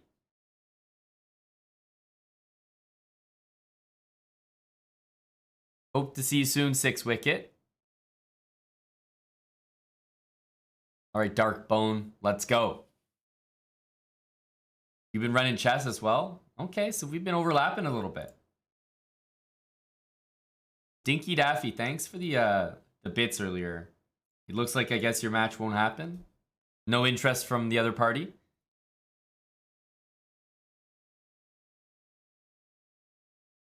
All right, Dark Bone. We'll go here. Zach34, thanks for the 10 months with Prime.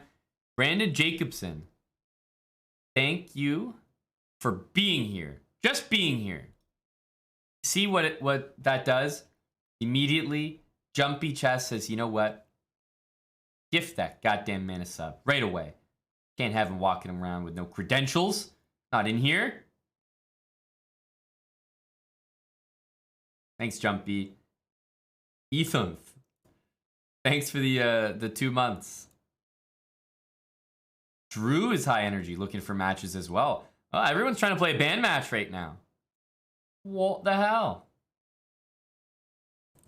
You take here. I don't know. I don't know how this works. This reeks of theory, you know? Giving me that vibe. Another life. Giving me that theory vibe.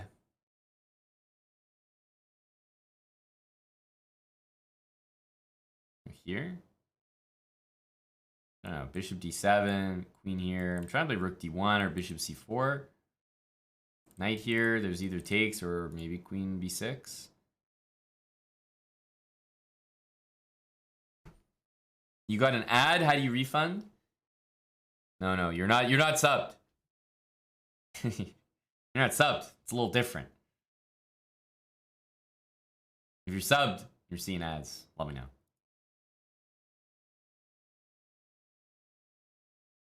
It's another life, Chicken Pants. It's another life.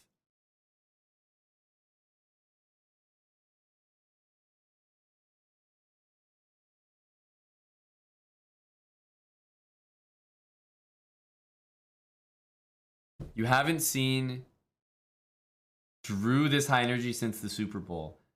But Drew was, I mean, did he have anything to be high energy about that Super Bowl? You could easily argue no.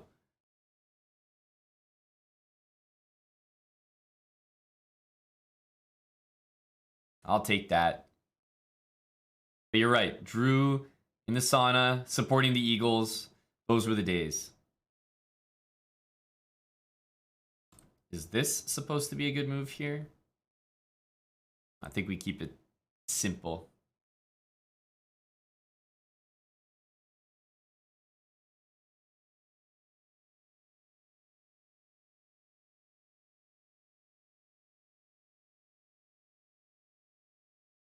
Really another life, brah. Multiple live energy. Okay, so I think we probably take this. Makes it easiest to convert. And when I say easiest, I don't necessarily mean easiest to win, but certainly the least risky, which I believe is there's value there.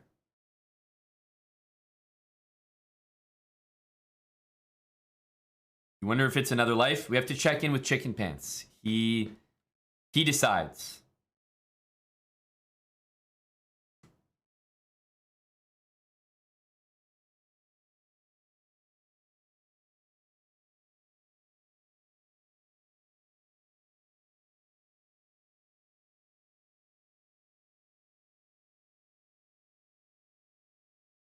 Guard this. There's no rook d2. Figured he would stop me from castling. I think f3 or rook d1 should be okay here.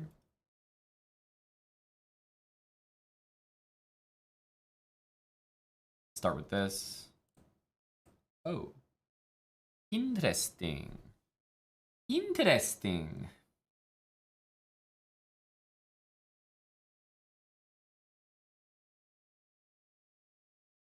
Play a3.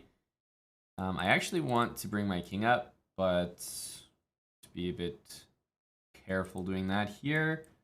No trickery. I think we can bring our king to e3 safely. Yeah, 928. Gifted 4 subs, I believe, to get us to 169, and then 6 wickets saying, eh. Oops. Just gonna tip the scales there. Oh, wow. I wasn't paying attention. I was setting our new sub goal, and we're going to pay the price. What the hell was this move? I didn't even... What the hell just happened to me? Bishop f1? Tell me it's another life. Oh, my goodness. And of course, we don't even have... Oh, my goodness. We don't even have time. We don't have time. It's +2. What are the chances? It's the only +2 game we've played today. Of course. Of course. We can't even dream of flagging him. It's just not happening.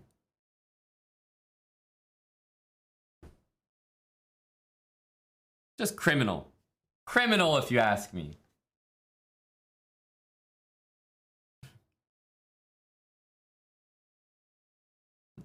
Are you there? Is my position there?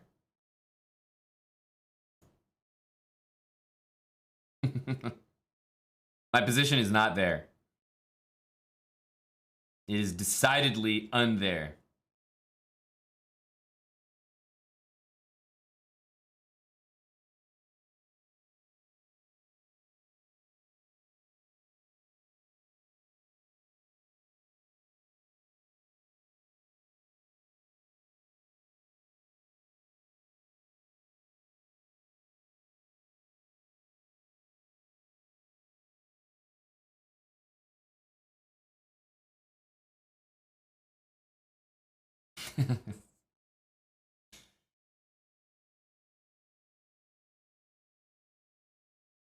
We have to always thank our opponent for not playing moves like h5 there.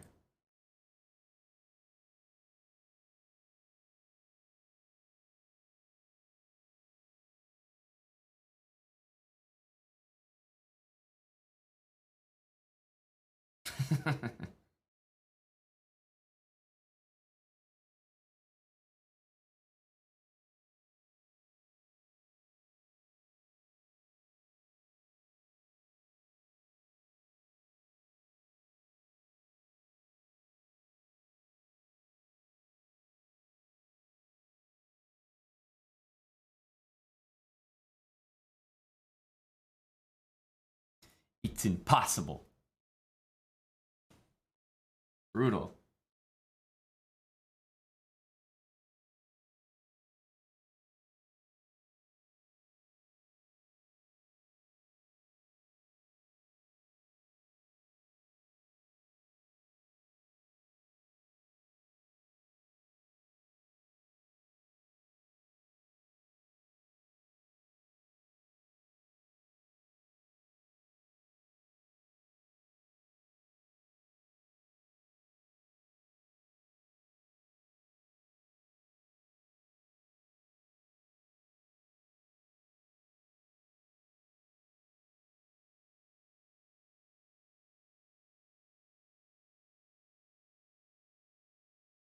Our pawns can only get so far, unfortunately. This +2 is just murderous.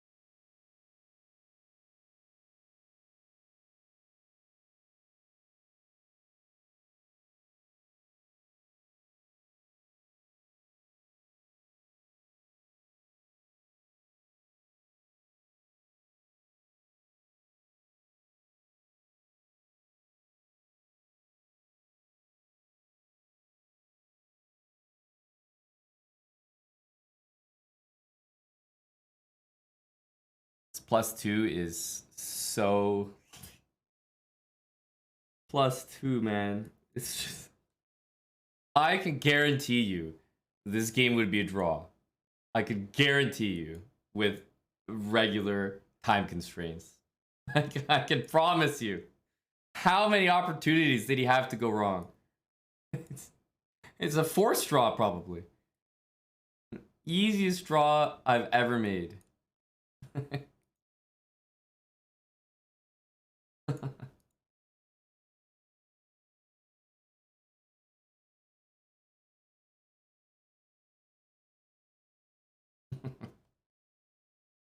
GG Dark Bone. Making the extra rook look easy. What the hell? I don't even know what hit me. We got 5 gifted subs, 4 from Jumpy. This was a coordinated attack. 4 from Jumpy to hit 169, and then an extra one on top. So we go over 169. I'm going over here saying, hey, thanks so much, boys. Set another sub goal. Really popping off today. Meanwhile, this move hits me. And we play King E3. Didn't realize the guy puts bishop on my bishop square. And he takes my rook for free. And we get absolutely fucked for it.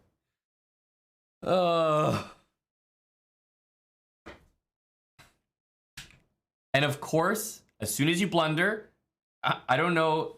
In fact, I realized I don't think everyone does this. This might be an experience that maybe only streamers have. But as soon as I blundered, I go and I look at the time, like on the board. I'm like, okay, maybe we can flag him. And then I check the time control of the game. And of course, lo and behold, it's the only game I've ever played in my life, which is 3+2.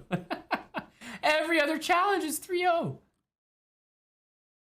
How does it work? I'm not saying I would flag him, but you start, scrambling for how could I possibly win this game? And yep, +2, of course it is. Don't even have that. I don't even have that. Jesus. +2 got me good. Gosh darn it. Those Austrians, I'm telling you. Dark Bone GG. That's supposed to be my safety net. I lean on that plus the lack of +2, you know? You guys being able to flag, that's half the reason I win my games.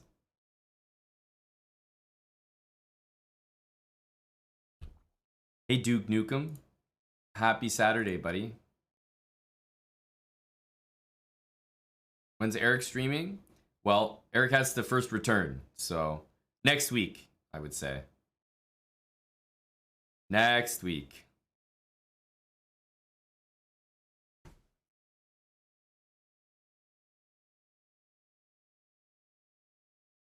Ooh. What's up with that? Trying to go here or something?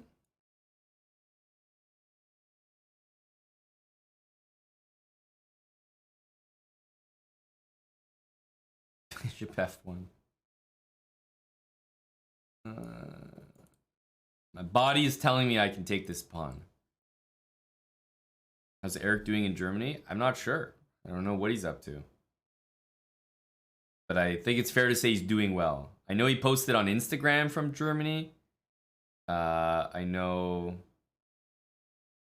that he's been having a good time, but I don't really know exactly what he's doing. So I don't have much of an update for you. Personally, I find Germany a little industrial, a little technical. The whole city just feels very, very well put together. The infrastructure is like, you know, let's go here. The metro system. Everything's very well put together, but something about it feels very stiff. That's the word. Very stiff. That's exactly the word I'm looking for. I get a stiff vibe from Berlin.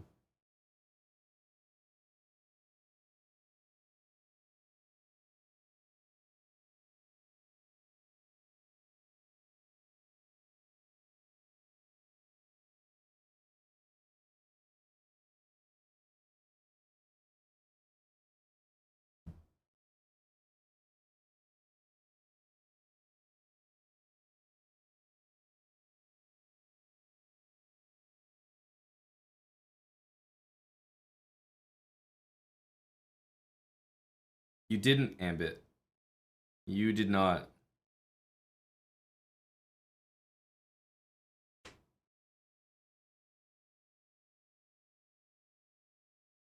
Maybe out of the pin. Let's go here.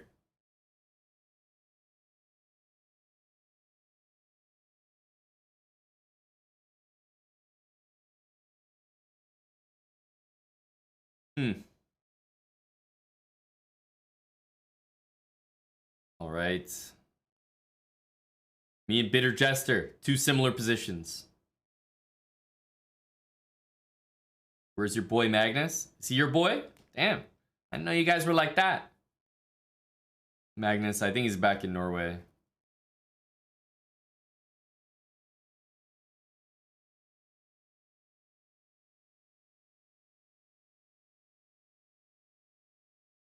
Bishop a6 drops, like basically he's in this pin the whole game. Not 100% sure how he gets out of it. Even here, he's still in the pin.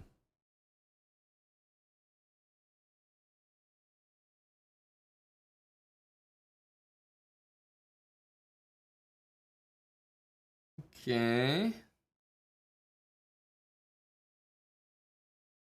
I think this is where principled players would do this.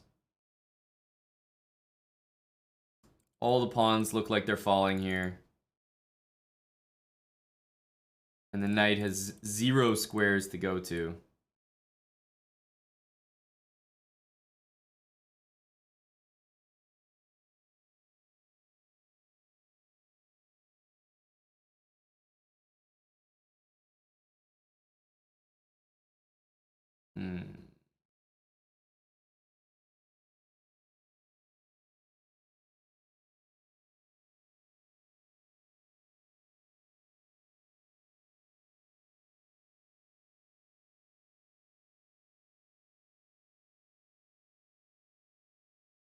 It's a lot of stuff falling.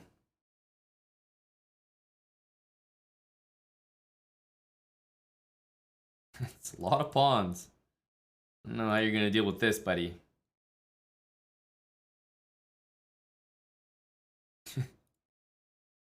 I mean, that's just tough to deal with.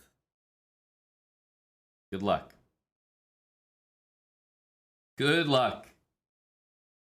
Bitter jester. Look, not your fault. Not your fault. Those pawns are just gonna roll down the board regardless. Hey, Ambit, you're just dropping by. You didn't miss habits. We may not do a habits today. I have another series that I wanted to start with everyone that I think will be fun and enjoyable. And you know, it may be a good time to start it. We also had a down payment for those that missed it, 100 subs from Champ. So there will absolutely be some marble action today. Let people know, but it'll be a long stream. You know, we're here all Saturday. I'm here to keep you company.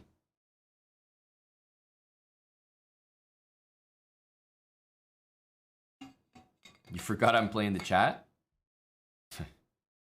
I got a stern reminder a couple games ago. Maybe it was last game.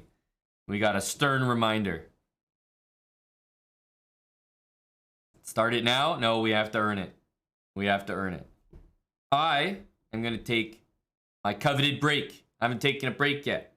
Got here. Been streaming for a few hours so far.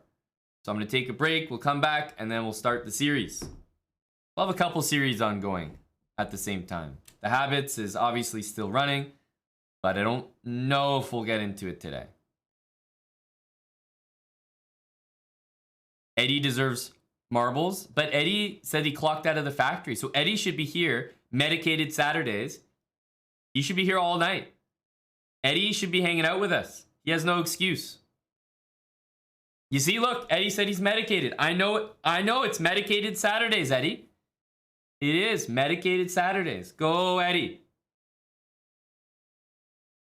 I'll be right back. Gonna grab a drink, take a very short break. But I have a new series that I think you guys will like. It's nothing too special, but I was kind of looking on YouTube and I didn't see any like serious content about this. So see if you guys can guess the opening that we're going to be using. I'll be right back.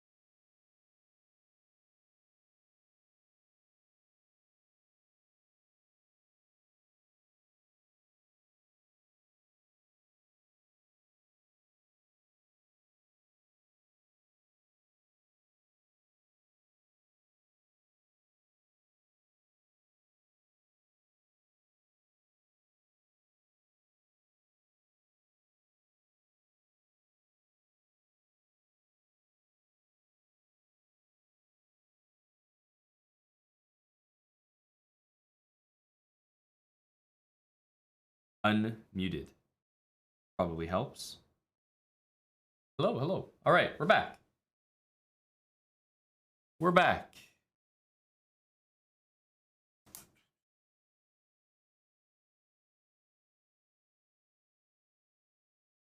I can actually tell you guys straight up, nobody has gotten it yet.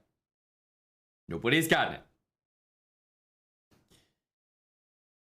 I think this goes to show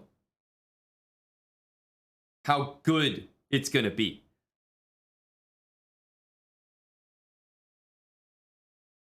And yes, I think the most exciting part is that it can be played from both sides.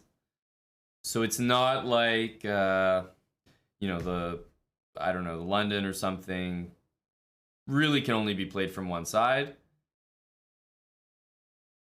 You can play London setups, but you really can't play the opening from both sides. Whereas Fian Shadow only, you can definitely do from both sides. Mattis, hold your horses, Mattis. I know, suspense is killing everyone.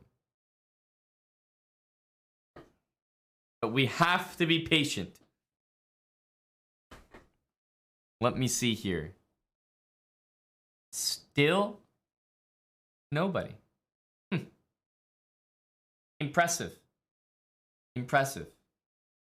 Now that's a great point, Mattis. I should just not do it now. I should just not do it now. We got raise the subs. We got to get the sub numbers up. Can't possibly do this for free. Oh, it's clearly going to be a big hit. We got to sell this to the masses. Give you a hint? All right, fine, I'll give you a hint. And this is not really a big hint. This is a small hint. If it's playable for both sides, then you already know that it's sort of a system. So don't think so much of an opening. Think about like a way that you can play for both sides.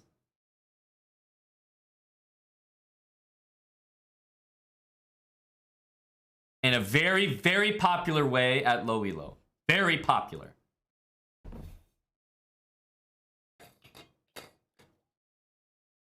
I can tell you that over the course of the guesses rolling in, the correct guess has been said. It's only been said a couple times. But now people are getting on. Hey, that was a good hint. That was a good hint. It is the stone wall. There we go. Now we're catching on. Now we're getting it. That's right. The stone wall. Who does not see the stone wall? Mr. Sir was indeed the very first person to guess Stonewall. And he didn't say like Stonewall or Hedgehog. No, he just said Stonewall. Just said Stonewall. It was a clean guess from Mr. Sir. He was in there first. The Stonewall. That's right.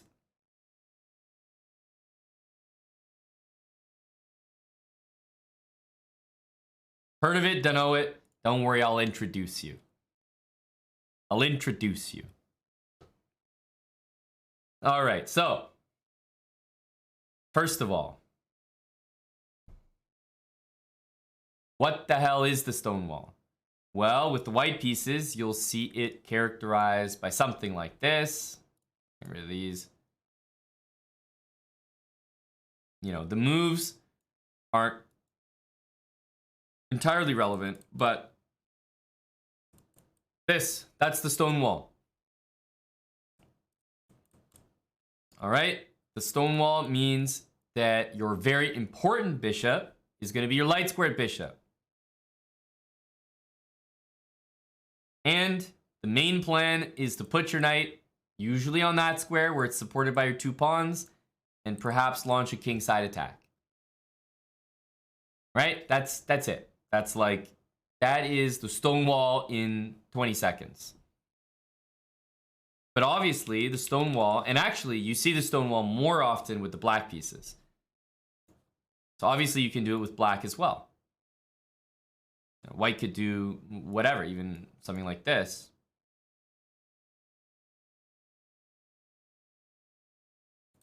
And black sets up the stone wall. So, in all seriousness, you see this like everywhere at low elo. I can actually say that when I was starting out in chess over the board, like, you know, real chess stuff going on, I was getting crushed. OTB getting absolutely murdered by this. The OGs of the chess club would just decimate me with this opening.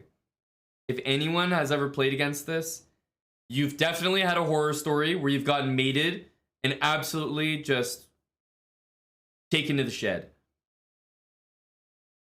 You know, the knight comes in and there's just, it's like a pawn storm and you just feel helpless. So we're going to be looking at the stone wall, playing from both sides. You can absolutely set this up against everything. I don't think that it's highly effective against everything, but you could also make the argument that it's not highly effective in general. So we'll definitely be trying, right? Obviously, it's going to be tougher to set up against e4, for example. But like I said, we're still going to make the attempt. We're still going to make the attempt. But e4 going to be tougher to play against. With white, you can usually dictate things a little bit better. But Stonewall is an opening that can get you some pretty quick wins, because what happens is usually you put a knight on e4 or something. Right? And even something as simple as this, like players blunder this all the time. They just take the knight. You take back and it's a fork. Even if it's not a fork, you just get this, you get an open file. People do not know how to handle the Stonewall very effectively. Now, the move order, you could say is like somewhat relevant, but probably not too much. I would say the most important move is getting your pawn in the center and then following it up with one of these. But e6 and f5 or e3 and f4, that's pretty much all you need. All right, but that's all I'm going to say as like a precursor. That is the Stonewall. We're going to start all the way down at 400. And we're going to be playing the Stonewall from both colors. It's going to be tough to play against e4. Absolutely. You know, move 1 e4.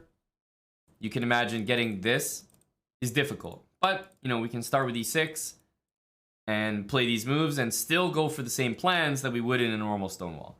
And if people play d4 or other moves, then it should be a lot easier to set up. Exactly. e4 is not that popular, so we should be good. We should be good.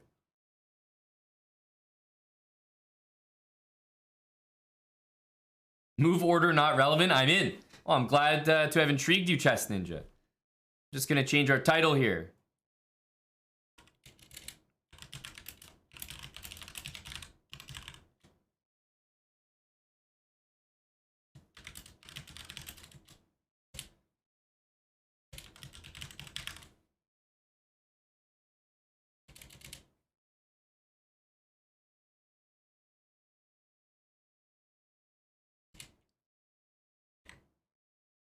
All right.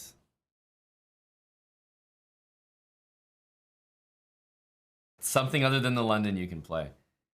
Yeah, I think it's decidedly different from the London. Obviously, it's still d4, e3, but the bishop not being out makes a big difference. But we'll talk about those differences. We will talk about them. So now we proceed to the next part. Can anyone guess my username? Boy, this is a tricky one. I tell you, this username took me a while to create. You won't expect it. That's right. When you see the username, you will be in shock.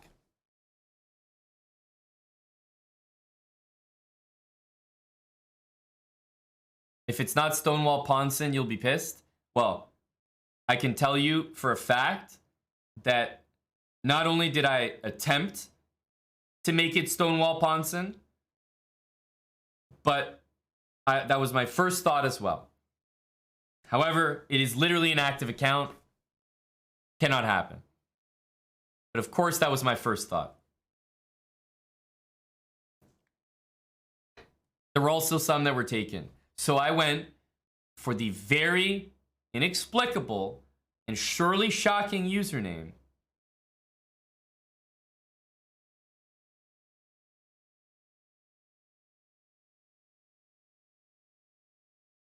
Wonstall.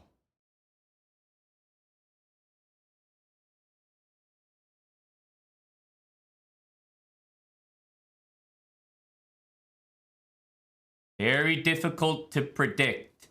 And we don't know what openings I'm going to be playing on this account either.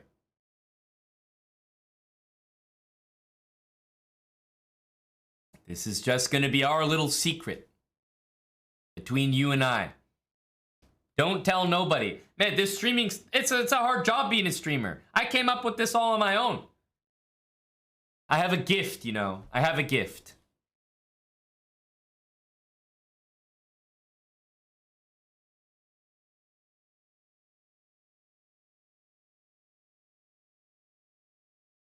Scotch Opener, thanks for the 39 months with Prime. Garrett's 2 months with Prime and Dr. Unbuilt character, 7 months with Prime. Saturdays are for the bras. That's, you know, I have job security, Hitbo. No AI is coming close to this. I've seen that Luke AI stuff. I've seen the Chess GPT. We're safe.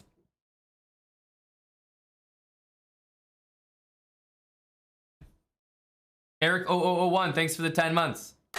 So, we're going to start. We are going to be playing the Stonewall, as explained. I also usually like to stick to 5-minute games for these. Gives a little bit more time to explain. Longer games. 5 minutes is usually good. But yeah, let's get into it.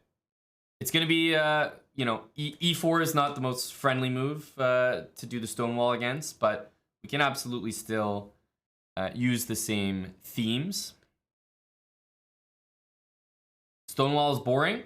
We're about to find out. It could be hella boring, but usually the Stonewall is actually a little bit fun because you get good attacks. Like you always end up attacking, launching the pieces. And we'll talk about some of the important themes as we go. So, 5 minutes. We're on a Wonstall is the account. Let's go. All right, we're starting at 400 here. Let's get F4 in. Just immediately claim the E5 square. We've got our nice setup here. We'll bring the knight out. We'll bring the bishop out. And we'll get castle. That's it. That's all we want to do. Is this a speed run? I never liked the word speed run, to be honest with you. You know, speed run is kind of like getting the highest rating, you know, as fast as possible. And I never really look at these as speed runs. They're more like exhibitions, just able to showcase an opening over and over at all the different rating levels.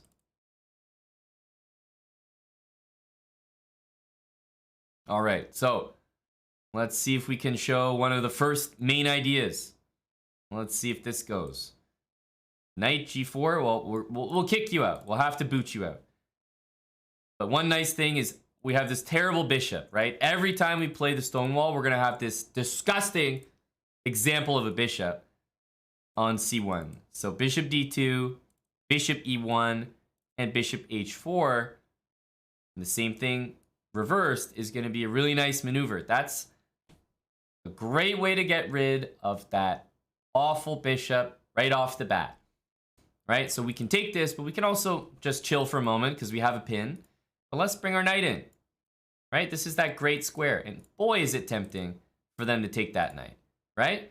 Almost always, and I say almost always, literally almost every time, I am going to be taking with the f-pawn.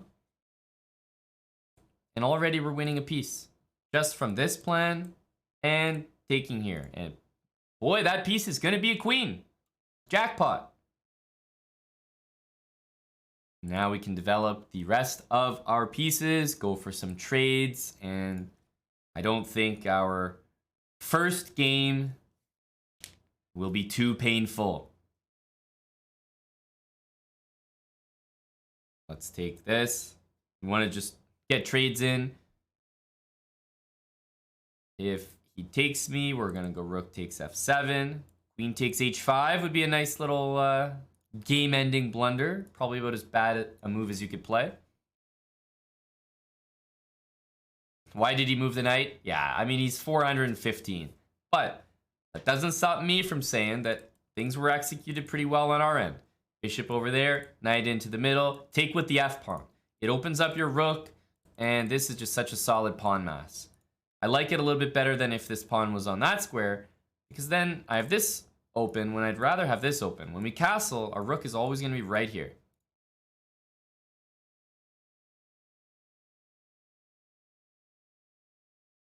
Everyone starts somewhere. Exactly. This is less about him being a 415 and more about the power of this opening. There was nothing he could do about it. Doesn't matter his rating.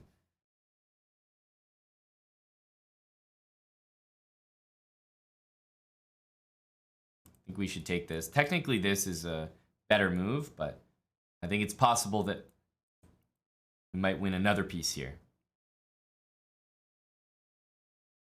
Ooh, good move. Good move from...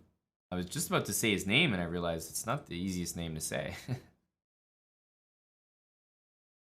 Oh, he takes it. Okay. We're just opening the position, and again, look at this nice... Look at this nice pawn chain. We like a pawn chain like that. Check.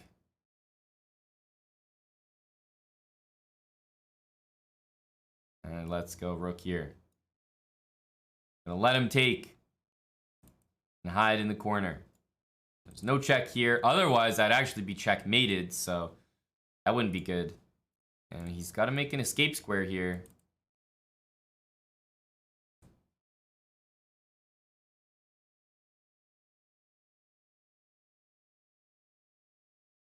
GG. Take the first win.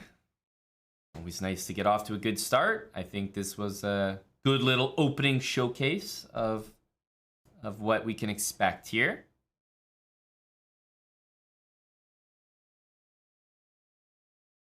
Hello to Preston C 2009. 2009. And you're speaking like that, young man? Oh my goodness. Stupid biatch. Oh. Old white biatch, I hope you die at 96. 96! He's wishing me well. Bless his heart. Bless his heart. Such a kind chatter.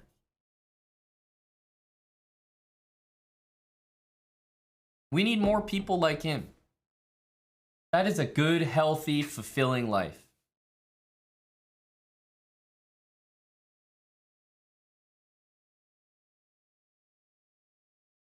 Now let's briefly discuss what we saw here.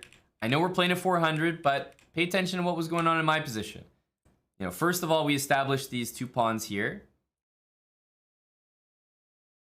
Knight wants to go to that square always. Bishop always wants to go to this square. Don't be putting it here, you know, definitely here. It's not going to go out to b5. No, d3 for sure.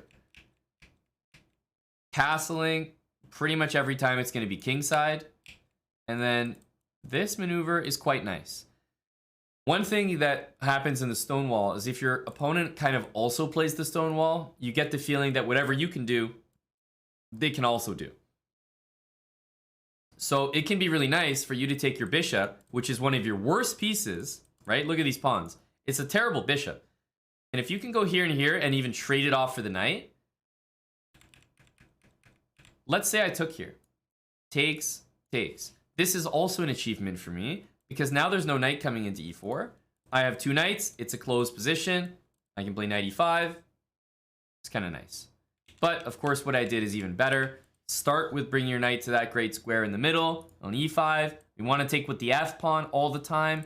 This knight always develops to d2, maybe to f3, but also watches over the e4 square. So if black puts a knight in there, we can take it. Zarthus77, thanks for the 5 gifted subs, Zarthus. In memory of General Stonewall Jackson. And, don't forget, Stonewall Ponson. Rest his soul. Thanks for the 5 gifted, Zarthus. And Abyss6366. Thank you kindly for the prime. Okay, so it was a good first game. It's always going to be tougher to do with the black pieces. Let's see if we get them next. Jump into the next game here. All right, here we go. So I think e6 is kind of flexible.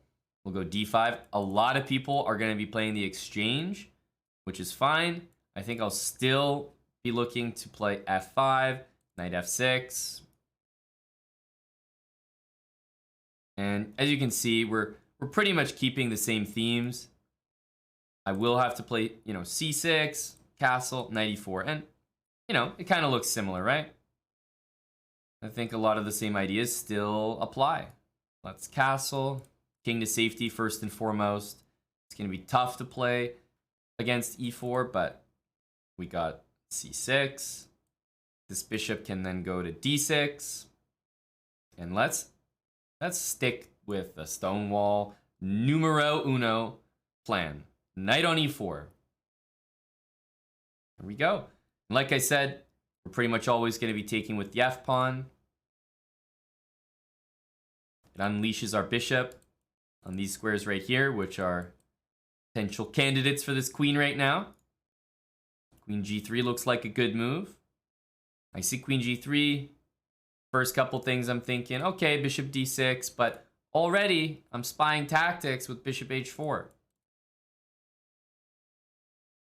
And this is all because my F file is open. So there's lots of ways to play against the French exchange. But we put a knight on e4. Immediately we have a winning threat just because our rook is open and we took with the F pawn. The Stonewall strikes again. And that strong knight in the middle, and it's such a strong piece, but it's anchored by 2 pawns. It's really annoying to deal with. We'll take this with check.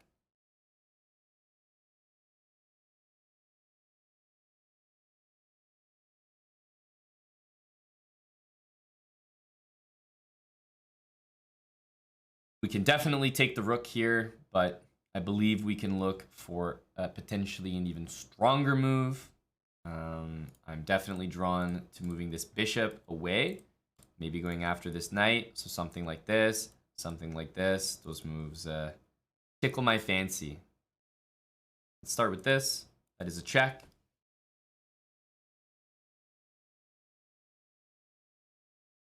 We'll go for another check. And then we'll actually take this knight and be threatening pretty nasty bishop g4 move.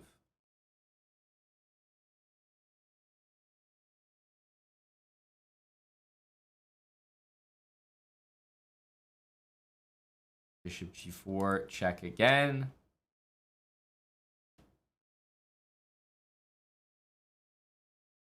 I have a puzzle for the chat. Who can find checkmate? And I'm talking about a nice, good forced mate. There you go, you found it. Good job, guys. Good job. Nailed it. Well done. You guys didn't even have to make any guesses. Just resignation on the spot. Rook f1. It's pinned. The only move is king there. And then queen g5 check will actually be met by rook to e3. So after rook e3, you need another move there.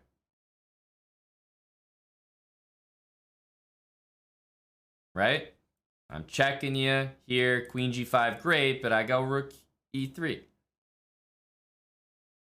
He trusted us to find the mate. Honestly, fair. Rook d1. There you go. So that's a good one. But if you ask me, after king d2, e3 is a little bit more satisfying. Rook takes e3, rook d1. King takes e3, queen g5. I believe that e3 was the correct answer. Unfortunately, the chat couldn't produce that one. However, I'll give you part marks for queen g5. Well done, well done. But talking about this opening, first of all, I know it's going to look a little weird. I'm really forcing this opening because I want to showcase, how it can still work. But guess what? Knight on e4, that's the plan.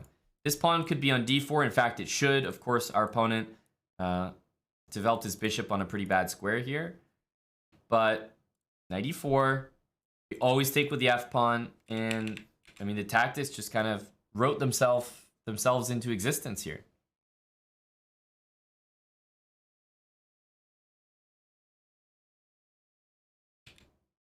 Yes, white could have taken this pawn, but you have to remember, there was never a moment to do that, right? So, yes, this was a threat as soon as white played here. But look at the next moves, right? It was like, check, here, lost a piece. I mean, at this point, you're not really... I mean, a pawn doesn't matter anymore, right? We're down a ton of material. So, yeah, maybe it was a threat, but look at this game, right? White's playing with a queen, rook, and knight. And essentially, could lose the rook, does lose the knight, and there's a bunch of pieces staying home. You can make the same argument for me, but my bishop joined the attack, my queen was joining, and white's position was a little bit too nasty. What about starting with f5? Is there a benefit to d5 first? Well, yeah. I mean, I think f5 is definitely wrong. Right? You don't want to weaken this diagonal too early. This diagonal too early. I like establishing d5 first. Maybe you could say it might transpose, but I certainly like the flexibility of taking the center and then following up with f5. You mean f5 the Dutch? Well, but look at the game, my friend. f5 is actually going to be the Fred, not the Dutch. The Fred. Can't be playing f5 on move 1 here. That's a different opening. I already have a video on that. That's called the Fred. Takes in king f7. Big opening. But no, we can't play f5 here. Right? And if you see d4 and you play this, then your opponent might play this. And now it's a little difficult to get d5. You have to work for it. Still possible, but you have to work for it. So I prefer to go like that. And then you're guaranteed to get f5 next. And if they attack you, you can just solidify first and then get f5. So that's usually what we're going to do. Let's jump into another game. All right. Oh, and we actually get d4. So I am going to reply with d5 pretty much immediately. And for me, I see if I play c6 or e6, e4 might be coming. So now I am going to play f5 immediately to clamp down on that square. I've never seen this. He's highly offended. All right, I'll go e6. And I am just going to go c6. So I'm actually just going to sit here in this position. Just going to establish my my pawns. Holy smokes. I've never seen this refutation before. g4. Listen, I give you a lot of credit. I give you a lot of credit for this move, buddy. I will take it.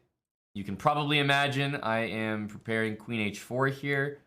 I mean, if the stonewall is getting our opponent to overreact like this, then it's a win in my book, you know?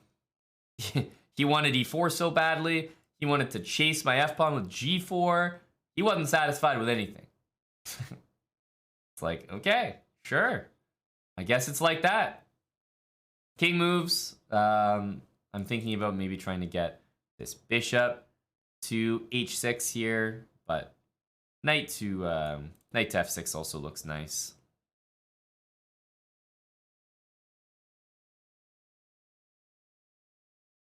knight goes here. I think we'll take this pawn.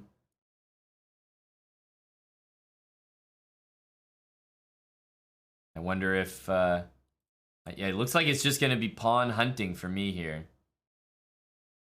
Check. Whoa. Aggressive. Well, I like that. I respect you, brah. What's it gonna be? Queen here, and maybe try to get that bishop to h6. Let's bring this queen back.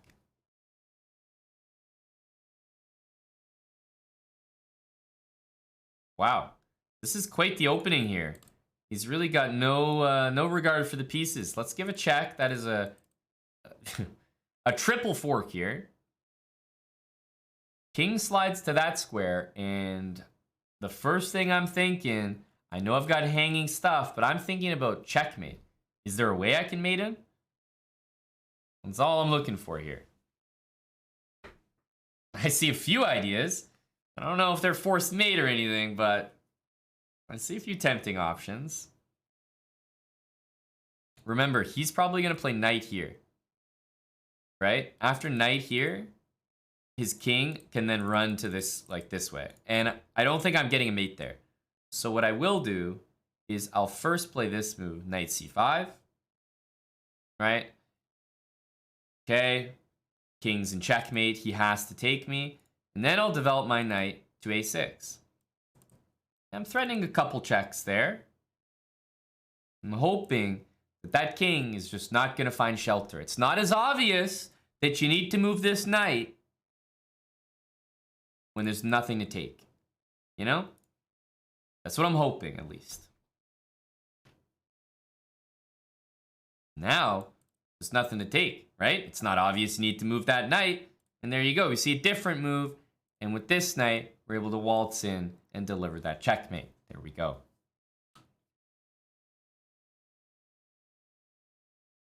Very nice, very nice. Now, this was great as black, right? We got control over e4 early. f3, I mean, there's only so much I can say about this move. It's never going to be a great move, right? Opening up this diagonal is already not good, but then following up with g4 is certainly quite an eccentric start to the game. So, yeah, g4, I can't say much here, but the stonewall has been effective because whatever the hell this opening is, that ain't it. That ain't it for white. But our setup was fine. So let's jump into another game.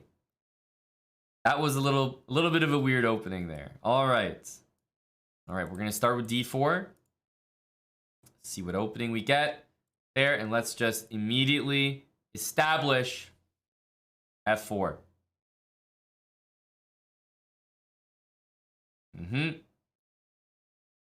Let's play e3 actually. Be solid there. Knight f3, c3, bishop d3. We've seen this before. This is our plan. Just get that. Oh, and that's nice for me, right? Because you know I was going to play this move anyway. So you guys know that I'm very happy to see that check. Got our pawns like this. Our bishop is going to go to d3 next.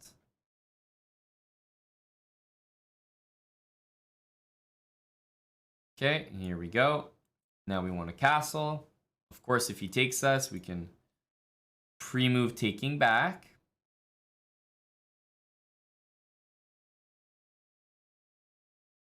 Okay, let's just castle for now. We can definitely take this, but I'll wait and see a few moves where his pieces want to go.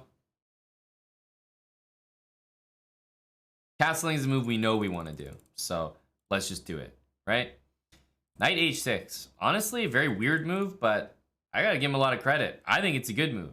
Let's pop our knight in here to the best stonewall square you've ever seen.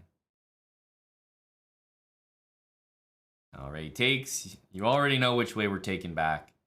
It is going to be with the f-pawn. And wow, he does not trade our bishop.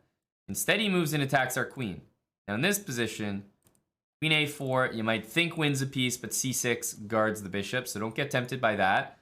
When you play the stone wall, your focus is kingside, kingside, kingside. So I'm going queen e1 here, which is actually a typical move in the stone wall to bring the queen out to one of these squares and stay focused on that side of the board. I see f5. I see that closes down my bishop, closes down the f file. To be honest with you, I just can't let that happen. Like, that's not going to work for me. Gotta take it. Now with my queen so nicely placed on this diagonal, I think I am going to continue with queen h4. Hitting a couple pieces here. A knight there should be a blunder as I pick up this bishop. But even just him playing f5, me taking en passant, taking back, this is already good for me. Like this center is not that great. He's weak on this diagonal here. Queen there. I think we have an idea what we want to do. This knight can be taken, but also queen h5 stops him from castling. So let's take this. We're up a piece now, so all we need to do is essentially trade and walk this to victory. e5. Devilish move. I want to give him this check. I also want to slide my my queen into g7. I'm going to play this instead. Check. I actually really liked his move knight h6. I was a big fan of that one. Let's just keep it simple and bring more pieces in. What I am eyeballing is a knight fork right here. So I'm looking at this and looking at this. Move that bishop, knight f5. That's what I'm thinking.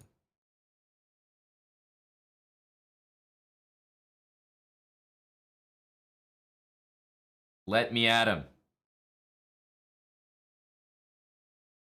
All right. Let's kind of disguise our move here. Let's bring this bishop back. You know, nobody sees what I'm doing. Knight h4 and knight f5.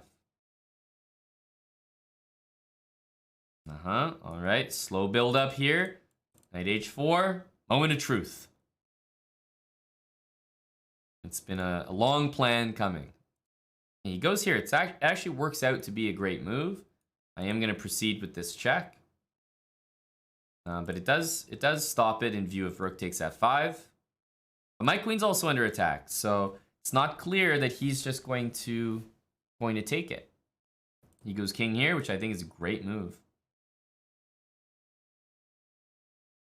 Rook g5, king e6. Hey, if I took his queen, he takes my queen. I don't know if I like that trade. Not so clear at all. Queen c6, yet another good move. We're going to have to start finding brilliancies here to take this guy out.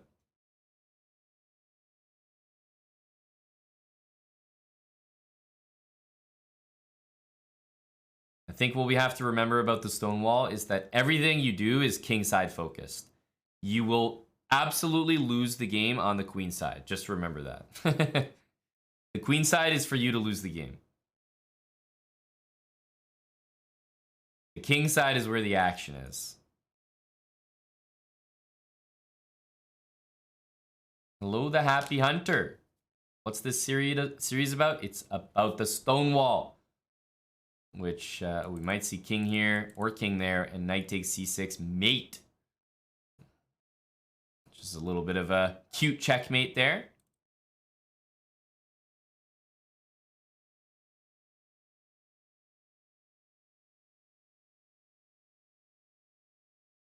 Then he's got his rook taking that last available square. GG.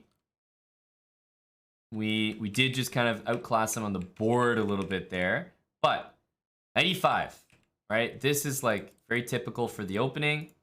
Here, what would be our next moves? Probably something like take, bring our queen out here, maybe develop the knight. And the nice thing about a pawn structure like this is that we have in our back pocket e4.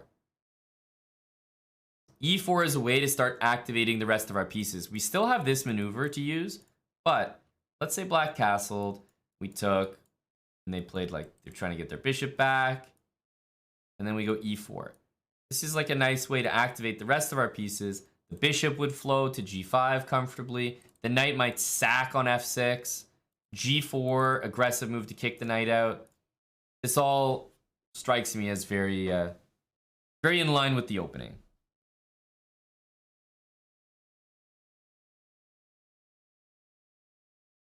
So that's probably what we would have done if he had continued maybe more standard with like castle, for example. Okay, but queen e1, when you see this setup and you castle, knight here and queen out, that's important, but also queen e1 and over here. Of course, you're going to have to deal with these bishops before then, but sometimes this bishop is not here. It could be over here or on b7, and in those cases where your bishop's out like that, this can be a great maneuver to maybe go threaten mate. Let's continue. All right, we're going to start with d4.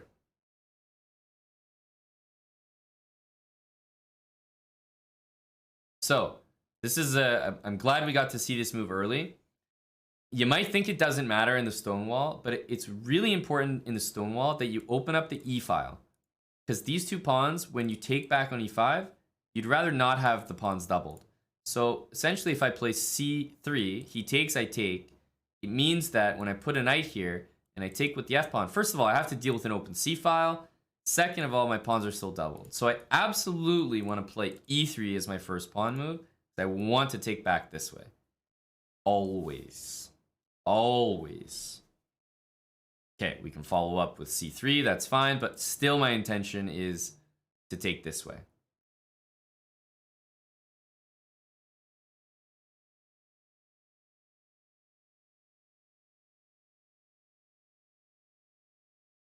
And you can probably guess my next couple moves.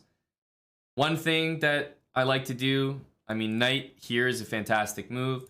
But if my opponent has not developed the bishop to that diagonal yet, I like to get my bishop there just to prevent it.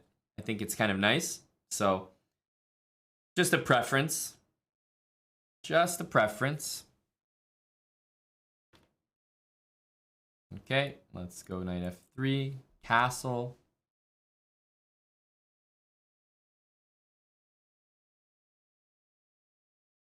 And okay, anytime we see this, we'll almost always retreat the bishop this way.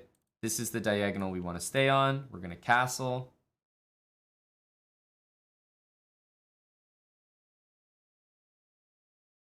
And even though it's tempting to jump in there right away, sometimes we may want to wait. Okay, so here, I'm going to take. See what he does. He's got now the same thing as me. I'm actually going to do the same plan we did the first time. I'm going to go here, here, and here. I know it doesn't look like much, but it's a way to immediately attack this knight. Now, queen d6. I see this move, and I can already see when I get here, I'm not going to be pinning him anymore. I can also see that when I play this, if he takes, I take, and I win a piece. How likely is that to happen? I don't know, but I'm about to find out. I just think piece trades are very tempting, and boy, if I see that queen there, I'm happy to stick the knight in. And it's not really distracting me from my plan. I'm still going to play this. But this is what the stonewall does. It's like, you leave that knight there, it's so goddamn annoying. You want to take it so bad because, I mean, it's hitting so many things, but you can't. If you long castle, knight takes f7 is available.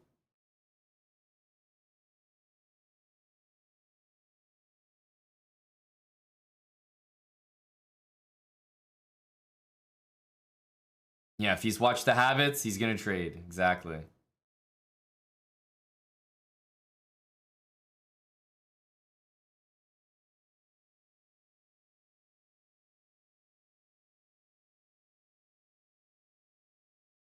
Okay, nice move. Let's continue with our plan. Great move from my opponent there. Remember, I'm still taking with this pawn, so it doesn't really change anything about the position.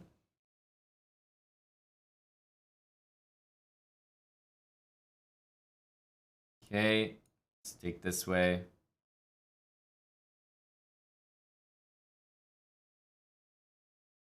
All right. Let's try to remove what I would say is the strongest piece in the position for him. That's what this knight usually does. If you're wondering what happens in the Stonewall, this knight's future, it's like already predetermined. It wants to go to e5. We'll play queen here to stop that and maybe also hit this pawn. So that's predetermined. This knight's future is also predetermined. You usually play knight d2 and just wait to take a knight on e4. Everybody has their role.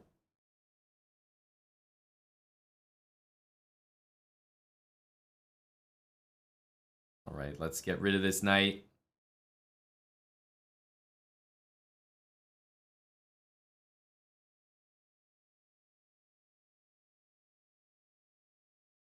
I'm hoping he does this because it's the better move, and we want good solid moves. This would be just a little underwhelming, disappointing, because he's played a tremendous game so far. He's using a lot of time.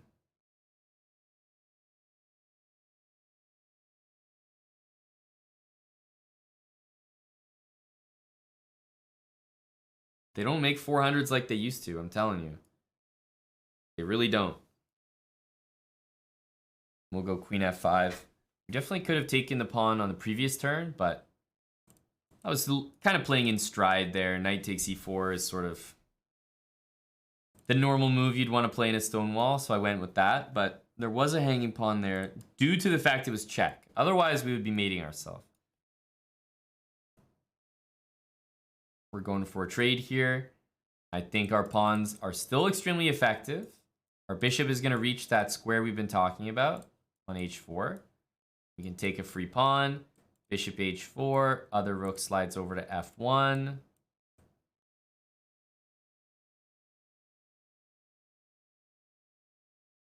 And there's even another pawn hanging on h7. So I'm liking what's become of this position. Even though our bishop is so bad, right? You look at these pawns and, I mean, you can definitely say it's not a good piece. Despite that, when it gets to h4, all of a sudden that changes a little bit. You know, we're up a clean pawn here. It's all locked up in the middle. And we want to bring our rook over. Now this is a pretty good piece.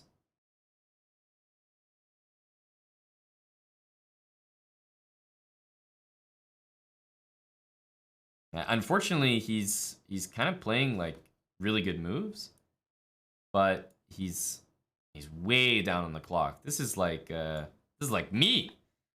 This is some stuff I would do. So the quality of the moves is very, very, very good, especially for his rating, right? 400. I tell you, his main issue is time. I imagine. That's the reason why he's 400 and not higher.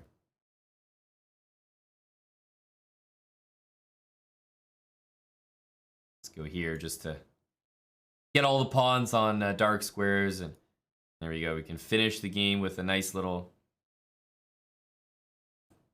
continuous chain, dark squares only. Yeah, 400s. They are not made like they used to be.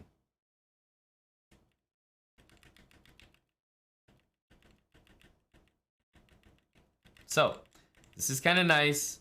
Laid claim to our square in the center there. And I have to say, as we, progress through the rating levels, you won't necessarily see me always playing this move and this move first things first. This is more just to show us right at the beginning what the setup looks like, period. But as you can imagine, a move like this is a little bit better than f4 right away.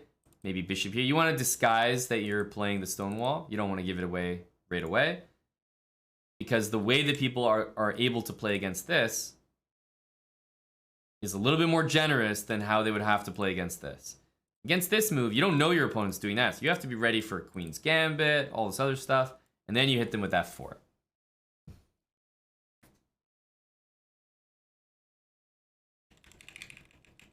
But yeah, we were able to get this. c4 always directly back, staying on this diagonal towards h7. 95. And this maneuver to h4 has been pretty key so far. So we're going to remember that one. Man, we're getting the white pieces over and over.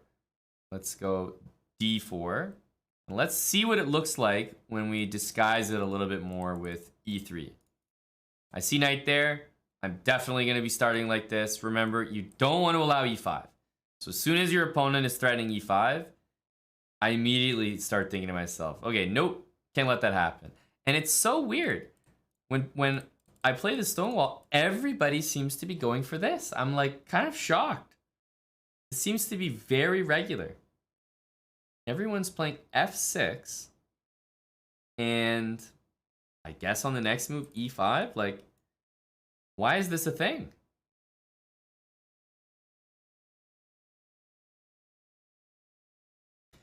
Okay, f6. I just feel obliged to punish this move because if people are playing this against the Stonewall, they should be walking in to stuff over here. So I guess I take, and I hit them with queen h5 check. g6, we can take it, and the rook is hanging in the corner. Yeah, f6 should be a move we can punish here. I didn't mean punish like that. I mean, I'm only slightly better here. But okay, he's had enough. I tell you, this Stonewall stuff is really OP. If this doesn't convince you, I don't know what to tell you. I don't know what to say. I'm not even winning here. Like, I'm just a little bit better. I don't know. Head mod Jeremy, thanks for the 22 months with Prime. You're going to have to hold down Natty 10, my friend. I don't think I'm going to make it all the way over there.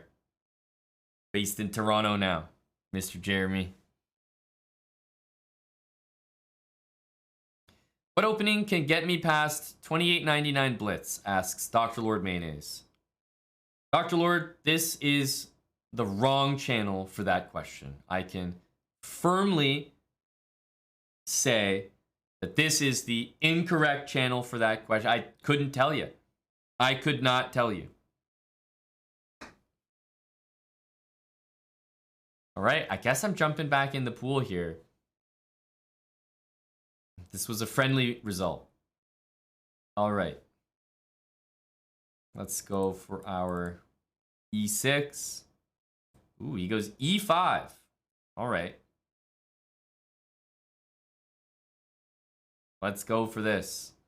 Now, obviously, there's a difference here. The difference is I'm not able to get my knight to e4. So we are going to have to adjust a little bit here. But let's keep the pawn chain intact. Same ideas. This bishop, I still love rerouting to h5. I think that's going to be an important plan. I also love the idea of a knight on f7. So that's going to be my little plan. Hang on a sec. What are you doing? Get the heck out of here. g6. He's trying to beat me the same way I just beat the last opponent. He's trying to learn from me. No. Get gone. Get gone. If I did this and they took my pawn like that, that's okay. I would take back and then play f5 and d5, right? Here we go. Let's castle.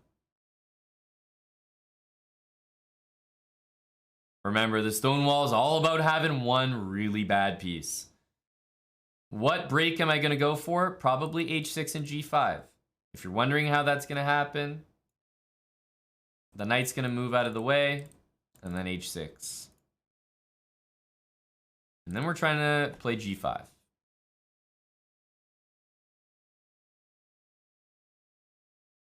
Okay, he goes here, which means I'm probably going to go here. I did not like h3 kicking my knight, but now I'm hitting the bishop and it feels a little bit safer than before. There's no h3, and my next move is probably going to be h6 to kick this knight. Careful of your own pawn here. You don't want to play knight d7 and blunder that. Really, really inconvenient. But bishop here and here is probably going to be the plan, and then hopefully we get like a g5 move in there or something. Another plan for this bishop, of course, is to maybe try to trade it for our opponent's good bishop. But yeah, h6 next, 1000%.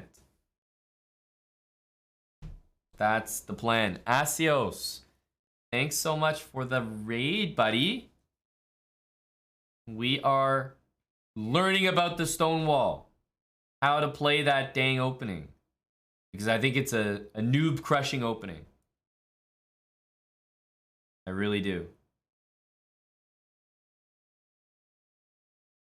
Thanks a lot, Asios. Yes, boys. All right, so queen here and takes, I think, is the nice and easy approach.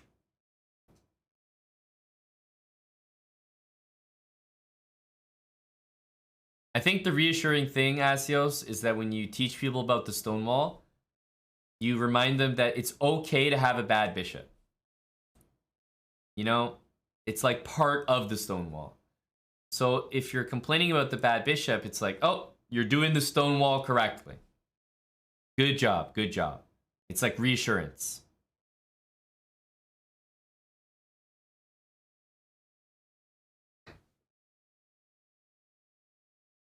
Takes, I think we're going to take it back. And now the avenues have opened up.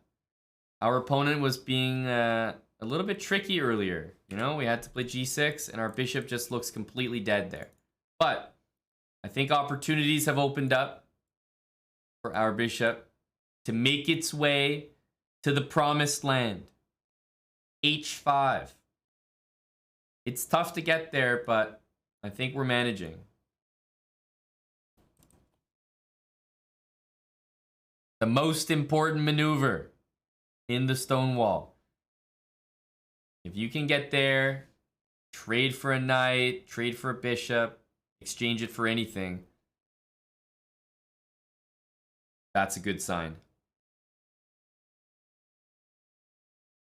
What if queen h3? I was still going to play queen takes g6.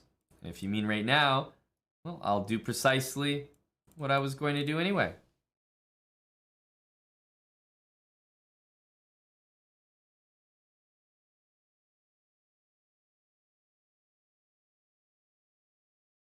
We get bishop d7, we get bishop e8, and bishop h5, and there we go. We know about that maneuver. We've used it in the last couple games. It's useful, gets our bishop developed, and it makes it unbad. Very important.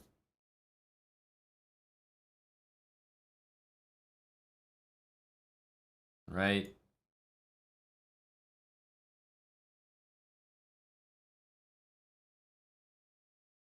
Well, Squall, you'll have to listen to what I said. You said queen h3. I said my plan was queen takes g6. So you're going to have to tell me how that works. 'Cause I'm telling you it does. You gotta trust me on this one.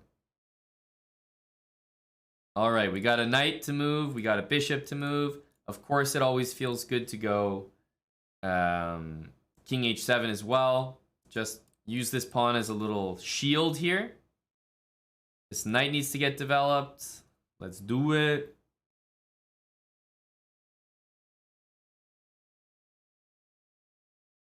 Hello, Asios. Do we have your size? Depends what kind of chess bra merch you're looking at. But I think it's quite possible. You know, the Pro Chess League is going on right now.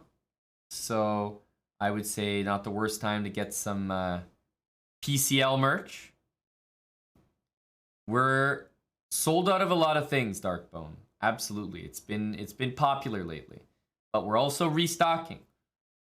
We are restocking. The mugs are shipping out, I think, in a couple days. That's what I'm told. So the mugs are, I mean, we've been taking pre-orders for them, but they're also going to be simply available soon. Yeah, we should have your size in mugs, Asios. I know you're, you're a tall Norwegian giant, but I think we can find your size in the mugs. And I finally developed my knight, which is more just to connect the rooks than anything else. Now that we got our queen out of the pin from the rook, right? Then I can take his queen next turn and be completely winning. A great game from the 300. Good stuff. He played a weird opening. Again, we're trying to set up the stone wall here. So we're playing these two moves. It's just unusual because of that pawn here. We weren't able to get our knight d4. But we use similar ideas of rerouting that bishop. And the new plan in this position would be to probably do something like g5. So knight here, and play g5. I think that was the plan.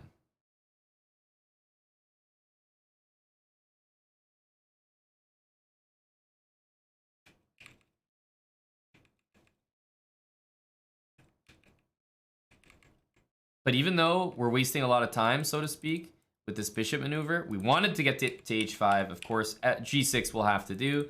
We could still activate it like that. Once we connected the rooks, we finally completed the development. And the reason we can be a little slower developing our pieces is because it is a stone wall, which means by nature it's closed, locked up. When the center is closed like this, you can usually be a little bit slower developing your pieces. Yeah, you could take some more liberties.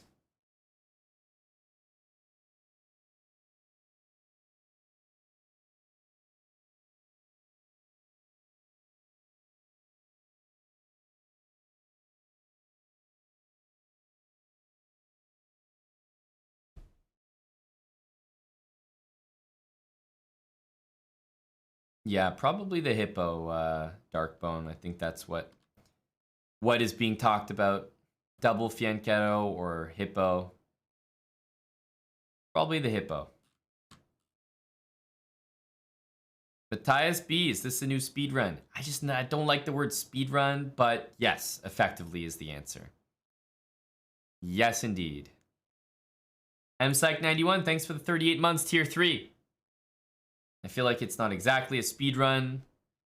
I just think that we want to showcase a new opening, a new way to play from both sides. Once you understand the ideas, I think it's pretty applicable. Let's jump in for another one. Getting back in there. Okay, we see d4. We're going to go d5. e6. Let's go c6. And next move, f5. All right. We see c5, which is kind of nice for us. f5. We'll lay our claim to the e4 square.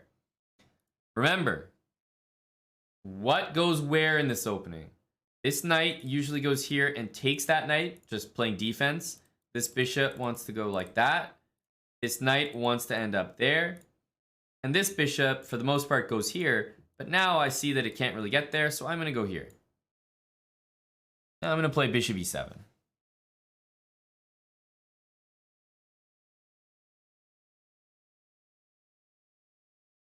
I could go knight f6, but I kind of like making him take and then play knight f6, knight e4.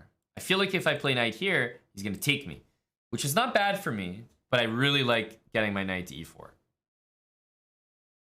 That's not a check. That's not defending that. I don't know what that move is. Just don't play that. Or that. There we go. That's a good move, I guess.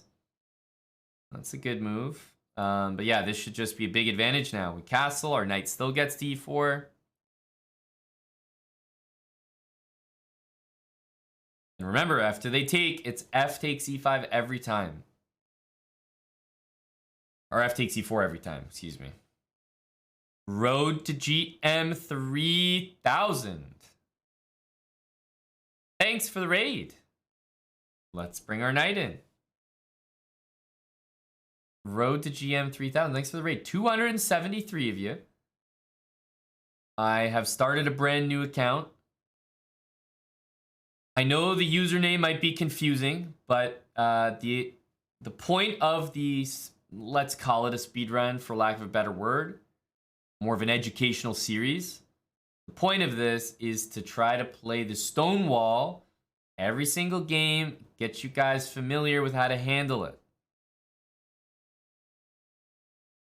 It's a tricky opening that gets used a lot at the lower levels, pretty effectively as well. And I'm going to try to showcase that. My username is Wonstall. I know you're probably wondering, what the heck does that mean? Very confusing.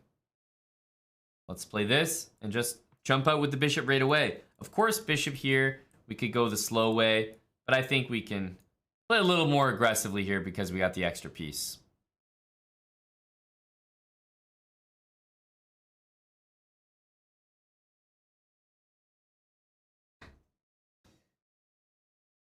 Coacher, you gotta grab something to eat. Do I mind pausing until you return? Now here's the thing, and I mean this honestly. I would happily pause for you guys to get food, but we both know that you guys would not pause for me to get food. Whenever I get food, we lose viewers. So if it's not gonna work both ways, I cannot afford you that courtesy.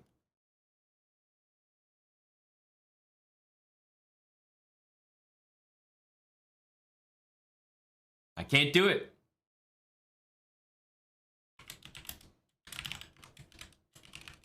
Thanks again, Road to GM 3000.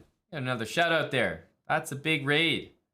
Welcome everyone. I hope you might be in the mood to learn something this Saturday. We don't always try to teach you stuff here, but you might learn something by accident, just by hanging out. But this is definitely a more educational series.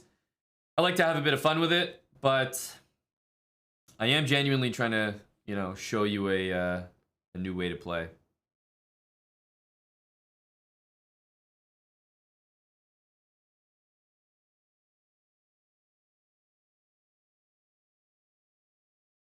Okay, I think at this point we can maybe go for the trickery.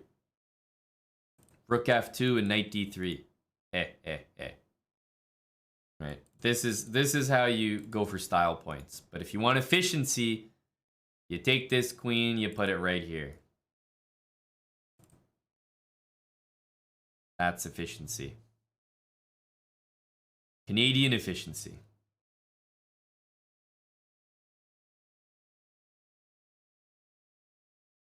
Damn, he was on a 12-hour stream. Holy smokes. Well, we might be doing a 12-hour stream today. I can definitely say that. Checkmate. GG. The plan is to stream pretty much the whole day. We started in the morning around 11 a.m. It's already 5 p.m. So I think we're well on our way to a 12-hour stream of our own. So if you guys want to spend a full 24 hours on Twitch, I've never heard of a better time than that. You got your first 12 with him. Spend your next 12 here. Settled. Booked. And thanks for anyone from the raid who just clicked the follow button. Welcome. My name is Aman. I am a Canadian Grandmaster of Chess. I have to specify of chess. Because so many people come in here and they assume I'm a supermodel or professional athlete. I have to keep reminding them, no. Professional chess player. So in case you made the same mistake, I just thought I'd clarify that.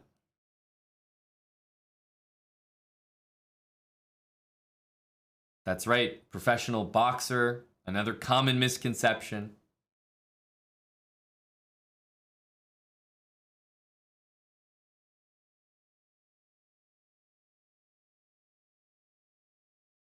Let's have a look at this opening. He gave me a free piece here, which made things a lot easier. But what were we going to do? He's going to take, probably would develop like this, let's say, right? These are fair moves. And what I would do is probably bring this bishop here, play knight e4, and take with the f-pawn. And meanwhile, this knight would arrive to d7 to play defense on the e5 square. Now, I want to show you the difference between my position and my opponent's position in terms of the e5 square. I know this might... Maybe this is obvious, I don't know. But have a look. So I go here, let's say. He goes here, takes, I go knight e4. Or rather, let me take and go knight e4 and he takes. Now, we've both put our knights on e4 and e5. and we've both captured them. I've taken with the F pawn, he's taken with the D pawn. Now that's already an imbalance, but the reason that my position is so much better than white's is because white's pawns don't connect. Pawn's not on F4. The pawn's also certainly not on D4. Then it would be very, very, very equal. Pawn's not on F4. If he ever tries to play F4, I'm going to take en passant. So this pawn is going to be stranded. And I'm going to play queen G5, rook F5, and I'm going to take it. And there's nothing you can do about it unless you start playing F4. At which point I'm always going to take. And if you take with the rook, I mean, the pawn is just as weak as before. Plus, these are doubled and isolated pawns now. And if you take with a pawn, well, you might lose it anyway. So even though we're both doing the exact same plan, the fact that my pawns are like this and my opponent's pawns are like that means my knight on e4 is going to be far more effective. So anytime they trade, we take with the f pawn. And I mean, this is just, it's tough. Tough for him. So I always like these positions. How viable is the Stonewall at 1500? I think you could pick just about any opening you like at 1500. I mean that genuinely. I would say very viable. All right, let's jump into another one from the beginning. All right, as you guys know, more difficult to set up a Stonewall against e4, that's for sure. But we're still playing it.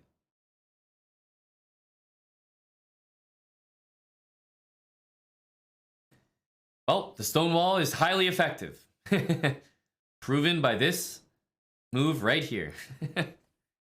Well, it's never worked out this well. Okay, very nice, very nice. Well, we're up a piece now. What can I say? Go Stonewall.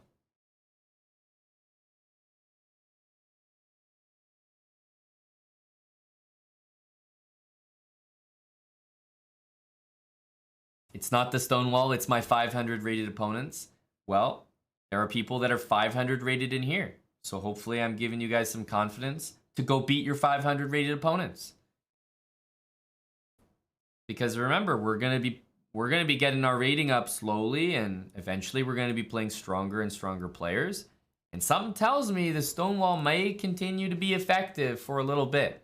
I don't think this is some like 300 elo killer opening. I think the Stonewall, the 2000s play the Stonewall. It's a legit opening. This isn't like a gimmick that just takes out low-rated players.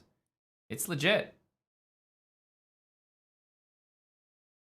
Personally, I mean, I even started the idea to do this series at all because I actually truly believe that the Stonewall is just good. Like, it's tricky to meet. You think it's easy, it's not. I think he might forget that my queen is here. Hoping that he does. Oh, nice move. A little do-si-do there to trade queens. I'm happy to do it, though, because I'm up a full rook and a full piece.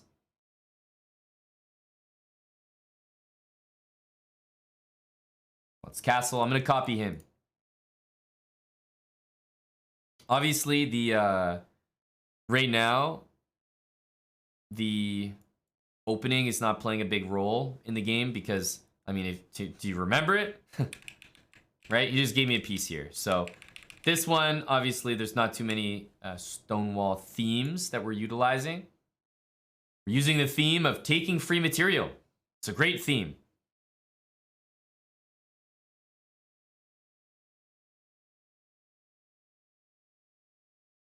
I think we can use a pin here.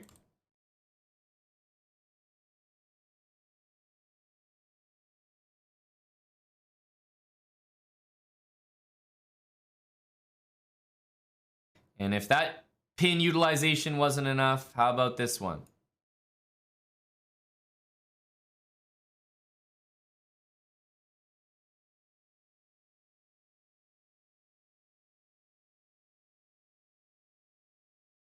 And I'm not going to take this and let you take my bishop. I'm going to take the bishop because it's check. I'm cruel like that. I'm truly cruel like that. What is this genre of music? That is going to be techno, my friend. That's going to be techno. Good game, good game. And look, we hit 469. Nice.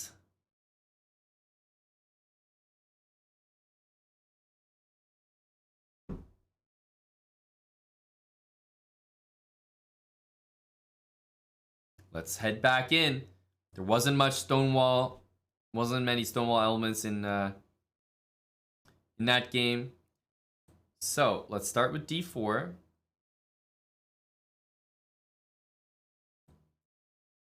And I see this move. I'm going to play F4. All right, knight out, bishop out. I like to get this move before that move happens, if I can. Not a huge deal either way. But it looked like it was available, so went ahead and did it. Bishop there. Let's go for the knight. C3, knight D2, right? Getting used to it here. Let's castle.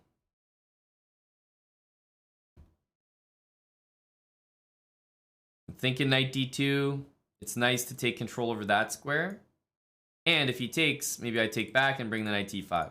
Now, I can't play knight e5, right? We all see that. There's a couple things I can do. I can play h3. It's going to take me, maybe I take back and go knight e5. But the other thing that I can do is I could try to go queen e1. And I talked about this move earlier. This is a very legitimate move, trying to bring the queen out to h4 and getting out of the pin. So it's like a great flexible move, queen e1. And queen h4 looks like a nice follow-up. So let's go knight e5. This is just so... And you see how effective it is. We're going to take with the f-pawn. Immediately we're forking pieces. Even if he took with the bishop, which was better, I take with the f-pawn still. I'm opening up my rook. This bishop hits h7. My queen is ready to slide to g3 or h4. And I mean, even just taking back and forking pieces is such a common thing to have happen. All right, so now we're ahead a piece. Good start. This queen is ready to join this side of the board, guarding that pawn and hitting that bishop. Looks multi-purpose. I like it. And you notice how most of the threats I'm creating in these openings, it's actually without this bishop. Like, that guy doesn't really do anything until a lot later, so. Bishop f5. I will take it. You know that I'm up for a trade because I'm up material. That's the dead giveaway. He takes there. Let's take it back. Our queen is protecting. And knight f3 incoming. There we go.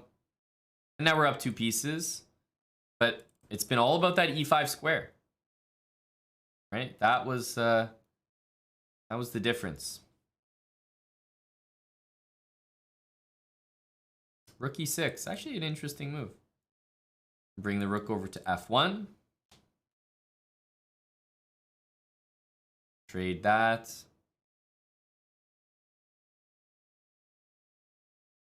Okay, discovered attack. Hopefully he sees it. Because if not, he's going to be losing his queen here. Oh, unfortunate. He saw it, but he still lost his queen. Dang. GG. Of course, you know, these guys are low rated. They're going to be blundering pieces, but that's why I like to start these series so low rated, because, hey, there's a lot of people this low rated in the chat. Don't pretend that there are not. I know.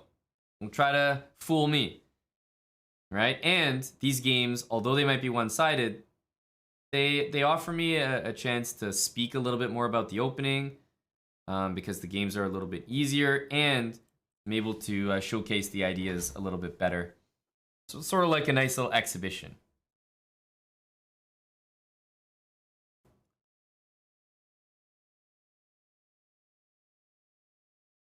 And even if, you know, of course I can beat a 300 anyway, but we get to see all the ideas that I'm using. knight d2. I said this knight usually watches e4.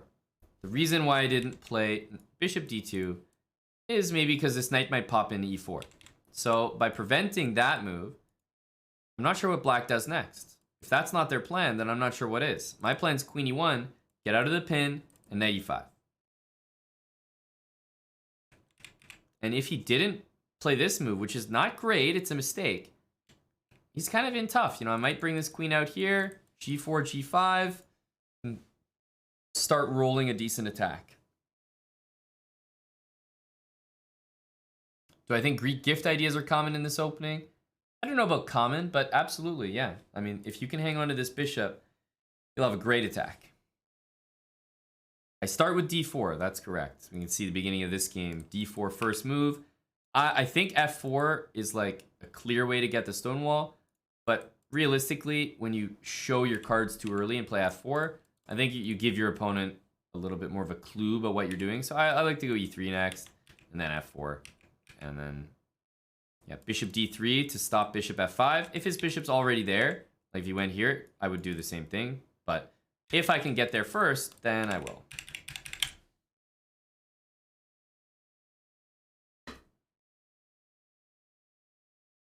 Did I intentionally lose games to get a 400 elo count? No. I got chess.com to reset the rating for me. Thanks, chess.com. And I think they've also branded the account a speedrun account, which lets everybody know. If they check my profile, they'll see that it announces that I am a GM and that if you lose rating to the account, you are going to get it back. So all bases have been covered. God bless chess.com and God bless Chess TV.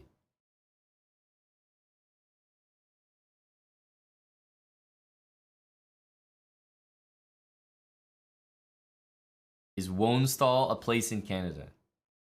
Yeah, the username is figured it would be pretty tricky for people to understand. Wonstall.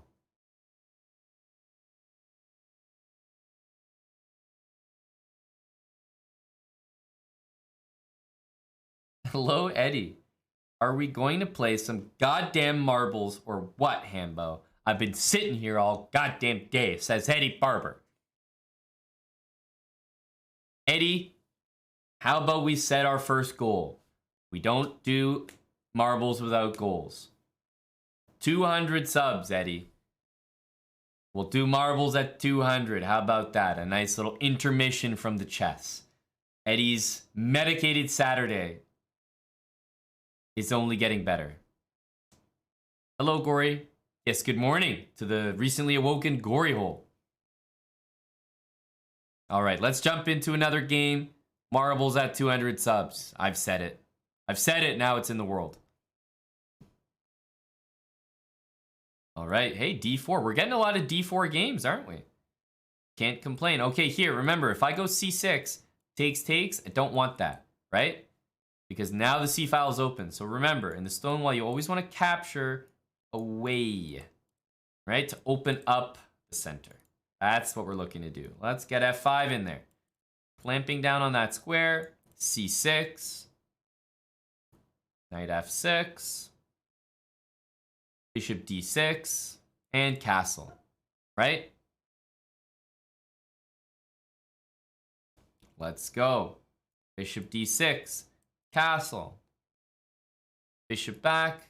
I might take that, but for the moment, I'm just going to go ahead and castle. Bishop there. Guess what move I'm going to do? Knight e4. Knight e4. I'm saying take me. I'm ready to take back with my f-pawn.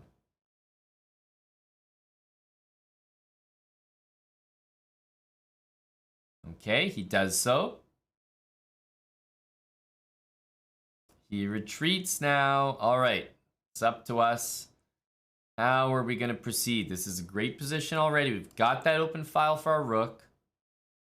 We really want this knight to get over there.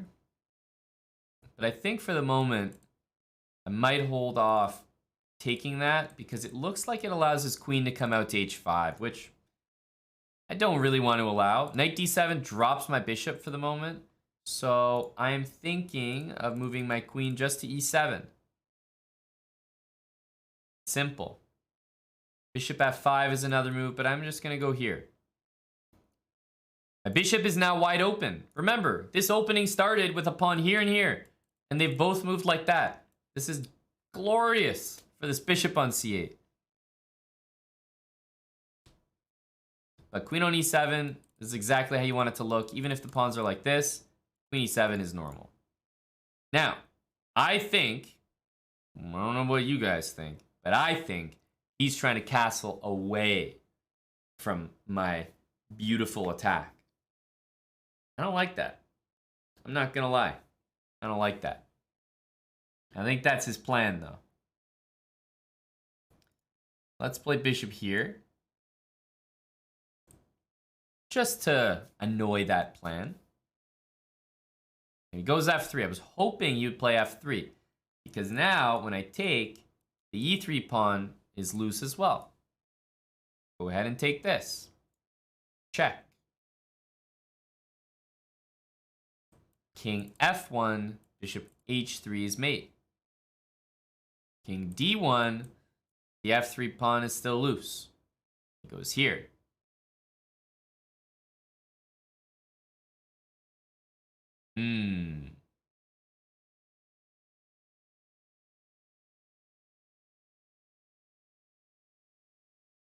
Well, it definitely looks like this is a start, right? Bishop takes bishop. What you need to think about after bishop takes bishop is not knight takes. Bishop takes, pawn takes, and, you know, a little long range action, right? h7, not mate, but certainly a check, and, you know, probably not what you want. I can say that much. So, in this position, I can admit, first of all, the king can still castle. Let's not forget that. So white can still castle on the next turn, which is actually kind of relevant to note, because I'm thinking of taking and just taking with the queen. Nice and easy. Hit the rook in the corner and go from there. So I think I'm probably going to do that. The other move I'm considering is maybe rook e8 or bishop f5. And I'm loving the look of bishop f5, I gotta say. Bishop f5, nice little in-between move. Threatens bishop d3, which is going to cause some pain. So, more I look at it, more I'm drawn to bishop f5.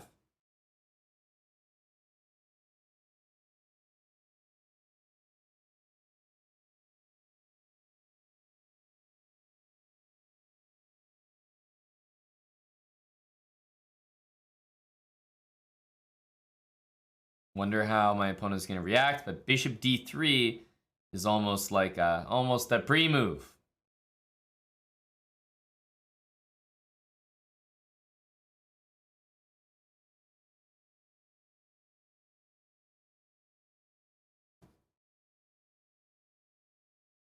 Okay.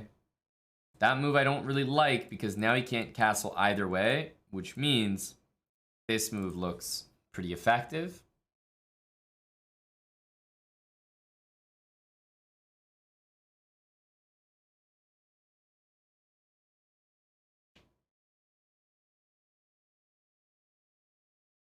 All right, the position is kind of tightening up here. I'm going to continue with rook e8. Continue making the threats. If bishop takes bishop, which is free, I'm intending bishop takes e2.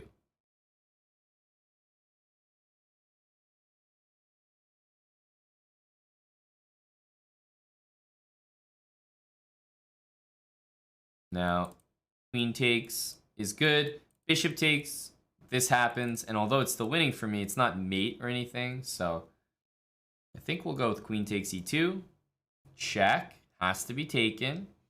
And guess what? Whichever side you go to, I take the other piece.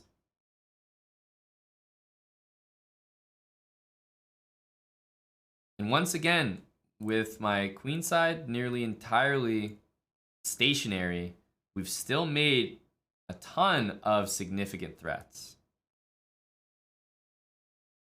Check. Oh, he found a way to lose both of the pieces.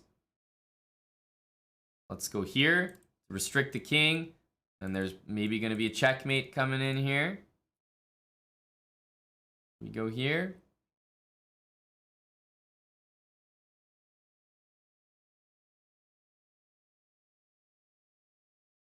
Ooh, that is hanging, but also, so is checkmate.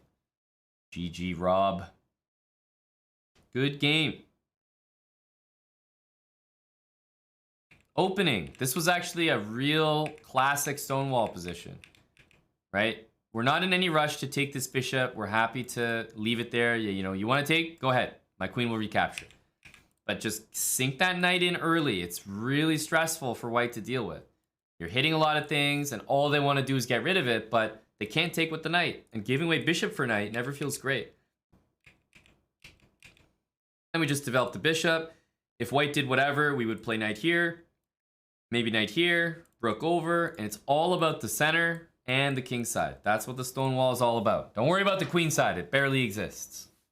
It barely exists. What if they sink theirs into e5? Oh, we'll slowly evict it. Here, I would probably play queen e7, and then maybe knight d7. And remember, if they ever go to support their knight like that, just like you with the Stonewall, take en passant. And your position will almost always be better.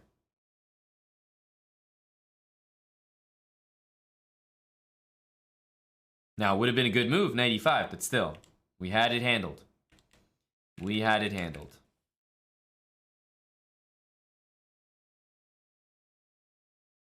Okay, that was a good game. We're up to 484. Not too bad. But we have to shout out the individuals who brought the high energy during that game. Ruzzle26 started us off with 5 gifted subs. Thank you, Ruzzle. You may remember him as Mr. 4-Hour Interview. Also, Sean is a badass. And it's confirmed. He is. I just checked. He is. Sean, thank you for the 13 subs. Would you look at that on the screen? It's 200 even. 200 on the dot. Thank you very much, Sean and Ruzzle. I said we'd run marbles at 200. This isn't a scam channel. Of course we're going to run marbles. Here we go. We're at 200. Thank you, guys. Eddie has been waiting for marbles all damn day. He's been bored as hell from all this chess. He's fuming.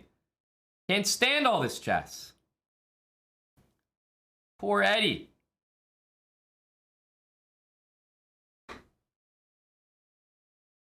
I am sure it's not a scam channel, Bitter Jester. 100%. Robbie DP, thanks for the 7 months with Prime. We're at 484. We'll make the push for 500, but we have to take a little intermission. A friendly intermission. Let's start it up. Exclamation mark play. That's what you need to type. Exclamation mark play. That's it.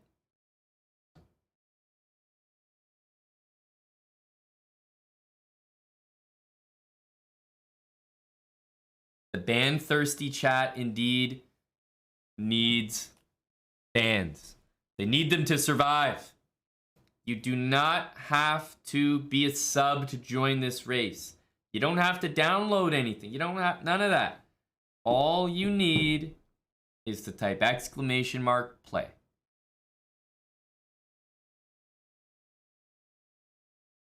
More marbles at 222 subs? How did you know? That's exactly what we do. That's exactly right.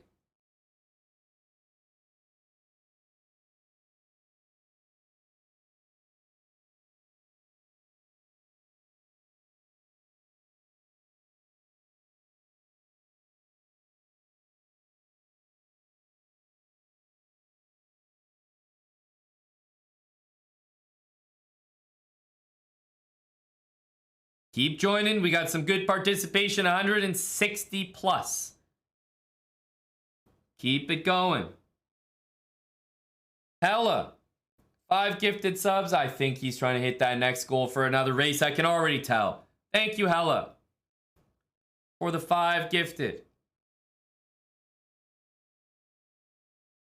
Eddie is in. Confirmed.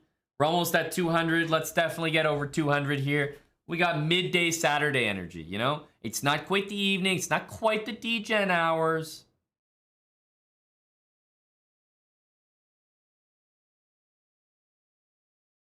You're in, but what do you need to do? Nothing yet. Don't worry. You don't need to do nothing. And once it starts, you also don't need to do anything. You only need to sit there and watch. That's the brilliant thing about marbles. Hello with 10 A's. That's true. We know that now. Hey, see you, Nighthawk. GG earlier. No worries. Thanks for the sub.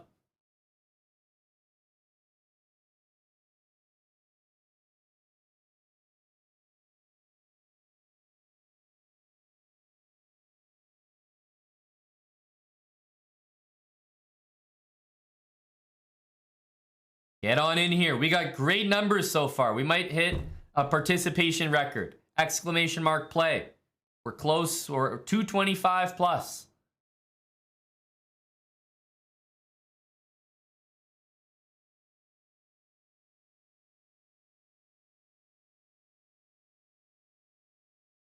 We're breaking records out here.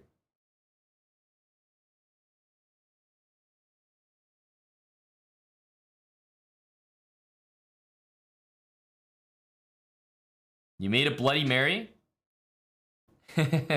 Someone's ready. Let's get to 250 and then we'll run the race. I love the numbers so far. We're at almost 240. So we just need 10 more people. We definitely have 10 more people in the chat. 10 more willing participants. Heir Apparent, thanks for gifting a sub to I'm a Crab. Classic username. And Hella, appreciate those 5 subs from you, man. Run up the numbers. 5 more people. Get in. We're starting. Only 5 more spots.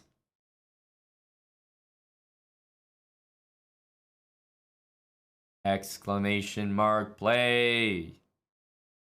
Remember when Dr. Lord Mayonnaise gifted 150 subs after he lost the marble game? Pepperidge Farms remembers. There's a lot of marbles lore. If anyone remembers everything, I'll be impressed.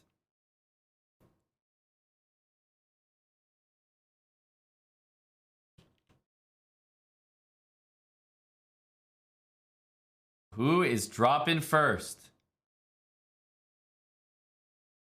Scotch opener. Oh, but grip tape Mike going down the middle there. And at the back, Soaring Llama. Oh, is that actually Dr. Dig Dug? It is. I think it was like our first sub today or something.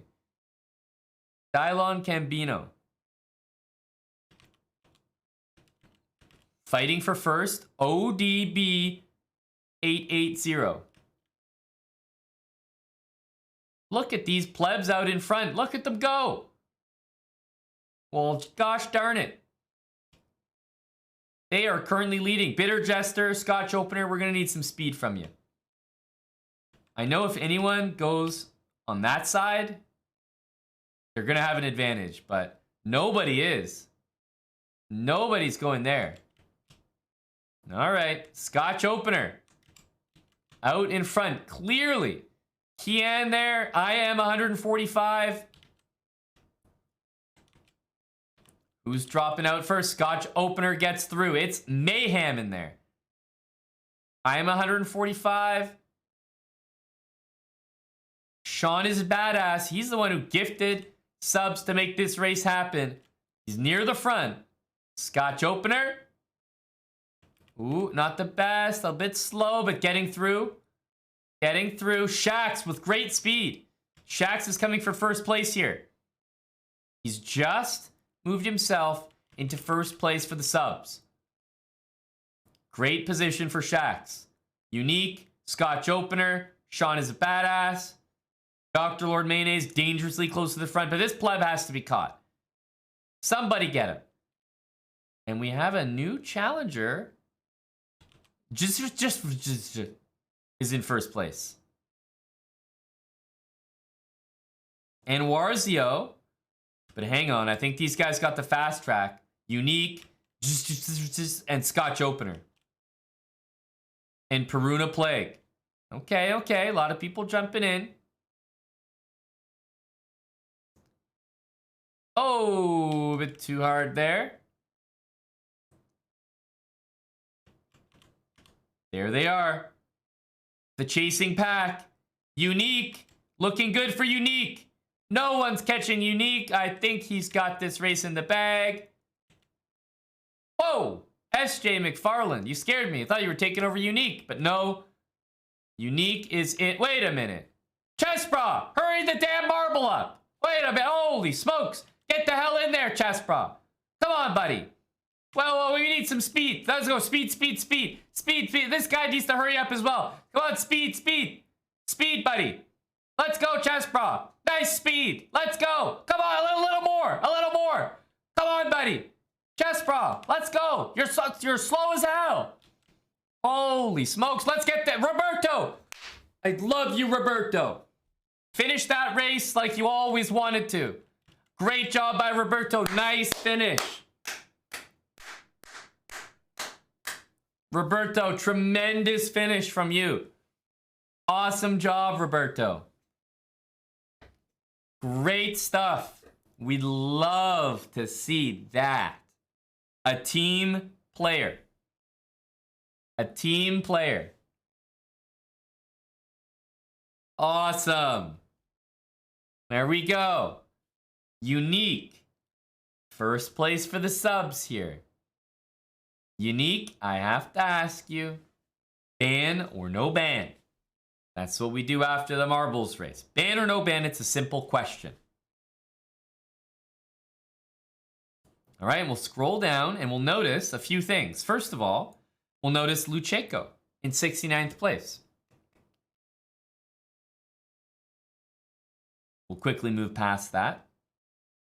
And we'll also recognize some of our other finishers, like Hikaru Lover 0 in 169th place. Shout out to Hikaru Lover. And then we scroll down to the bottom and we see Roberto Mondavi in last place for the subs. Last place for the subs. Zacer, should we do a top 2 versus bottom 2 for this match? Not necessary. I don't want to make it too complicated. A lot of people here playing marbles for the first time. Just keep it simple, you know? All right. And we have Unique. Let's see. Ban him. He says, get him out of here. Ban him. All right. Well, the action's on you then, Roberto. You've been banned, but you can still save yourself with a game of chess. What do you say, Roberto? You want to take it to the arena on chess.com?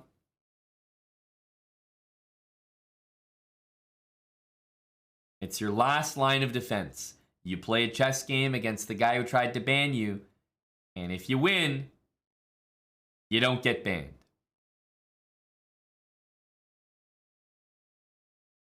That's how it works. So Roberto, let me know your chess.com username.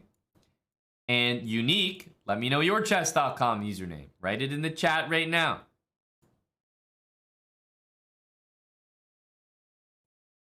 Meanwhile, I'm going to have to log in to a very special KNVB account. It's the only way we're going to get this match on. So, usernames in the chat, guys.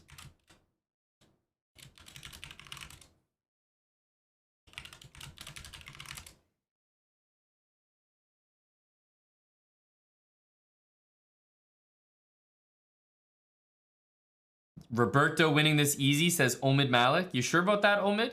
You seem very confident.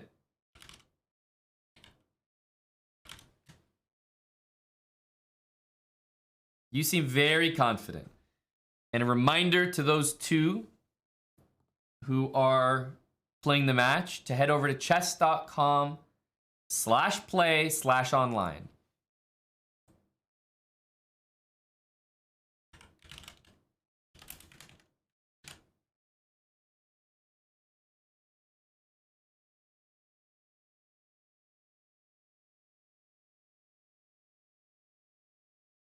Chess.com/play/online.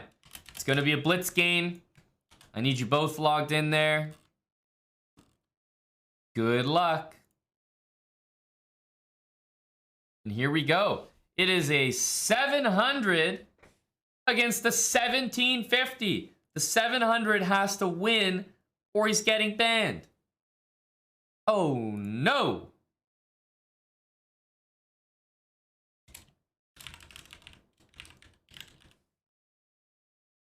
Let's see what he can do. He's busting out the London system.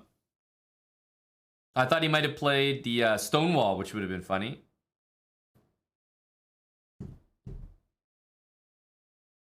Guys, I think you're going to get a, all likelihood, you're going to get a ban to start off. The bloodthirsty chat gets what they want. Aren't you guys happy? Or does anyone feel bad for him?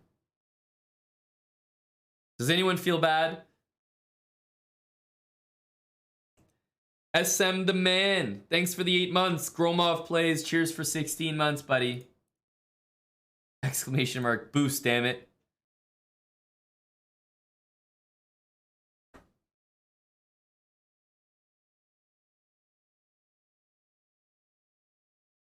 Pretty solid game from him so far.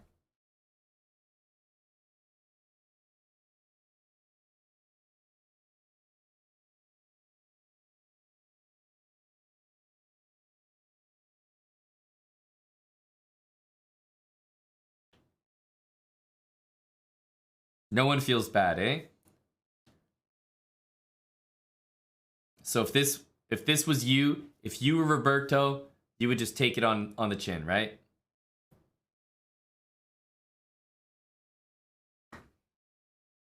Gory just got roasted by his smartwatch.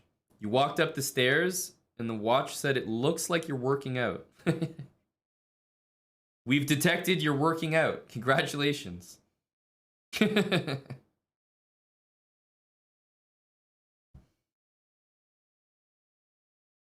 the way, I like White's energy here. Queen here, rook here. Respect.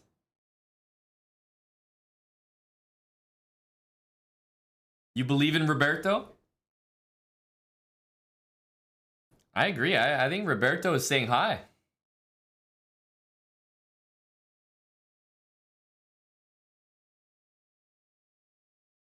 Not so easy, eh? High energy gameplay from Big Robert. Ooh, you know what would have been nice? Maybe this. But that's a tough move to play. Very tough.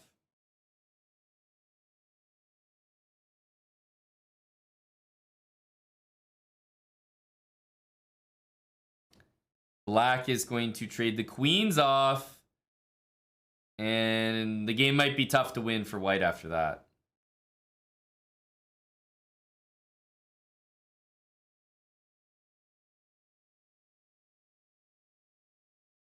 Exactly, Realty Money. Beta queen trade alert.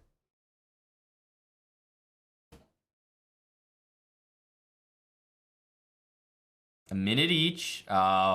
Roberto, poor guy. The end games are never a bright spot for low-rated players. The king needed to venture into the middle. We don't see any king moves so far. Bad habits. Bad habits.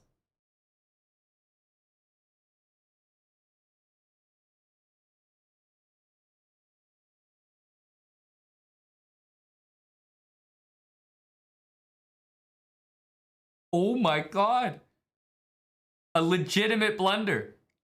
Oh my god. The 1750 actually was worse.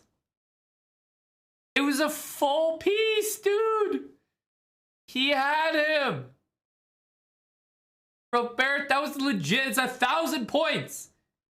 And he actually could have won it. Holy smokes.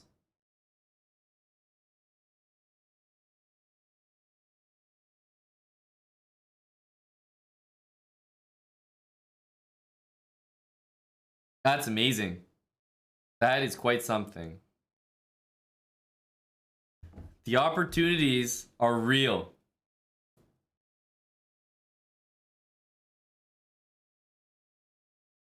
Hang on a sec. Ooh, H4 is maybe not my favorite move, but I mean, still a game here, right? Still a game.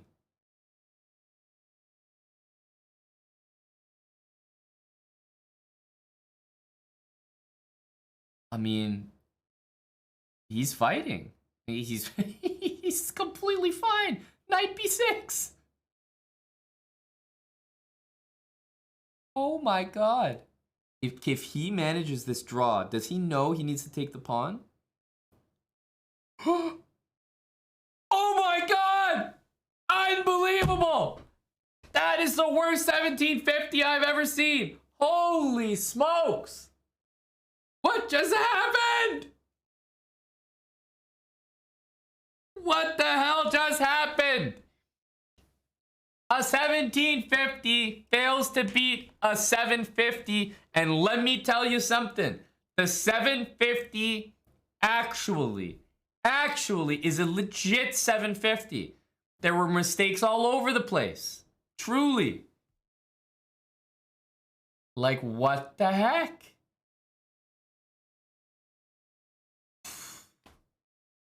That was a real 750 with real 750 mistakes. And Roberto pulls out an amazing result. Let's get an instant replay, first of all the moments from this match. First of all, bishop to e5. Mistake from Roberto. He does not count properly how many pieces are defending it. So he's down a pawn early. And he's got double pawns in front of his king. But he tucks his king away, puts his knight on an outpost, and then goes to double the rooks and launch an attack onto the open file against the king. This is great stuff. This is great stuff. Pawn takes. Okay, we see a trade. Maybe not the best continuation. Black goes for a boo. Queen trade. Boo. All right, now all the pieces get traded. Easy win for the 1750, right? Wrong. Even though he's blundering pawns, completely lost. Black plays f6, and he's dead lost here. The 750 just needs to take the knight on e4. He doesn't do that. He doesn't need to. He has confidence in his endgame. He says, you know what? Keep the piece. Keep it. I don't even need that. He does not take a free piece. Instead, we got this endgame. Black should take this, but okay. He takes this. Great move. Great move. King d5. h4 by the 700, undermining the pawns. The pawn is hanging. He takes it. Knight d2. Bad move. King there. Where's this knight going? The king wants to go to that square. No, the knight takes it. Now white brings the knight to c8. Not easy to play. Already a pawn hanging. He doesn't take it. He finds it now. King takes b2, knight c4. Knight takes a5. He's taking every single pawn, and then, oh! He blunders the entire game away with knight to c6 with 5 seconds left. Unfortunate. But the 1750 with 25 seconds doesn't take the knight. Like, who the hell is this guy? And then, in this position, if you are trying to win, play c4. Play king b4. White still has to take this pawn, and if you ask me, you are not the favorite to do that as a 750 with 3 seconds. He takes it. Insane. Making it too easy for the guy. But I gotta say, the 750 deserves all the praise from the chat. Give it up for Roberto. That is a 1,000 point upset. I know it's not a win, but that's a draw. That's pretty much a win. That's insane. 1,000 points like that. Roberto, buddy. That is impressive. Super impressive.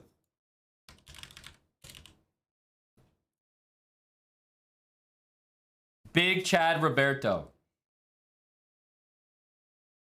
That's right. Everybody in chat, say congrats to Roberto and say hi to YouTube. Unique has just been immortalized. Hello, YouTube.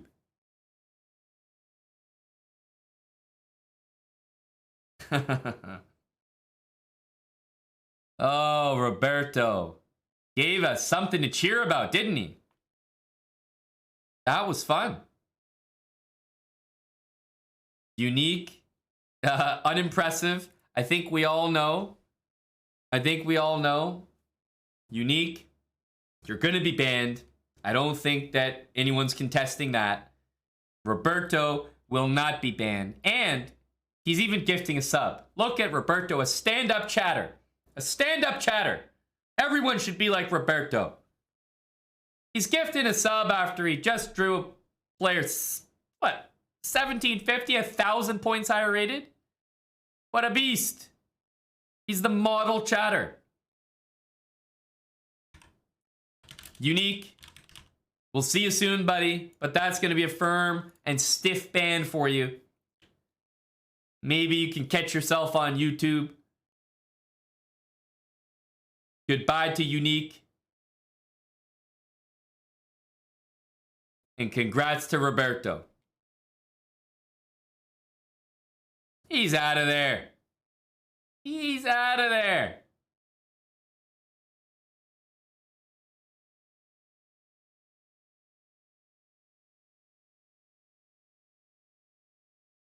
How are bottoms taking names? I'm stunned. I'm truly stunned. I hope you guys enjoyed that because let's be real. If I go back and I look at the comments from the chat and I said, does anyone feel bad for him? Everyone's like, I just thought he's going to be banned. I don't feel bad for him. I hope he gets banned. There was even someone who said, Aman, why are you commentating like this? We all know the guy has no chance. You know, he has a 1% chance, less than 1%. I mean, what do you guys have to say now?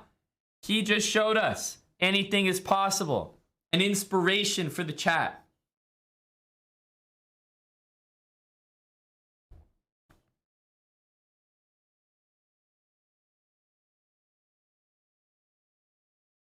I'm impressed. I'm impressed.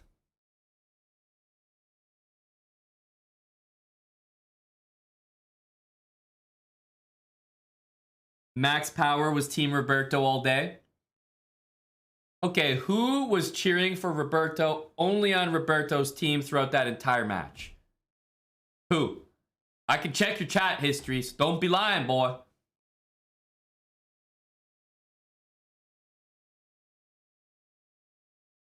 Wow, we have a lot of Roberto supporters. Let's investigate some of these people.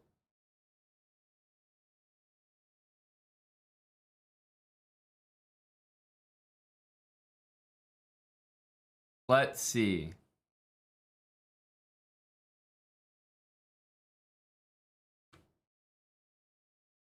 We know Omid was on his team, that's for sure.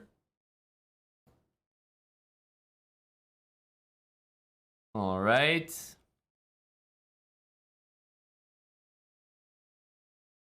Let's observe.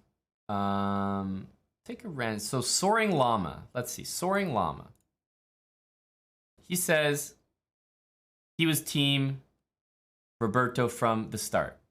Let's observe his comments. Soaring Llama, his comments are, my dude, the people's champ Roberto, a true London Chad, flag time, our dude, the people's champ KO Giga Chad. That checks out. That checks out. Soaring Llama was a day oneer. He was there from the beginning. Yep, Roberto, lover confirmed. Always cheering for the underdog. Fair. That's fair. That sounds like a real bro right there. Finn Laymore, thanks for the 31 months. Appreciate it, Finn. Can we do a game review of this one? You want to see what... No, not analysis. How did... Oh, he's playing again. Oh, man, this is just a brutal result.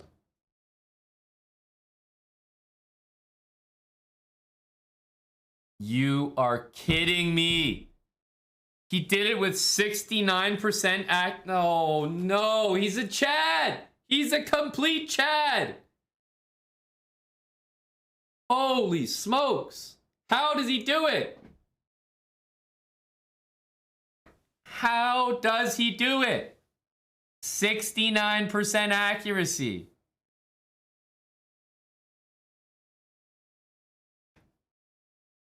Oh my goodness. That's fantastic. 69%. And he had more great moves than his opponent. He had less inaccuracies and less mistakes. And he had more misses, so he had more chances to win the game. And he had more excellent moves. Wow, this is a damning report. Truly damning evidence. Knight e3, great move. Knight takes a5, great move. Look at him go. Look at him go. Well, what can I say? I'm impressed. 69%. The guy's a beast. Yeah, this is a masterpiece. Yeah, did he just mic drop out? Is Roberto still here? There he is. My favorite number, he says. Roberto. We're gonna make Roberto a honorary VIP. He's a VIP marbles enjoyer for the month. Roberto, you've been promoted.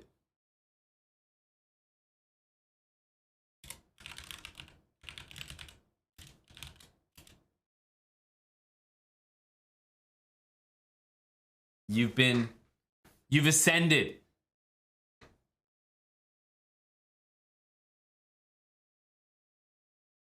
Well, remember, Black didn't lose the game. 1750 didn't lose, but a draw is pretty close to the same result. From pleb to VIP, the true American dream. That's right. The Roberto Immortal. This was fantastic. Great stuff from Roberto. Well, guys, I think it's safe to say that his opponent is on, considerable tilt. He just jumped back in the pool and dunked. Just laid waste to an opponent. He was not having it. He's playing from jail right now. Currently banned. He went right in and just annihilated.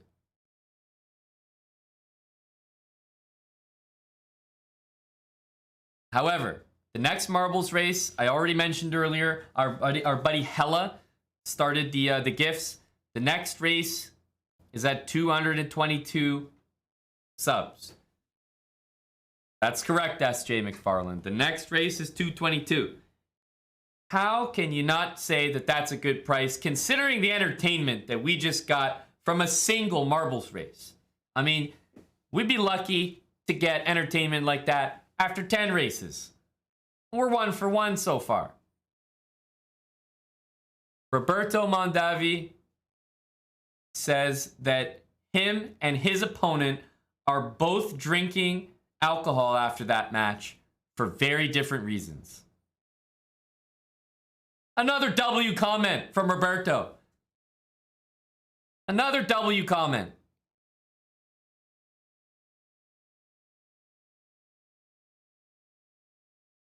He doesn't miss. This guy doesn't miss. There are probably also other people in the chat who are drinking alcohol for an even different, for another reason.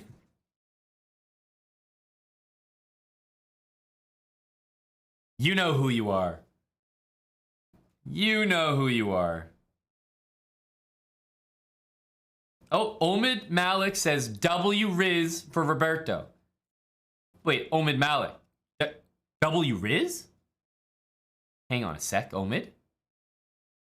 Speaking of W Riz, wait just 1 second. I heard there was a new track that Omizi made. This is the Roberto celebration song.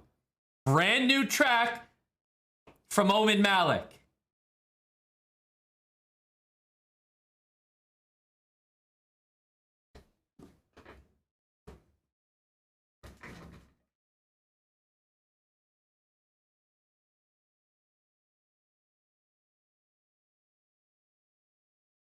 Hey. W Riz.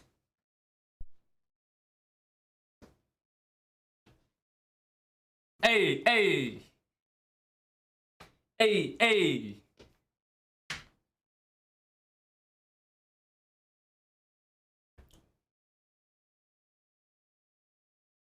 Uh-huh.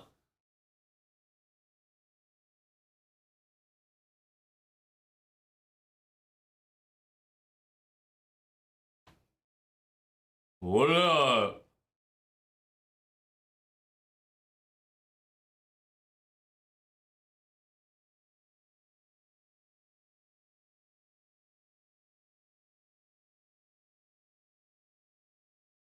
Hey.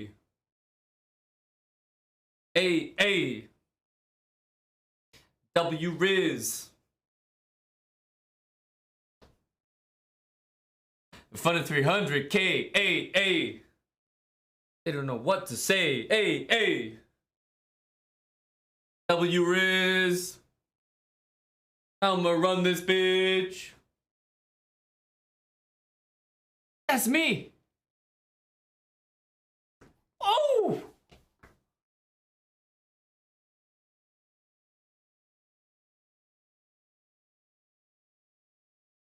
Friends with the GOAT.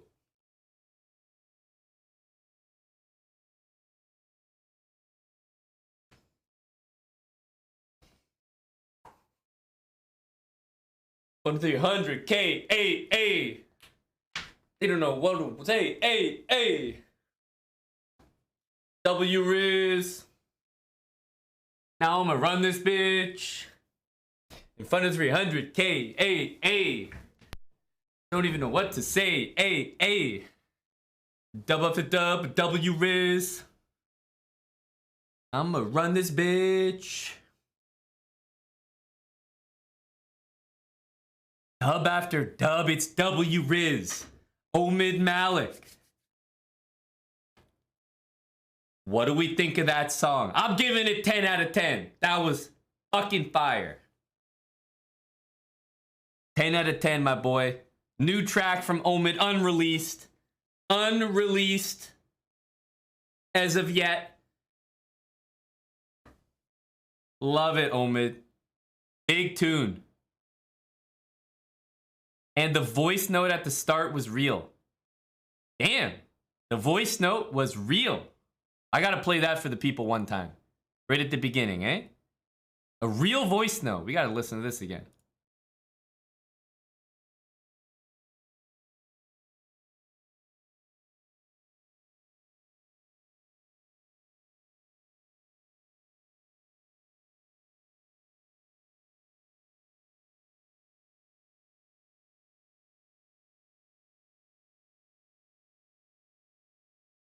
Damn.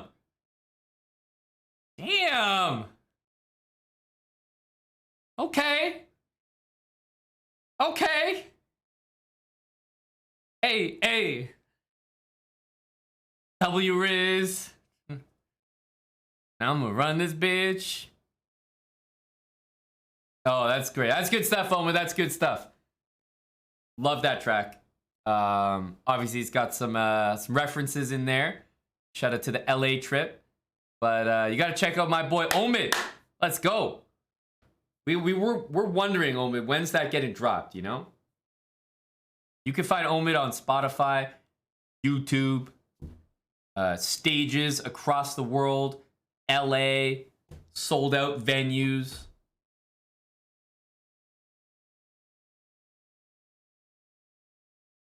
My boy. Banger track. I mean, that's good stuff. That is good stuff. Hold up. Hold up.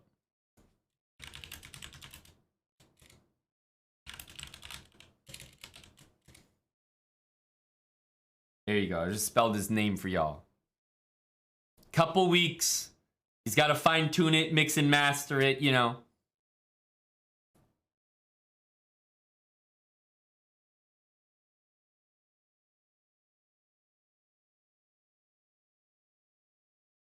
SJ McFarland, thanks for a gifted sub. Sean is a badass, gifting to Jackie the Swede. We are but a cool 9 subs away from marbles.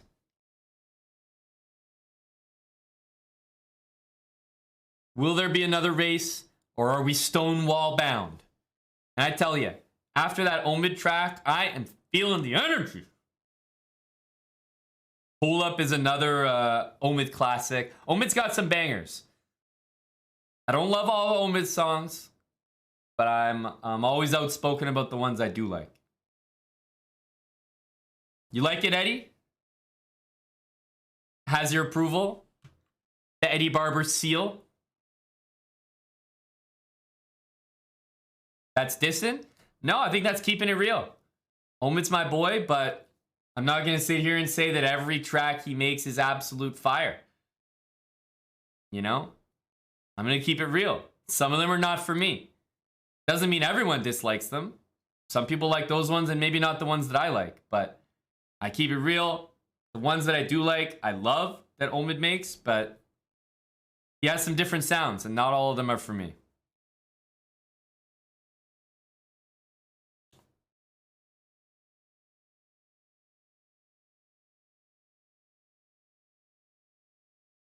True homie. Hey, trying to be, you know? Trying to be.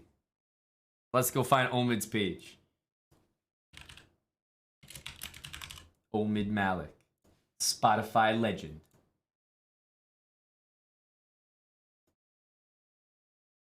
There we go. That should be a direct link.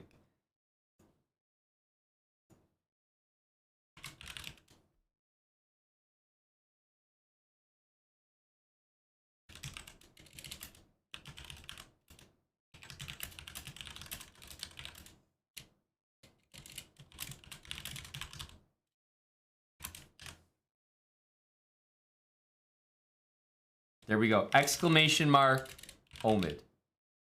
Add something there.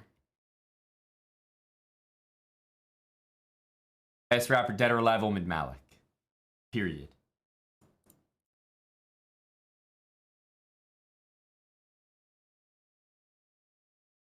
I think that link works. Thanks, Hella. Thank you, buddy. Oh, that's good stuff. Roberto laid down the woodwork. I mean, this was marbles at like 6 p.m.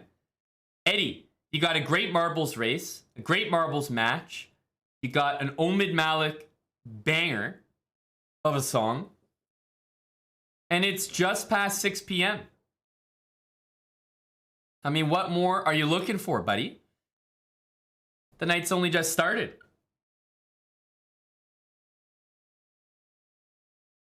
Oh, we can't have plebs spamming this. Plebs, you know better. A sub privilege to spam in here. You got to get these plebs. Nope, no, no. Nice try, plebs. No, no, we got to get them all. Purge them all.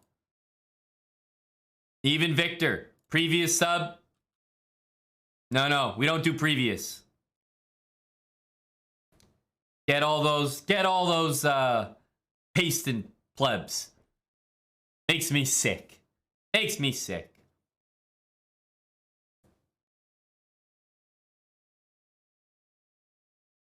I'm ordering my food for the evening. It always happens. I end up having such a good time streaming. I'm sitting right here. You guys know I haven't gone anywhere. We need to get some food in. We need to get some food in the system. Oh, these plebs, they're relentless.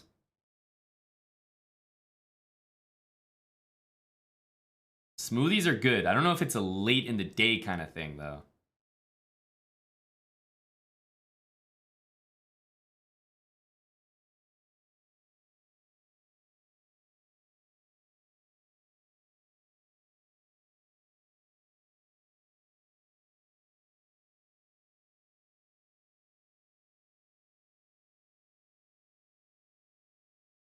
You'll pause it for me to get my food? Please don't, Gocher. I don't want to have to owe you that. Yeah, food and a drink. That's not a bad combo.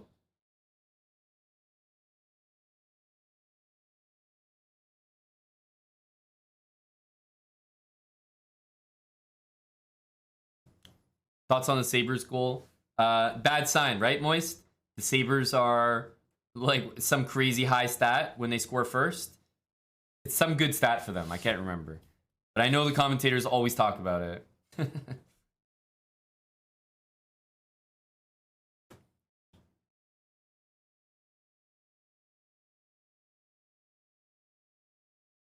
All right. I'm ordered. I'm covered.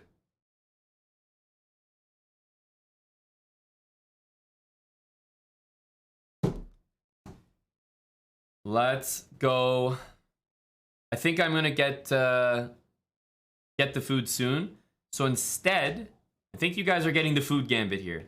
Instead, I'm going to run another marbles race. This is like early access.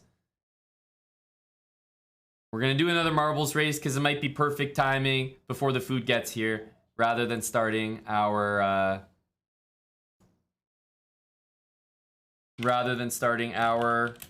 series again. And we'll do the series after. This is early access, pre-ordered marbles race. Streamer scams himself. Does marbles race before 222 subs because it makes more sense for the time constraints.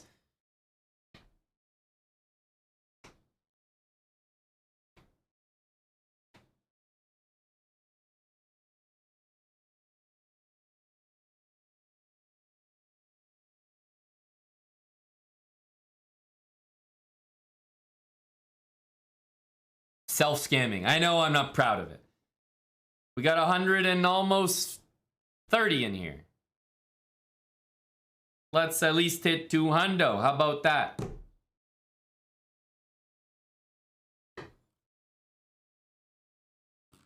Shax, we are. I have to, on my own time, recreate the file.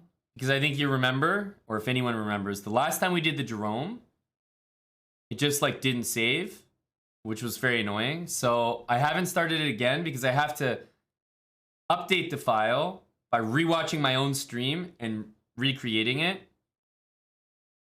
before we can do it again. And I haven't done that yet. That was very annoying and kind of put me off it for a little bit.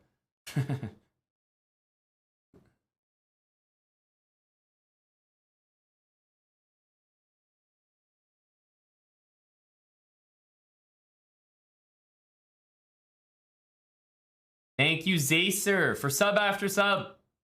Cheers, Zacer.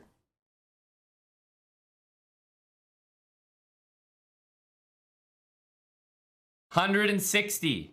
Let's go for 200 and we start. Yeah, cheers, Bitter Jester. It was a good one. Trying to remember. That was the Benoni game, I think. where we had bishop and knight against rook at the end. Oh yeah, you were facing all the pawns. That was the game.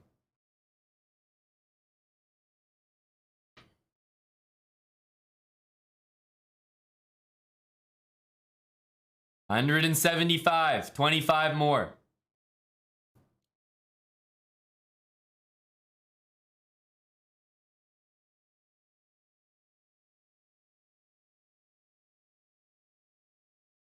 Hello to Wild Hacks.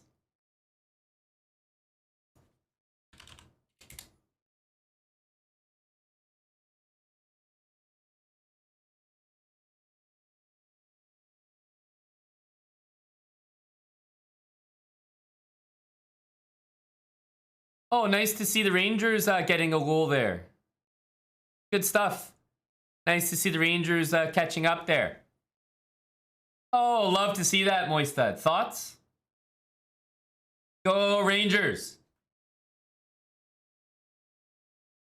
Man, Gory knew. He knew. Aquila. Rangers. That's what I'm talking about. Go Aquila. Let's go, buddy. 62 months. Let's get a Rangers dub. Let's take out Valentinian Sabres. Yes, he is, Wild Hacks. Typical rodent behavior. What can I say?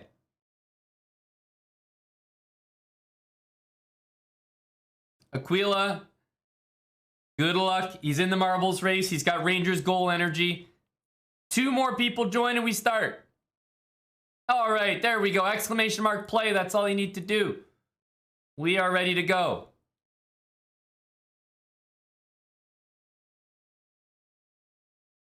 Next PCL is on Thursday, I believe. Thursday, 1 p.m. I have to update some commands, so they're not yet ready, but we found out the other day. I think it's Thursday. Coacher, near the front, but oh, got spun around. Badkins, Caballo Loco, Icarus, and G Cobb. I also see Nandu there. Soaring Llama. That was the big fan, big supporter of Roberto. Speaking of Roberto, where is he? Is Roberto in this race? Dr. Lord. Roberto should be in pink now. Should be easy to spot. I don't think he's in here. Salty Clown up at the front. How did Salty get there? Oh, Salty's falling back down. Salty Clown is unable to stick the landing. Caballo Loco and Skinner in first and second. Gory chasing Lucheco. But on the other side, don't forget about Mr. Sir saving Private Pawn. G Cobb. Ooh. Coming close to the end here. Skinner, Caballo, and Gory. Caballo with a big push there. I think Caballo's got it unless he chokes out at the very end. Caballo Loco, 2-2-2. Clear first place. And Dr. Lord Mayonnaise dangerously close to the back here. Crew Laz. Dr. Lord seems to be going through in stride. Sean is a badass getting through. Ruzzle 26, who donoed for these races to happen, is currently in last. He's going to have to make up some ground here. Ruzzle 26. Oh, the speed is not there for him. Ruzzle 26 looks like he's in last place, barring an exit right here. But Ruzzle with some speed. He's fighting. Oh, but he gets caught up there. Ruzzle 26 in clear last place. It is not looking good for Ruzzle.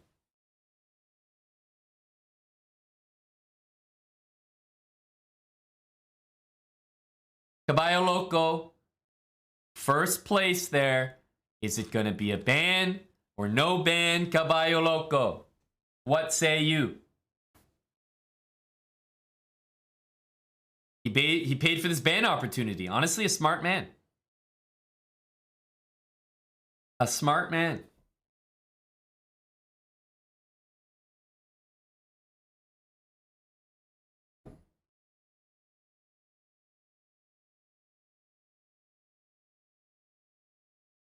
Roberto inspires him. Ban. A ban in honor of Roberto. 69th place, Guardian EU.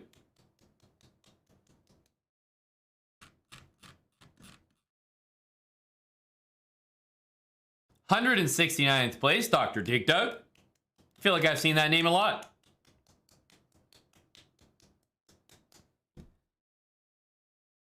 And in last place, Ruzzle26. You've been banned, Ruzzle. What would you like to do? It looks like he's ready. I'm ready for the smoke. Fight me, he says. Ruzzle and Caballo Loco, drop the usernames in the chat and head to chess.com/play/online.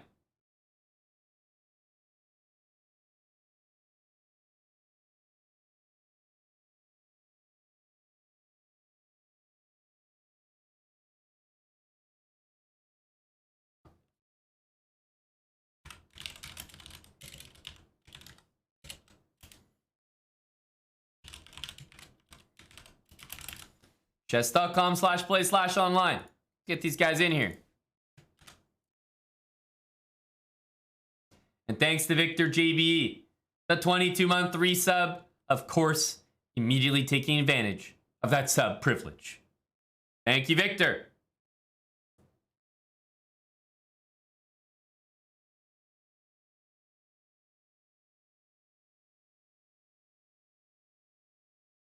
Here we go. Little Jimmy is going for the prosecution. Chuck Sis is Ruzzle, and he is playing to defend himself. Where is Chuck Zis? Is he here? There we go. Start that game again. All right, the Australian internet. How will it hold up?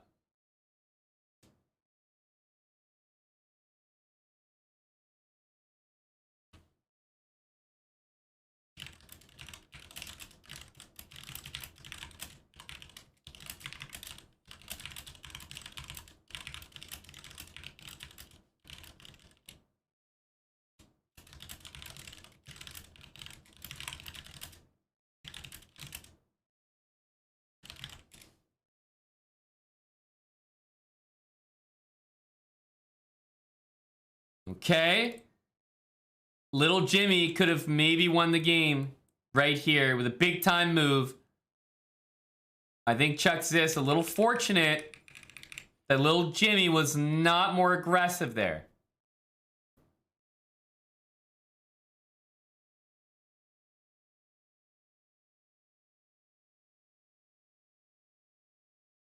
Wait, Ruzzle26.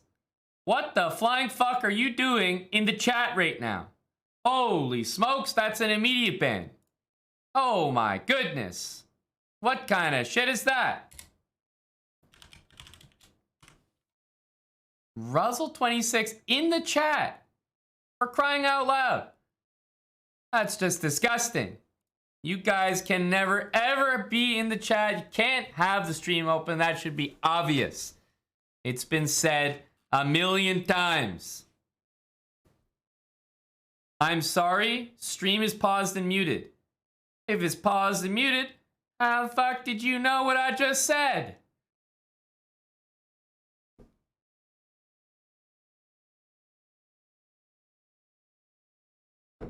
I ain't that dumb.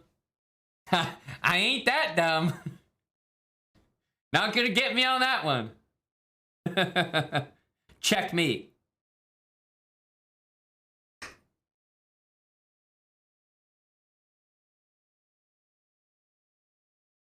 Caught in 4K. Absolutely.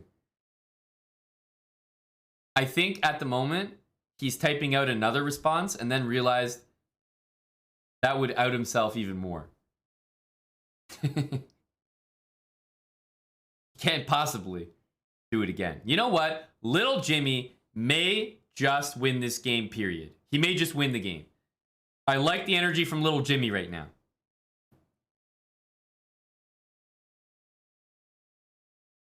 Okay, I'm switching back to the other side.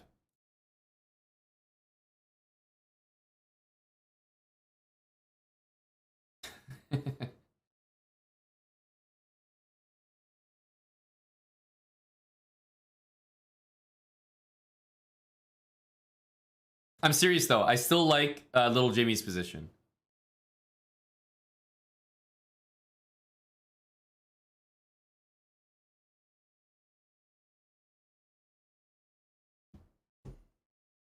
Draw, by the way.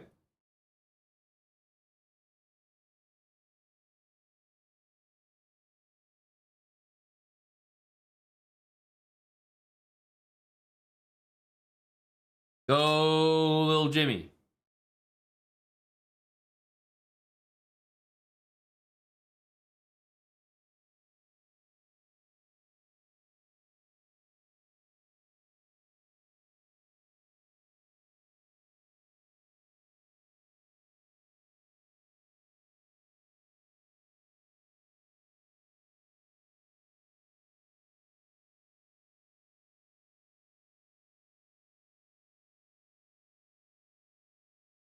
Huh?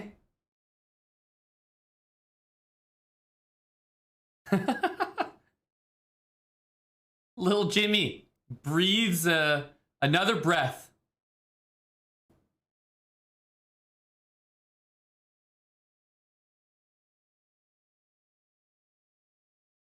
Okay.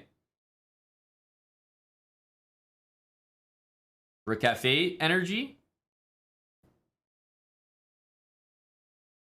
Tricky move, you know. He's hitting the queen. He's making him work. I like it from Little Jimmy. Great move.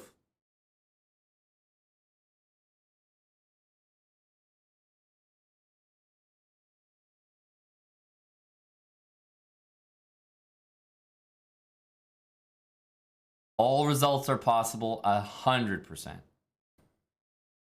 Unfortunately, I believe that is the intention. Oh, some pre-moves from Ruzzle here. Man, Little Jimmy does not seem to have the speed. Okay. He has the speed, but not the... Okay. What on earth was...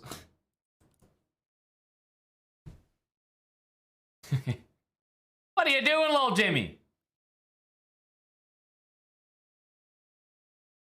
Little Jimmy coming in here with your fucking American Airlines avatar looking ass. Coming in here and blundering left, right, and center.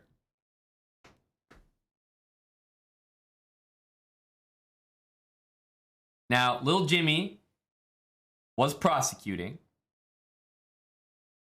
However, I think we all know the result of this match, and it was a resounding ban for Ruzzle 26. I cannot state clearly enough.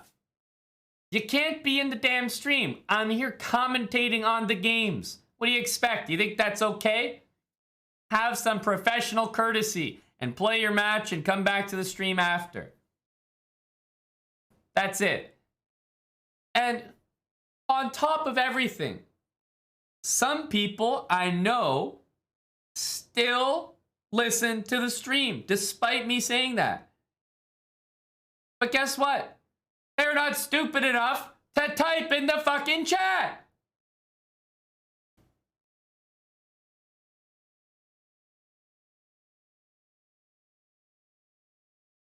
I mean, goddamn.